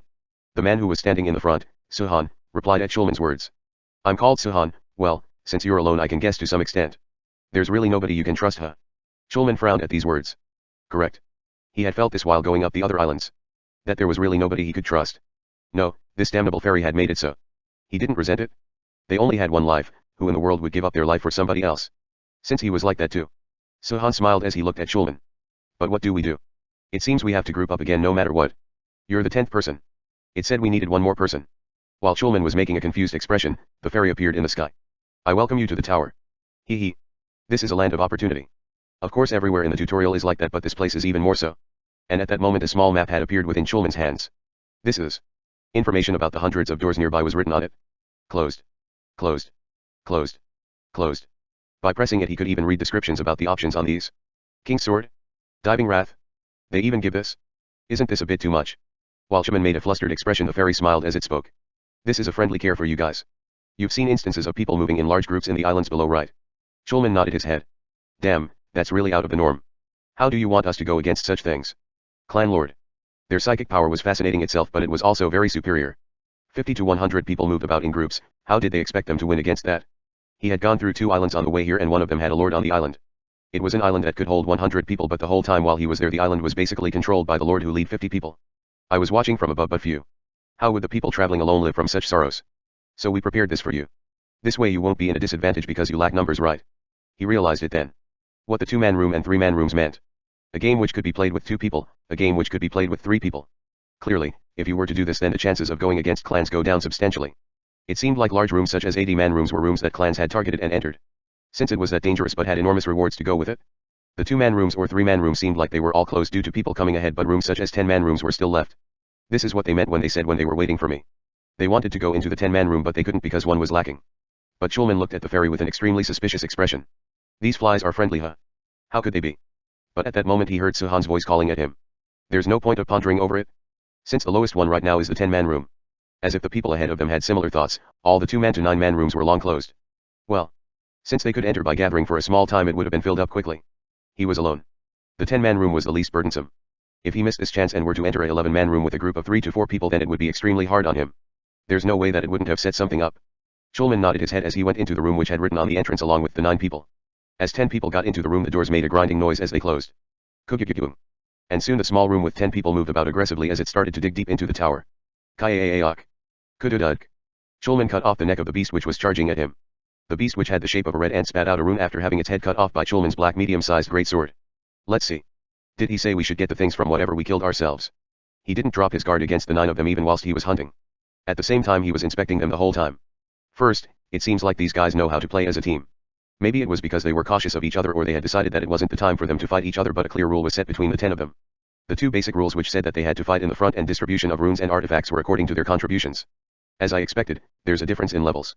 The 3 which were composed of 2 men including Suhan and a female were really strong. Since it looked like the 7 others could not beat these 3. That guy called Youngji is strong too. The 4 including himself were at a decent level. There were 3 of them who were weaker than him. Thankfully there isn't anyone who wants to take over because they're strong, and the girls are fighting well too. Being a female did not mean they were weak. No, the fact that their poisonous aura could be felt at every swing of their sword showed how hard it was to get to this point. But then a thought came up in Schulman's head. This is too simple. Of course he didn't mean the difficulty itself was hard. Since if it was that easy, then it wouldn't have taken them a wild day to get here. Just like the name of the 10-man room, the difficulty was set so 10 people needed to work well with each other in order to clear it. It would have been hard on them if they had 8 or 9. The difficulty played a huge role to the fact that they were all keeping by the rules while advancing forward. If it was too hard or too easy, then the relationship between the people would be much worse than it is now. Since a person would have separate thoughts when they were in dire situations or had leisure. But because of this they felt much more at ease. The fairy didn't set anything up. While Schulman was surprised, Suhan swung his sword while shouting energetically. It seems like all 10 of us could survive this way. Let's stay strong. Schulman nodded at these words. Yeah. Let's first focus on advancing forward. Who would enjoy killing and stealing things from them? If they could combine their forces, then doing so was the best. They would all become zealous since their lives were on stake. And have their own circumstances. Just like him. Damn. I'm not sure if I can find Suhi. Schulman grinned at his teeth. He had to survive and find his daughter who he had separated from during the ticket-stealing wars. His daughter Suhi and him, the 2 of them weren't strong enough to gather 3 tickets, so they had to get a 3rd random member and go up with 3 tickets. Since they would have lost their tickets and died there if they had remained a bit longer. It had been a month since he had been separated with Suhi. Insecurities rose up from deep within, but he couldn't do anything. He could only search fervently. Swinging the sword about crazily, the location of their goals could be seen. A clearly different place in comparison to the jungle-like environment around them. Schulman sighed a breath of relief. It seems like we're almost there, old man. Schulman looked to the side towards where the voice came from. A girl who was swinging the sword diligently besides him. One of the 3 weakest people. Did she say she was Minhee? Who, so he is just about that age too. Schulman sighed. Because thoughts of Suhi sprang up again by looking at her. Yeah. But it's good because evil people don't exist here. Minhee shook her head as she spoke. You don't know by looking at them from the outside. Schulman grinned at his teeth. It was just as she said. There might be somebody who was looking for a decisive moment. And, will it finish like this? There might not be any evil people. But when a situation changes, the people turning evil wasn't even a big deal. Schulman, who had been lost in thought, flinched as he looked at the location where they had arrived at. There isn't just one door. The doors which were laid in front of them weren't just one. Exactly 10 doors for 10 people. This doesn't feel good. Schulman and the others frowned. Chapter 44, Tower, 3. At that moment the fairy appeared above everyone's head. While Schulman frowned, the fairy quickly started to babble. Hello everyone. Congratulations on clearing a room. Hee hee. It was decent enough for 10 people to clear, right? Everyone unconsciously nodded at these words. It took about a day for them to get through one room. And runes had come out too. The fairy spoke as it looked at these people. Well, it's exactly at the difficulty for 10 people. But isn't the reward a bit too lacking for a day's worth of work? Everybody flinched. Looking at it again. They had ignored it because they were hunting the beasts whilst being on guard with the nearby people, but it seems like the beasts they had killed had not dropped a single artifact. This is a bit troublesome. Artifacts and skills were important beyond anything else. Runes did not create a substantial gap, and even if there was a gap it was still possible to catch up to it. But a good artifact or a skill was different. Schulman had an incident where he collided against somebody of similar skill level as him. A guy who tried to rape a woman. Thoughts of his daughter enraged him and made him collide against him. Of course he had calculated that the guy would realize their skill levels and then refrain from colliding against each other. But this was a misconception. They were at similar levels in terms of strength, but a huge difference was made at a decisive moment due to their artifacts. He had almost died because his sword had broken apart after colliding against that guy's sword a few times. If you take into account the fact that the difficulty of the tower would continue to increase, then the level of one's artifacts could not stay stationary. The fairy smiled while looking at the people trapped in their thoughts. Come on everybody. We aren't that heartless. We prepared it right here. Since it has taken around one day, the rewards should be around this much, right? The fairy pointed towards the entrance. The people who saw this stopped for a moment. Artifacts were placed in front of the 10 doors. Artifacts that were listed under the 10-man room on the map. Schulman asked the fairy. Do we just need to take one of them then? 10 people. 10 doors. 10 variety of artifacts. It was quite an obvious choice. The fairy grinned at these words. How could that be? Only one out of those 10 doors will open. 1. Then 10 people would go through one door, but only one artifact will be given. The fairy smiled as it spoke again. Could you first check the standards of those artifacts? Everyone pulled out their maps as they started to check the options of the artifacts. And then flinched. Why is there so much difference? Which was in front of the door, which said was pretty good, but it was something one could achieve by working just a bit harder. And 10 of them existed too. On the other hand, the single which was in front of the room with or 2 of in front of the room with were at a level which couldn't even be compared to something like Hall's glove. An overwhelming difference in power. The fairy laughed as it saw this. The figure listed in front of the door isn't a number. It is something that tells you about how many could survive. The number of people leaving this room alive hangs on your decisions. Hee hee. It's not bad to choose the 10th door and leave together in a nice manner with Hall's gloves. Though I wouldn't recommend it due to the structure of the tower. Fuck. It wasn't just a problem of this moment. He would just be dead meat if he was to take the Hall's glove and was to face a crossroad of choice like this and meet somebody who had killed off the other 9 and had gotten something like the hook. Schulman cursed out loud as he gripped the sword in his hands. The moment they started to move away from each other, Suhan shouted out. Wait. Come to your senses. Isn't it a safer choice to get through the next level together as 10? Everyone flinched at these words. Of course it was logically better to have 9 comrades than a single weapon like that. And even more so if you take into account that you were the one who might die during the fight. The fairy smiled. I don't know. Hee hee. Is it okay for you guys to be at such a leisure when this is just a start? After this room. Suhan aggressively glared at the fairy as he shouted. Shut up. Everyone flinched as they got away from Suhan. That guy. What are his thoughts? To go up against the fairy. Schulman looked at Suhan with a worrying expression. He felt bad for him because though guy's personality was pretty good, he was about to get killed by the fairy. But the fairy didn't act out and instead made an amused expression as it spoke. What an aggressive man. Can I really not speak about it then? But then a man in the corner spoke out. No. Please continue. I must hear this out. The man looked at Suhan as he spoke. You shut up instead. Shouldn't we at least hear what is about to come? If you aren't going to take care of all our lives, then don't cut off important intel. Do you want to die or something? This bitch. Suhan glared at the man, but he could not swing his sword. Because that guy was one of the 3 strongest along with Suhan. If they fight here, then they would be helping them to choose the 8th room. The fairy continued to talk. It might not be bad to go along with 10 people, but you will cross against the people of other rooms. Though the number of people you would get tangled up with depends on the room. Everyone became serious at these words. If they choose Hall's glove, then all 10 of them could survive. But going together at this moment did not guarantee them going together next round. No. It'll be good if we don't become enemies then. This was proven by previous experiences. And what if the people they meet in the next room had also been in a 10-man room but chose the 3rd or 4th door? What if they were from a 40-man room and had chosen the 10th door? If you start at similar starting points, then the level of artifacts was the most important part. If they head off like this, then they have to go against people who are armed with much more powerful artifacts. Everyone's expressions turned cold. A definite decision to increase their chance of survival in this damnable structure. Keep on choosing the low-numbered door and arm themselves. It might be hard in the beginning, but once they grasp the advantage, the gap will continue to increase. But even though everyone had such thoughts, they couldn't move thoughtlessly. Since there was no guarantee that they would be part of the winning side even if they felt greedy. Suhan spoke cautiously whilst looking at everyone. Wait. If we fight here, then we might receive injuries and get hurt. If we go into the next room in such a situation, then it'll still be dangerous. It's just better to go as 10. Oh. All your injuries would get healed as soon as you go through the door. We should at least give that much as service when you fought so hard to take over. Hee hee. Having a limb cut off is okay too, so fight well. This damnable. While Suhan was flustered from the fairy's words, Youngji looked at Suhan for a moment and then smirked. Why are you trying so hard to survive altogether? Quite a funny guy. What? Before Youngji's words ended, a woman started to walk towards Youngji's side. Suhan narrows his eyes. Miji. One of the 3 strongest along with Youngji. What is? I just like the idea on this side. Let's do it simply. Those who want to be with us stick here. We can organize it roughly. Even if it isn't the first or second room. 4. Fifth room sounds good. Damn it, it seemed like they were talking quite a bit on the way here. Chulman grinned at his teeth as he looked at Youngji and Miji. They didn't predict things up to this point but had shared some part of their thoughts. Suhan grinned at his teeth and shouted at the scene in front of him. You crazy bastards. Why are you doing this when we can end it without fighting? Youngji laughed. We could end it without fighting. But it seems like if we were to do so here then we would get eaten by those who had fought and won. That's what I've had to go through. Fuck. While Suhan grinned at his teeth, Youngji clicked his tongue inwardly. It's going to take all day. As soon as his words ended, Youngji rushed out and swung his sword around him. Kwajaduk. Ududuk. Kwayak. Chulman, who had been off guard, had his wrist cut off. He had tried to dodge backwards because he wasn't that dull but his wrist had flown off because there was a bit too much difference from the start. Everyone who had seen this started to crazily head behind Suhan. They had all realized that they would all die if this was to continue. That guy was a maniac. You bastard. The opponent was too. But it was two of the three strongest people here.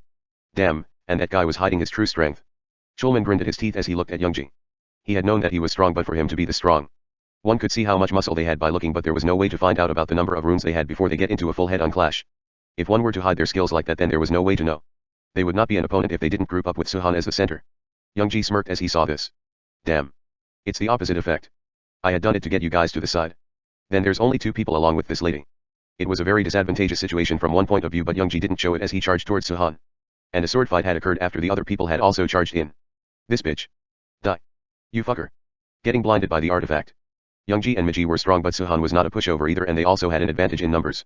And everyone, excluding Chulman who was rendered unable to fight, started to send off a bloodthirsty aura from all around. No. There was still another person who was not involved in the sword fight. Hey Minhee.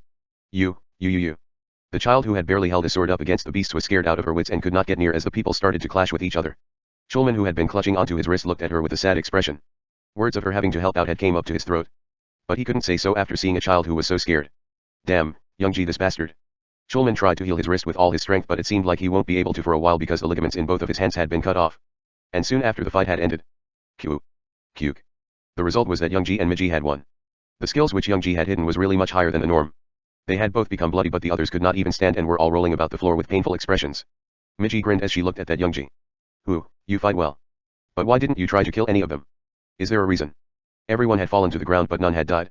Of course they had their wrists cut off and had suffered extreme injuries so they were unable to fight but they were still alive. Youngji laughed as he spoke. There's a reason for this. Anyhow. At that moment Youngji's expression froze frightfully. And then he pushed Miji away. What are you? And in the spot where Miji had fallen from, a sword had flown past it with extreme speed. And the sword continued to swing as it stabbed Youngji. Miji was able to dodge barely but still had a deep wound on her shoulder and Youngji's abdomen was punctured from that. Quick. Youngji mumbled at the handle of the sword which had gone through him. A speed which was not even comparable to the fight before. Youngji coughed out some blood as he looked at Minhee who had thrown the sword. Your skills, why did you stand still if you were this good? Minhee laughed coldly as she answered. No reason for me to act out when you are doing the work I was going to do for me.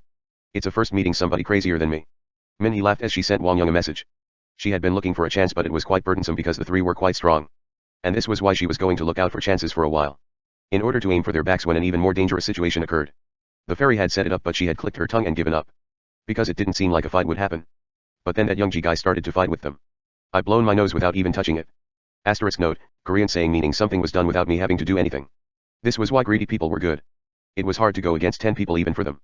But there was a reason why they had gone in 1 to 2 at a time. Since there was no need for them to fight them all alone.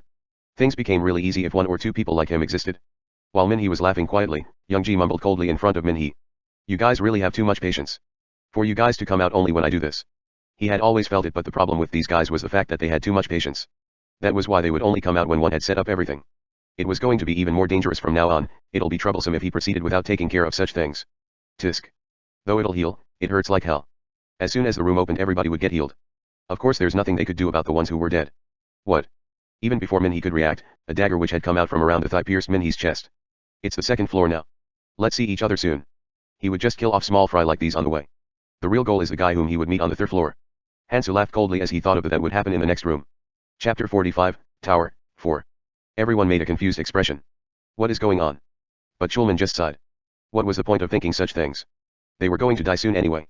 It didn't matter whether he died from Minhee's hands or Youngji's hands. At that instant, something flew over at a very fast speed as it smashed his head. Puke. Damn it. Chulman fell unconscious as he felt his senses fade away. Youngji, who had gotten the 8 others unconscious by throwing the daggers, walked up and chose the 9th room. See your arc. As he chose the in front of the 9th room, the door opened and the injuries of the people inside the room disappeared. Hansu chuckled at the people laid around on the ground with all their injuries healed and then started to loosen up his body. Though they're a bit strong, one is easy enough. The underlings of the Dark Mad Lord are strong, since they had not only monopolized the runes of others, but skills and artifacts as well. But that differed from person to person. And one person could be taken care of simply by releasing the hidden strength. If it doesn't work out, then he could just take a blade, kill them off and just heal afterwards. Since that was his battle style anyway. Which means, this girl's artifacts are mine. Hansu chuckled. There was no need to run around from place to place in order to gather artifacts in the tower, since the underlings of the Dark Mad Lord will make their way to him by themselves. Simple. They will set some things up and bring artifacts up with them. And he just needed to cut off their heads and take those. Hansu took the runes and artifacts that came out from her body and then showed a conspicuous color as he saw an item. 7-stripe cape, to wear something like this. Hansu made a slightly astonished expression. If she had activated this and fought, then it would really have been annoying. An amazing cape that increased the defense against 7 different kinds of weapons. It was hard enough fighting without the powerful artifacts, but this is great. This was a huge help in his situation where his stats had decreased and where he could not use the Decrato set. And even more so if you take into account of the fact that he would fight against other humans more often. The underlings of Dark Mad Lord will suspect him with it, but they won't be able to confirm, since it isn't the only one of its kind despite it being hard to obtain. Hansu, who had prepared some things, started to ponder about his future plans. There's 2 stages left. If he goes through 2 more things, then all the preparations for entering the final dungeon will be done. The first one of those. All the artifacts that are currently equipped on him are colorless ones, including the 7-stripe cape and the Decrato set. But his runes will become red during the final dungeon. And of course he could only fight the enemy if he prepares red gear. But that's impossible. It was quite obvious actually. How would he gain red gear in the colorless stage? To do that he needed to gain a growing artifact like Nirmaha's ring and then feed it with a lot of runes to make it red. It would impossible to cover his body with such artifacts. But the thing that made it possible was the weaker version of the Philosopher's Stone. If you turn it into powder and then apply it, the quality of the energy a weapon could absorb increases by 1 level. Though it's not like a new skill is unlocked like with the growing artifacts, the simple fact of it being able to absorb the red energy and not the colorless energy was still a huge improvement. Though there's a time limit, it's good enough. If you take into account of the size of that Philosopher's Stone, then he could probably turn all his gear into red artifacts while he is inside the final dungeon. I'm going to the room of the treasure hunt. This was a hidden piece which could be obtained in the 50-man room of the 2nd floor, If you go to the 2nd floor from the first, then another circular plaza appears and one would get into a group there again. As Hansu moved, his whole body made crunching sounds as it changed again. Soon Youngji had disappeared and a completely different Hansu had appeared. He had knocked the others unconscious because of this. I can't get found out yet. Minhee had died in a single strike. Even if the messaging system existed, it was impossible to send a message about something happening suddenly. But unexpected events still happen. In order to accomplish the final level properly, he couldn't get found out by the clansmen of the Dark Mad Lord yet. Let's see. What should my name be this time? Hansu pondered for a moment and then made a simple decision. Let's do Chungji. Hansu chuckled as he started to walk into the darkness quickly. Kududududu. The giant room, which was filled by 50 people, started to move with a small noise. These were all people who had accomplished the room on the 1st floor. It had taken a whole extra day to collect 50 people. These people were mostly not part of any clans. It was actually quite reasonable since most clans had gone up to the 2nd floor right away from the start. Since most people here were people who had come up after clearing the mission on the 1st floor. Those guys have come too. Hansu laughed inwardly as he looked at Suhan and the others who were looking around the room. They were confused because the person who had come up before had disappeared. Well, they would probably think that I went into a different room. There were other rooms than this one on the 2nd floor. They would probably think that he had gone into one of those while they were unconscious. While they were thinking about this and that, the fairy's voice resonated throughout the room clearly. The thing you guys will do this time is the treasure hunt. The rule is very simple. You just need to search through all of the limited space here and find the treasure. Everyone frowned as they looked at the map and the view they could see outside of the room. It's too wide. Though it was of limited space, the size of the treasure hunting area was almost half the size of Udo. Udo is about 3 square kilometers. A bit too big for 50 people to roam around in. You just need to find this. While they were having numerous thoughts, a small spherical marble appeared in front of their eyes. A pretty normal marble, though it did shine. As everyone made strange expressions, the fairy laughed as it spoke. The treasure itself isn't an artifact but rather an exchange ticket. If you bring this to the center, then I'll exchange it for you. Since there's a lot of different articles, it'll be fun pondering over it too. I'll show it to you in advance. Artifacts were shown row by rows in front of their eyes. It seemed like they varied from number 1 to 50. 1 artifact on number 1. And 50 of the same artifact on the 50th number. It was an obvious thought, but it seemed like that the lesser the number, the more precious it was. Everyone looked at the 50th one. The artifact which you could gain 50 of was just a bit better than the weapons they were holding. A useful artifact, but not really at the level of being eye-catching.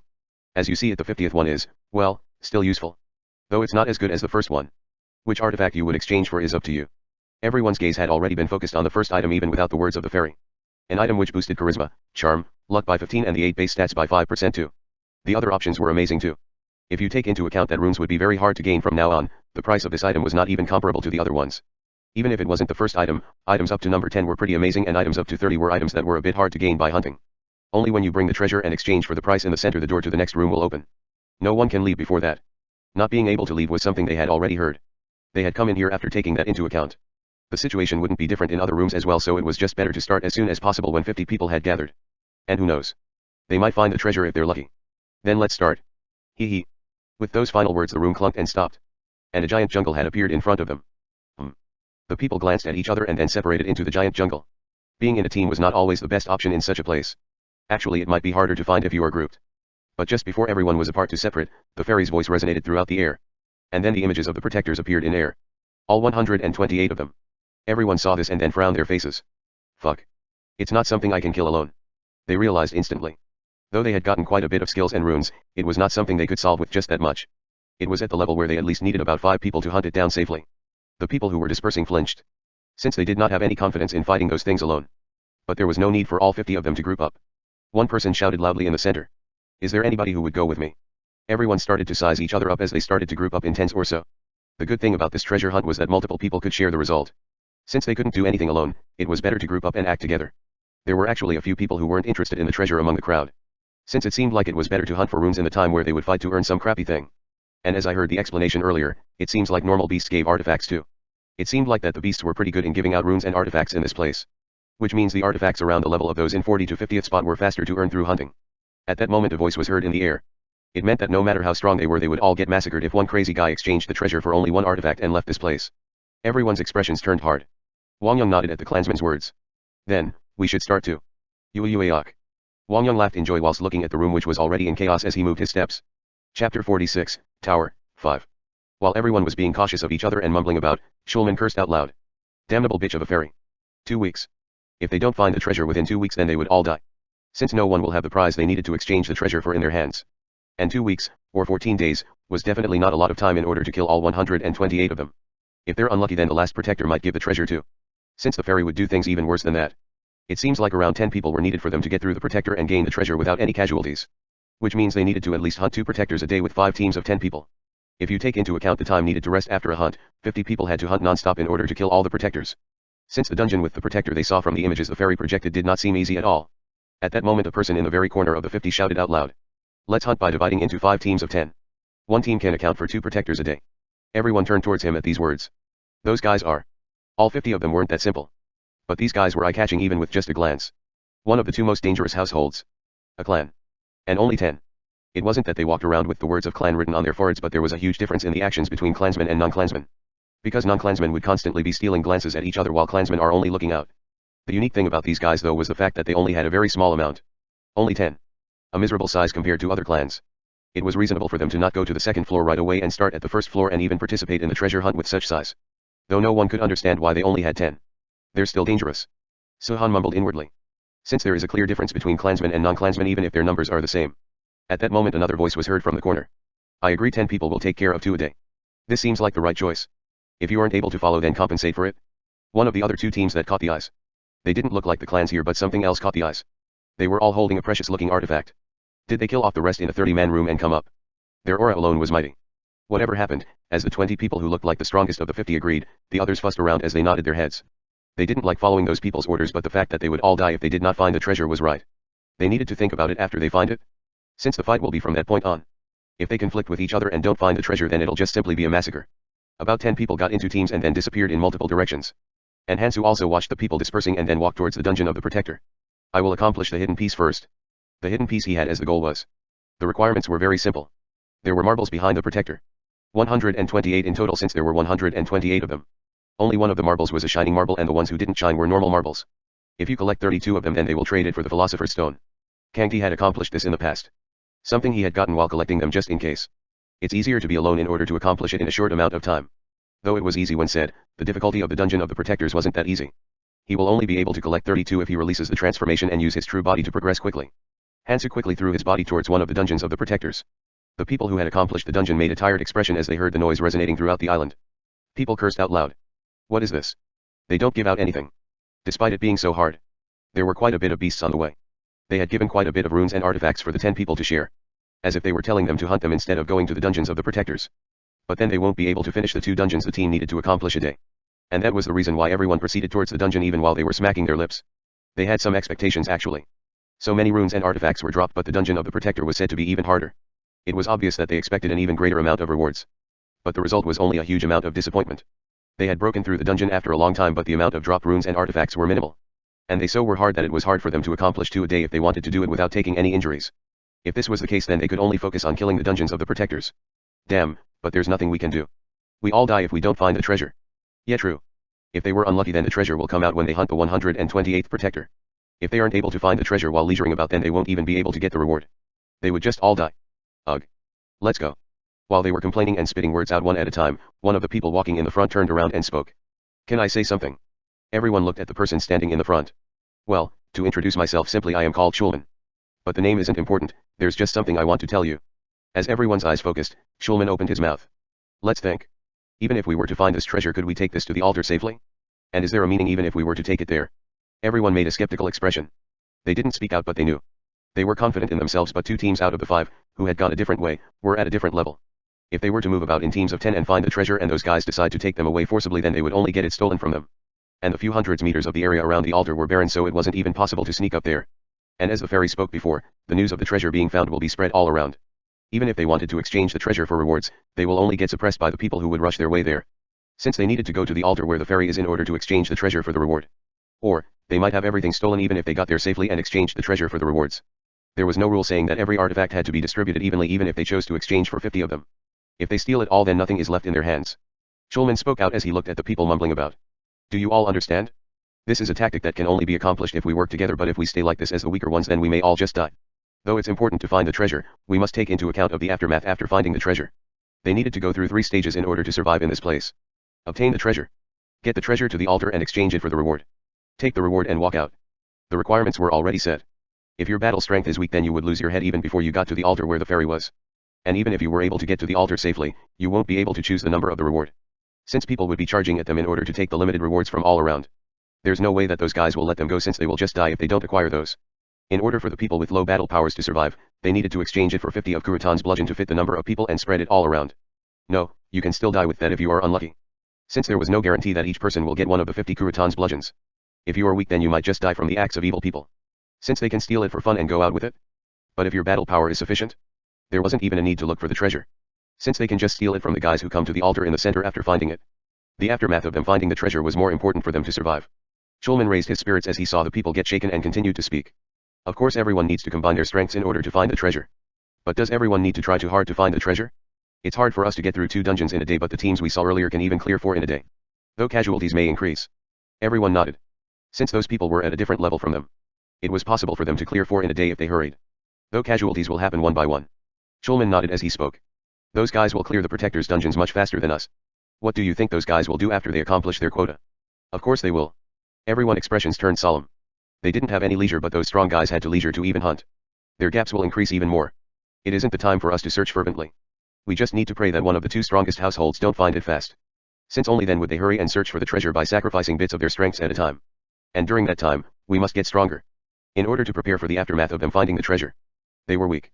It would just become even more dangerous for them if they find the treasure like this. But if they were to do the following, then the distance in the gap will become shorter, which means that they will be able to ensure their own safety to some point even after they find the treasure. But, isn't there a possibility for them to chase us down and vent their anger on us? Though the island was wide, they could still find each other if they set their minds to it. Though they won't meet each other while they fight, if there isn't any announcements of dungeons being cleared, then they will come and find them. Schulman shook his head as he spoke. How would they know who did and who didn't when there's 5 teams? Everyone nodded. If they lie and act normally, then they would be able to get through it. And by the time they find out and come to us, we'll have become quite formidable as well. If we clash, then they also would get injuries and won't be able to clear the dungeons of the Protectors. Would they be able to fight us in such a situation? Everyone's expressions turned cold. Correct. It was not time for them to let their guards down. The aftermath of finding the treasure was more important than actually finding it. If they have weak battle powers, then they won't be able to escape their fate of their game being stolen after their hunt. The point was that it didn't matter who tried harder. It was who is stronger. The people who had heard Schulman's words nodded with a frozen expression and then changed their direction towards the hunting grounds from the direction to the dungeon. Schulman also clenched his teeth as he advanced forward. I must survive in order to find Suhi. He couldn't let his life be in the hands of the strong. There will be no point of shouting about for fairness when you didn't have the strength to even ensure your own rights. Schulman slowly walked forward with clenched teeth. Kudududuk. Hansu stretched his body as he looked at the back of the Protector that he had smashed. It's more convenient to move about alone, as I thought. His battle power will decrease if he were to act with others because he won't be able to release his transformation. The fairy's voice resonated all around as Hansu touched the marble he had attained after killing the Protector. It's a blank as I expected. A marble which did not give off light. But this was actually more important for Hansu than the actual treasure. As Hansu touched it, it got absorbed like a rune into his left wrist and turned into a symbol. It's the fourth one. If this pace was to continue, then collecting 32 in 2 weeks wouldn't be hard, since he will be able to get through about 4 in a day if he didn't go overboard. But on the other hand, it was hard for him to do more than 4. Since going overboard meant that the strength he had remaining to use the next day will decrease. They might really not be able to find the treasure if the others don't crush through the dungeons well. Then it'll be a massacre. 1 day had passed. Logically speaking, 14 fireworks should have been made combined with his, since they had decided that they will do 2 per 5 teams for 10. But the actual number was only 10. Which meant that somebody didn't accomplish their quota. And the time between each firework was getting longer and longer. Which meant that they were getting lazier. They are definitely being lazier and have more leisure, since 10 was being filled up without them hunting for themselves. These actions are obvious. This place would be very easy to clear as 50 people of a clan, but getting massacred wasn't that hard when 50 different people with different thoughts and strengths gathered. It's time for me to move. Solving the situation in this place was actually quite simple. It didn't matter whether there was an underling of the Dark Lords or not. He just needed to turn into his real self and crush them all. He was more specialized in catching people than beasts anyway. The beasts could take quite a hit, but the people here will puke out blood just from the dagger he threw, because of their limited health. There was no way for the people here to beat him who had the 7-stripe cape and the Decratos set. Then he would tell them to kill the protectors of their quota. Then he just needed to take the treasure to the altar, from whoever found it, and that'll be the end of it. But, then the earring is a little bit regrettable. He hadn't transformed to kill off a few tadpoles. And there was no problem even if he didn't release his transformation, since he had already found someone to act on his behalf a long time ago. Hansu disappeared after activating a Rankle's bracelet. Chapter 47, Tower, 6. These damnable bastards, it seems like they aren't doing this properly. Lord, Jianmai grinned at her teeth. One of the clansmen below sighed as he heard those words and spoke. Isn't it easier if you just take them into the clan from the start? Why don't you take clansmen around with you? Jianmai frowned as she spoke. It's already tedious for me to bring you guys along. No, this psychic power doesn't fit me from the start. God damn it. Why did something like this appear? The clansmen shook their head as they saw Jianmai say such things about her psychic power that others were dying of jealousy from. Do you know how shitty it feels when you gain a connection to a random person and then have him die? It might be different for somebody who isn't close or something. And I hate the most the fact that I can tell somebody to fight instead of me in times of danger. The 9 of you is too much already. Damn it. I'll only recruit strong ones from now on. She's really a different kind. They clicked their tongue while looking at Jianmai, but nodded their heads at the same time. Well, with those battle powers, it was okay for her to feel as if they were annoyances. They didn't know what the hell she had picked up below, but she was really strong. Jianmai was a lord, but she definitely wasn't like Cao or Liu Bei. She felt more like Lu Buletin. The clansmen here were strong, but they would all get pummeled until they turned into rice cakes even if they were to all fight her. It isn't that her skills, runes, or artifacts are out of the ordinary or something. Of course she was above average compared to ordinary adventures. But Jianmai's battle power couldn't be explained with just that. Since she had mixed up everything above amazingly and melted it down to one battle style. They wouldn't be able to show 1/3 the strength of Jianmai even if they had the same things. But what are you going to do? They're still trying to do the chicken game. And if they continue to hunt like that, then they will really become formidable. The other dangerous 10 also get on my nerves as well. Tisk. Damnable guys. We should have set the mood in the beginning. Jianmai clicked her tongue. Since she couldn't do anything about getting angry despite her understanding the reason behind it. If this were to continue, then they would need to go kill 3 to 4 protectors a day. And this would only bring them harm. If the others hunt and raise their strength fervently in that time period, then the gap between them will become immeasurably closer. My head hurts. There's something that bothers me too. This is why, even though she foresaw something like this would be happening, at the moment she brought her clan out fast as if she was fleeing from something. At that moment, the air sliced apart as somebody came out of thin air. Everyone flinched, since they didn't even realize that someone had come out. You bastard, who are you? The clansmen shouted coldly as they held up their blades. Hansu, who had come out of thin air, and had the look of Changji, smiled as he spoke. Nothing much. I'm just here with a proposal. Proposal? Hansu shrugged his shoulders. It's a really good proposal on your part too. You guys just need to listen to me. I'll let all of you escape this island alive. Then Hansu explained what he was going to make them do. Things he would have done himself if he had the power. One of the clansmen spoke quietly with a helpless expression. Did he lose all notions of fear or something? It seemed like he was pretty talented, since they couldn't spot his camouflage. But it didn't seem like he could maintain that during a fight. And it felt like he could kill 1 to 2 of them, but that was his limit. What would such a guy have as his basis for him to act about so? Is he trying to get a sneak attack? They had never seen somebody trying to act as a captain just by relying on a simple sneak attack from behind. But Hansu just smiled. It would be simple if he were to just release his transformation and show them, but then some trails will be left behind. But there's still a simple solution without going to such an extent.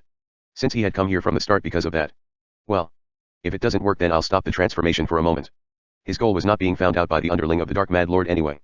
And these guys are of the same clan, so the chances of the Dark Mad Lord's forces being mixed in here is none. Not you. I'm talking to your lord.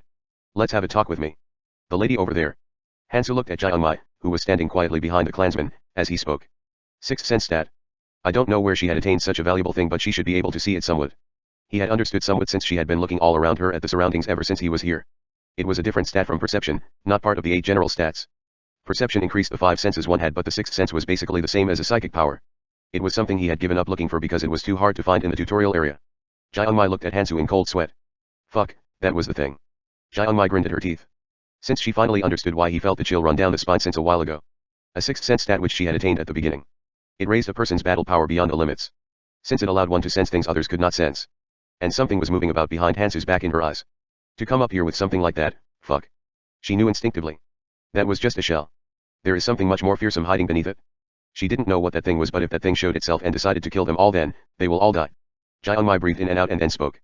Can't you just do it alone with such abilities? She didn't know what he was hiding, but it was extremely dangerous. With that much he didn't need them, he just needed to go out and sweep them all under him. And just kill them if they didn't listen. Hansu smiled at those words. Everyone has circumstances. I need someone to fight instead of me. Since I can't get found out yet. Jiangmai sighed and then spoke to Hansu. Even we can't beat all 40 of them. It seems like you won't be fighting. What are you planning? If such a thing was possible, then they would have fought at the beginning already. What's the problem? There are weaker ones roaming about in groups of 10. Beat up all the weaker ones separately and get them into your clan. He hadn't acted out because of this until now. Since it'll become more convenient if they spread out. One day, should be enough for them to get separated enough. To leave a lord in leisure behind to travel in groups of 10 separately. Symbols were gained from the agreement of both sides, but he had never seen anybody who had not agreed with a blade up against up throat before. I don't know what you don't like about it, but put them into the clan for now. And do whatever you want with them afterwards. Though there's 10 of them who are a bit dangerous, I wonder if they'll act out if there's 40 of you guys. He's a bit annoying, shall I have a go at him? But Jiangmai shook her head. Her sixth sense had saved her too many times for her to do so. And that sixth sense was warning her clearly. To listen. Let's go. Everyone nodded as they headed somewhere. Hansu smiled as he saw this. That's done. This is easy for them to get massacred if all 50 are separated, but at the time same it was easy to clear if all 50 combined. They just needed to make the clan, kill the protectors in leisure and attain the treasure. I can see the ending coming around. If he gains the Philosopher's Stone here, then he has gained everything necessary to go in the dungeon. Then only one stage is left. The 2 weeks will go by fast. Hansu laughed as he disappeared in order to kill the protectors as well. It seems the time has come for us to separate. Jiangmai made a tired expression as she looked at the people around her. Almost 50 people. They were mostly her clansmen now. I'm tired. It was even more tiring because she was trying to not get any of them die due to that useless connection. Though some weren't part of her clan. The 4 over there. Jiangmai looked at the 4, who were of different quality, in the corner. Lord couldn't give symbols to other lords. And lords could not give symbols to people who had already gained symbols from a different clan. Which meant that if the giving of the symbol didn't work, then it would mean that that person was a lord or part of a clan. And because of this, these 4 caught the eyes. Well, there's nothing really special about them. It wasn't that they all believed their excuses. But what was the point when they were going to separate anyway? She just needed to take care of her own clan. Let's all go our own ways. Jiangmai changed the treasure into 50 Kurutan's bludgeons, gave it to each and everyone one by one and then ordered them to suicide. Crack. Jiangmai's psychic power isn't strong enough to order them to suicide. Everyone else other than her original clansmen had their symbols broken as soon as she gave the order. And at the same time they, who had escaped from the clan, all looked fiercely at each other but then ran towards the exist after giving up. Since there was no need to fight after having guaranteed their safety. Well. This is a good end from one point of view. Though things had progressed half forcibly, everyone had survived as the result. Since they had repeated the hunt for protectors of the dungeons faithfully under the order of the clan lord. As the people who were thinking this and that made their way to the exit, a giant door in the space that trapped them opened with a rumbling noise. And a slightly different view from before had appeared in front of them. Maze. Many separate paths had appeared in front of their eyes. And the ferry appeared in front of their eyes. Everyone here has survived. Hee hee. Congratulations. You will now get sent to the starting point of the 3rd floor. There's nothing hard, you just need to follow the path. If you follow the crossroads, you will arrive at one of hundreds of starting points. You can group up and follow your friends who arrived earlier or go separately when you get there. Everyone shrugged their shoulders as they disappeared into the paths. Though it wasn't like being moved into a room, it didn't really matter. Jiangmai looked at Changji with a suspicious expression but then shook her head as she took her clansmen into one of the numerous paths. Shall I go too? It didn't seem like the 4 there would move before he did. Hansu, who had the appearance of Changji, smirked as he walked towards the starting point. And after a while he activated a Rankle's bracelet and hid himself completely. Then he very carefully returned to the starting point. As he expected, these 4, who had said they were part of the other clan, were standing in the same position despite the others leaving one by one. When are they going to move? Hurry up and move. Hansu looked at them with great patience. And soon when everyone else had disappeared, they seemed to have received orders from somewhere as they started to ruthlessly go through the paths. Hansu smiled as he saw them. Hurry and guide me. To your captain. Even if he found them painstakingly and then killed them off one by one, the Lord will slowly regenerate his strength as well. There was only one solution to this tedious situation. To cut off the Lord's neck in a single strike. But he had no way of knowing where this guy was. 1st and 2nd floor were impossible and the only possible 3rd floor still had a few hundred starting points. It was not possible to search through each and every one of them. But at a single time, he had a single chance. A chance which appears when the special structure of the tower and the dangers of the 3rd floor combines. If the Dark Mad Lord had arrived to the 3rd floor, and had seen the environment of this place, then he could only gather all of his clansmen to a single spot. The 3rd floor was the place where they let them taste the harsh reality of the other world. It was not somewhere where tricks worked. Since his head was good, he had probably realized that he had to gather his clansmen in order for him to act around in such a place. And the people in front of him will guide him. To the dark mad lord who could be in one of the hundreds of starting points. If Hansu had revealed his identity here, then that cautious guy would have split up all his clansmen to other places. Since if that guy had seen the third floor, he would want to only use his own forces and prevent any possible mishaps from happening in order to get through the third floor. But Hansu himself had to meet him, and that was where the earring came into play. It's the final stage. He had gained everything he needed, with the Philosopher's Stone being the last. The only thing he needed now was some fancy gear and plenty of runes. He would have actually had to run around the whole tower according to the original plan, since it'll be hard for oneself to have a full setting of gear and runes. But there was a way for him to solve it very simply. Since the people who have been running around the whole tower for him will gather in a single place. People who would have such an amount that even he wouldn't be able to gather alone. Dark Mad Lord.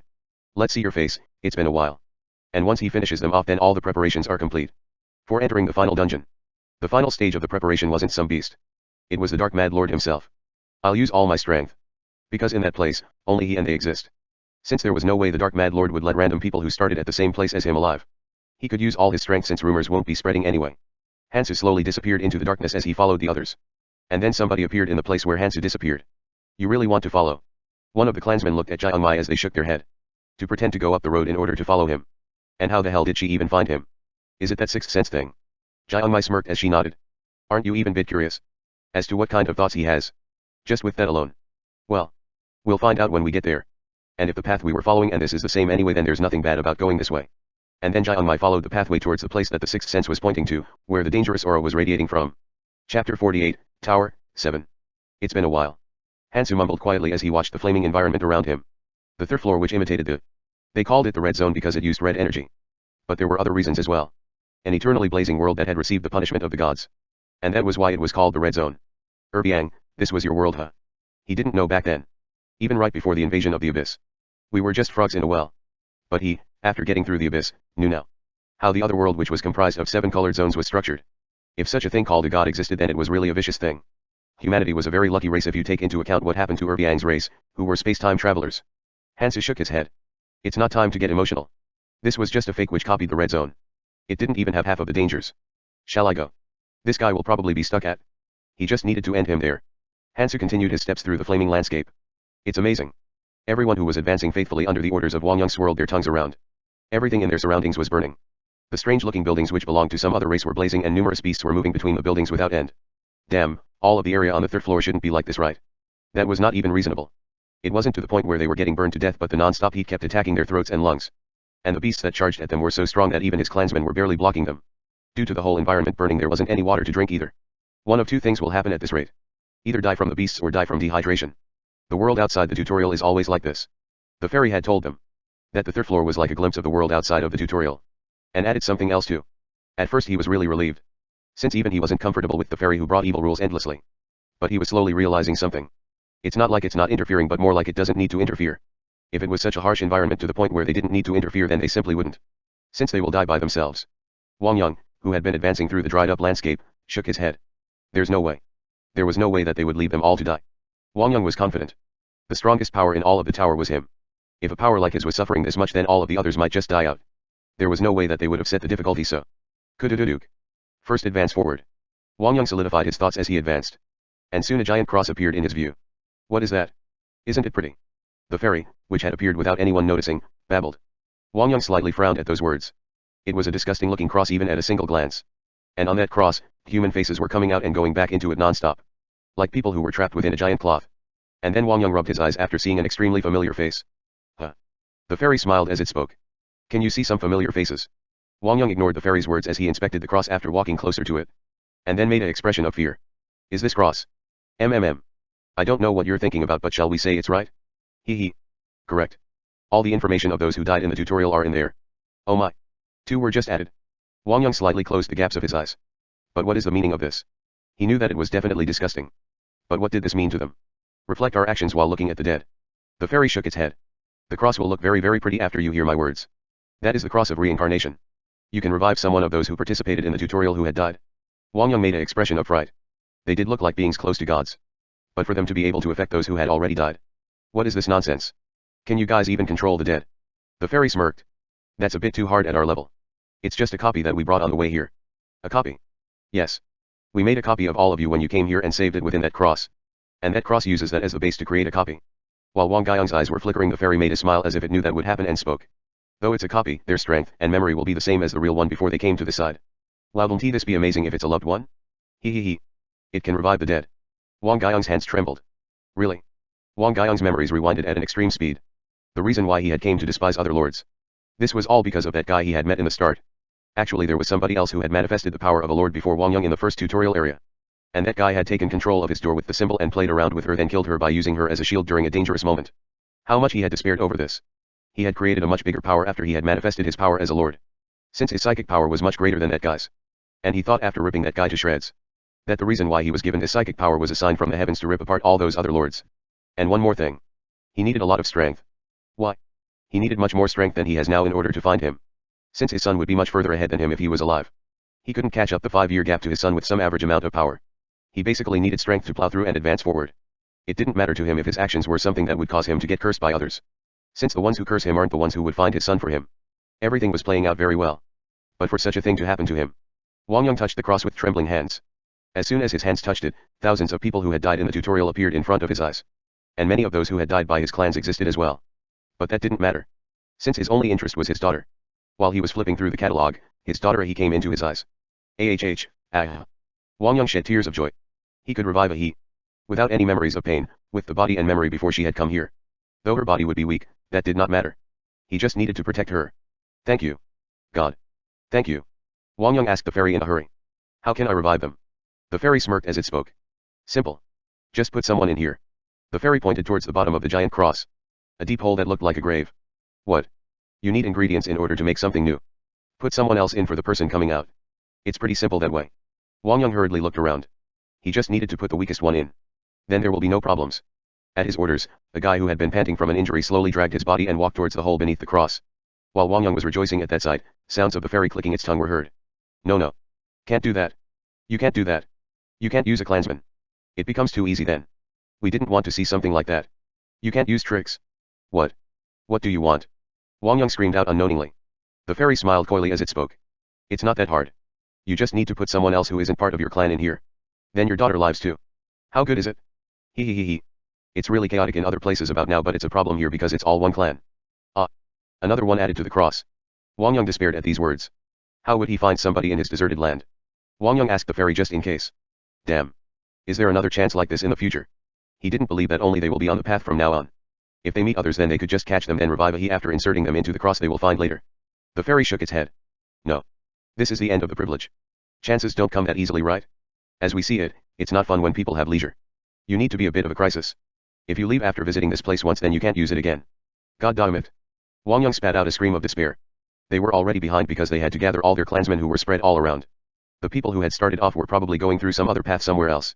And what would a person with some basic sense think when they see the view of the third floor? Would they go around some roundabout way and group up with other people in some other starting point? Or would they think to go through his hell-like place by themselves? And they couldn't wait forever in this place. Since they couldn't get anything to eat or drink in these blazing plains. He couldn't send out his clansmen when he didn't know what could happen from now on. But then Wang Guiyang's expression turned cold. Maybe. He didn't know what was ahead but he had somewhat organized on the way here from the starting point. If he sent some clansmen to wait in the starting point then some random guys might pop out. And then he just needed to catch them before they went into other paths. At that moment one of his clansmen shouted loudly. Lord. Somebody is coming this way over there. What? Wang Yang opened his eyes wide and looked towards the starting point. And he could see a person walking towards them from the starting point. How could this be? Thank you. Oh God. Wang Yang, who wasn't even religious, prayed to God. No, there was no way such a thing would happen if there was no God. God had given him the power to find his son and a chance to revive his daughter. If God isn't looking after him then what was this? Soon Wang Guiyang's mind which was filled with glee calmed down. That guy couldn't run away after seeing this place. Definitely not. He had to catch him no matter what and throw him under the grave. Since that was the only way to save his daughter. I don't know who you are, but thank you. Catch him. As soon as his order came down, his clansmen charged towards the man walking towards them from afar. Hansu quietly mumbled inwardly as he looked at the people charging at him. Dark Mad Lord. First-rate Dark Lord. The sins he had caused were too many to list. Of course this was all a thing of the past. His situation? He knew too well. Since he had heard all of his screams of despair before he died. He knew why he hated lords, why he tried to increase his strength crazily and how he had become a first-rate Dark Lord. He had to leave behind his daughter here because he couldn't find some other non-clansman here. And he, who had been enraged by this, caused a massacre in the tutorial due to the urgent thoughts of him having to find his one remaining son. He had done so until now but in greater amounts from this point onwards. And he had caught up the gap of 5 years but went crazy after finding out that his son had died and then flipped the other world upside down. As if he was trying to relieve the rage against the world which had killed his son and daughter by venting it on the inhabitants of the world. His circumstances were regrettable but it could not excuse him for the things he had done so far. But you won't feel unfair from this. Since you will get to revive your daughter if you win here. He had come to the Dark Mad Lord and the Dark Mad Lord had come to kill him. It wouldn't be bad for him. Since if the Dark Mad Lord won in this fight, he would be able to use him as a sacrifice to revive his daughter. That was all he needed. And soon his justice and judgment of Dekratos exploded out with his body as the center.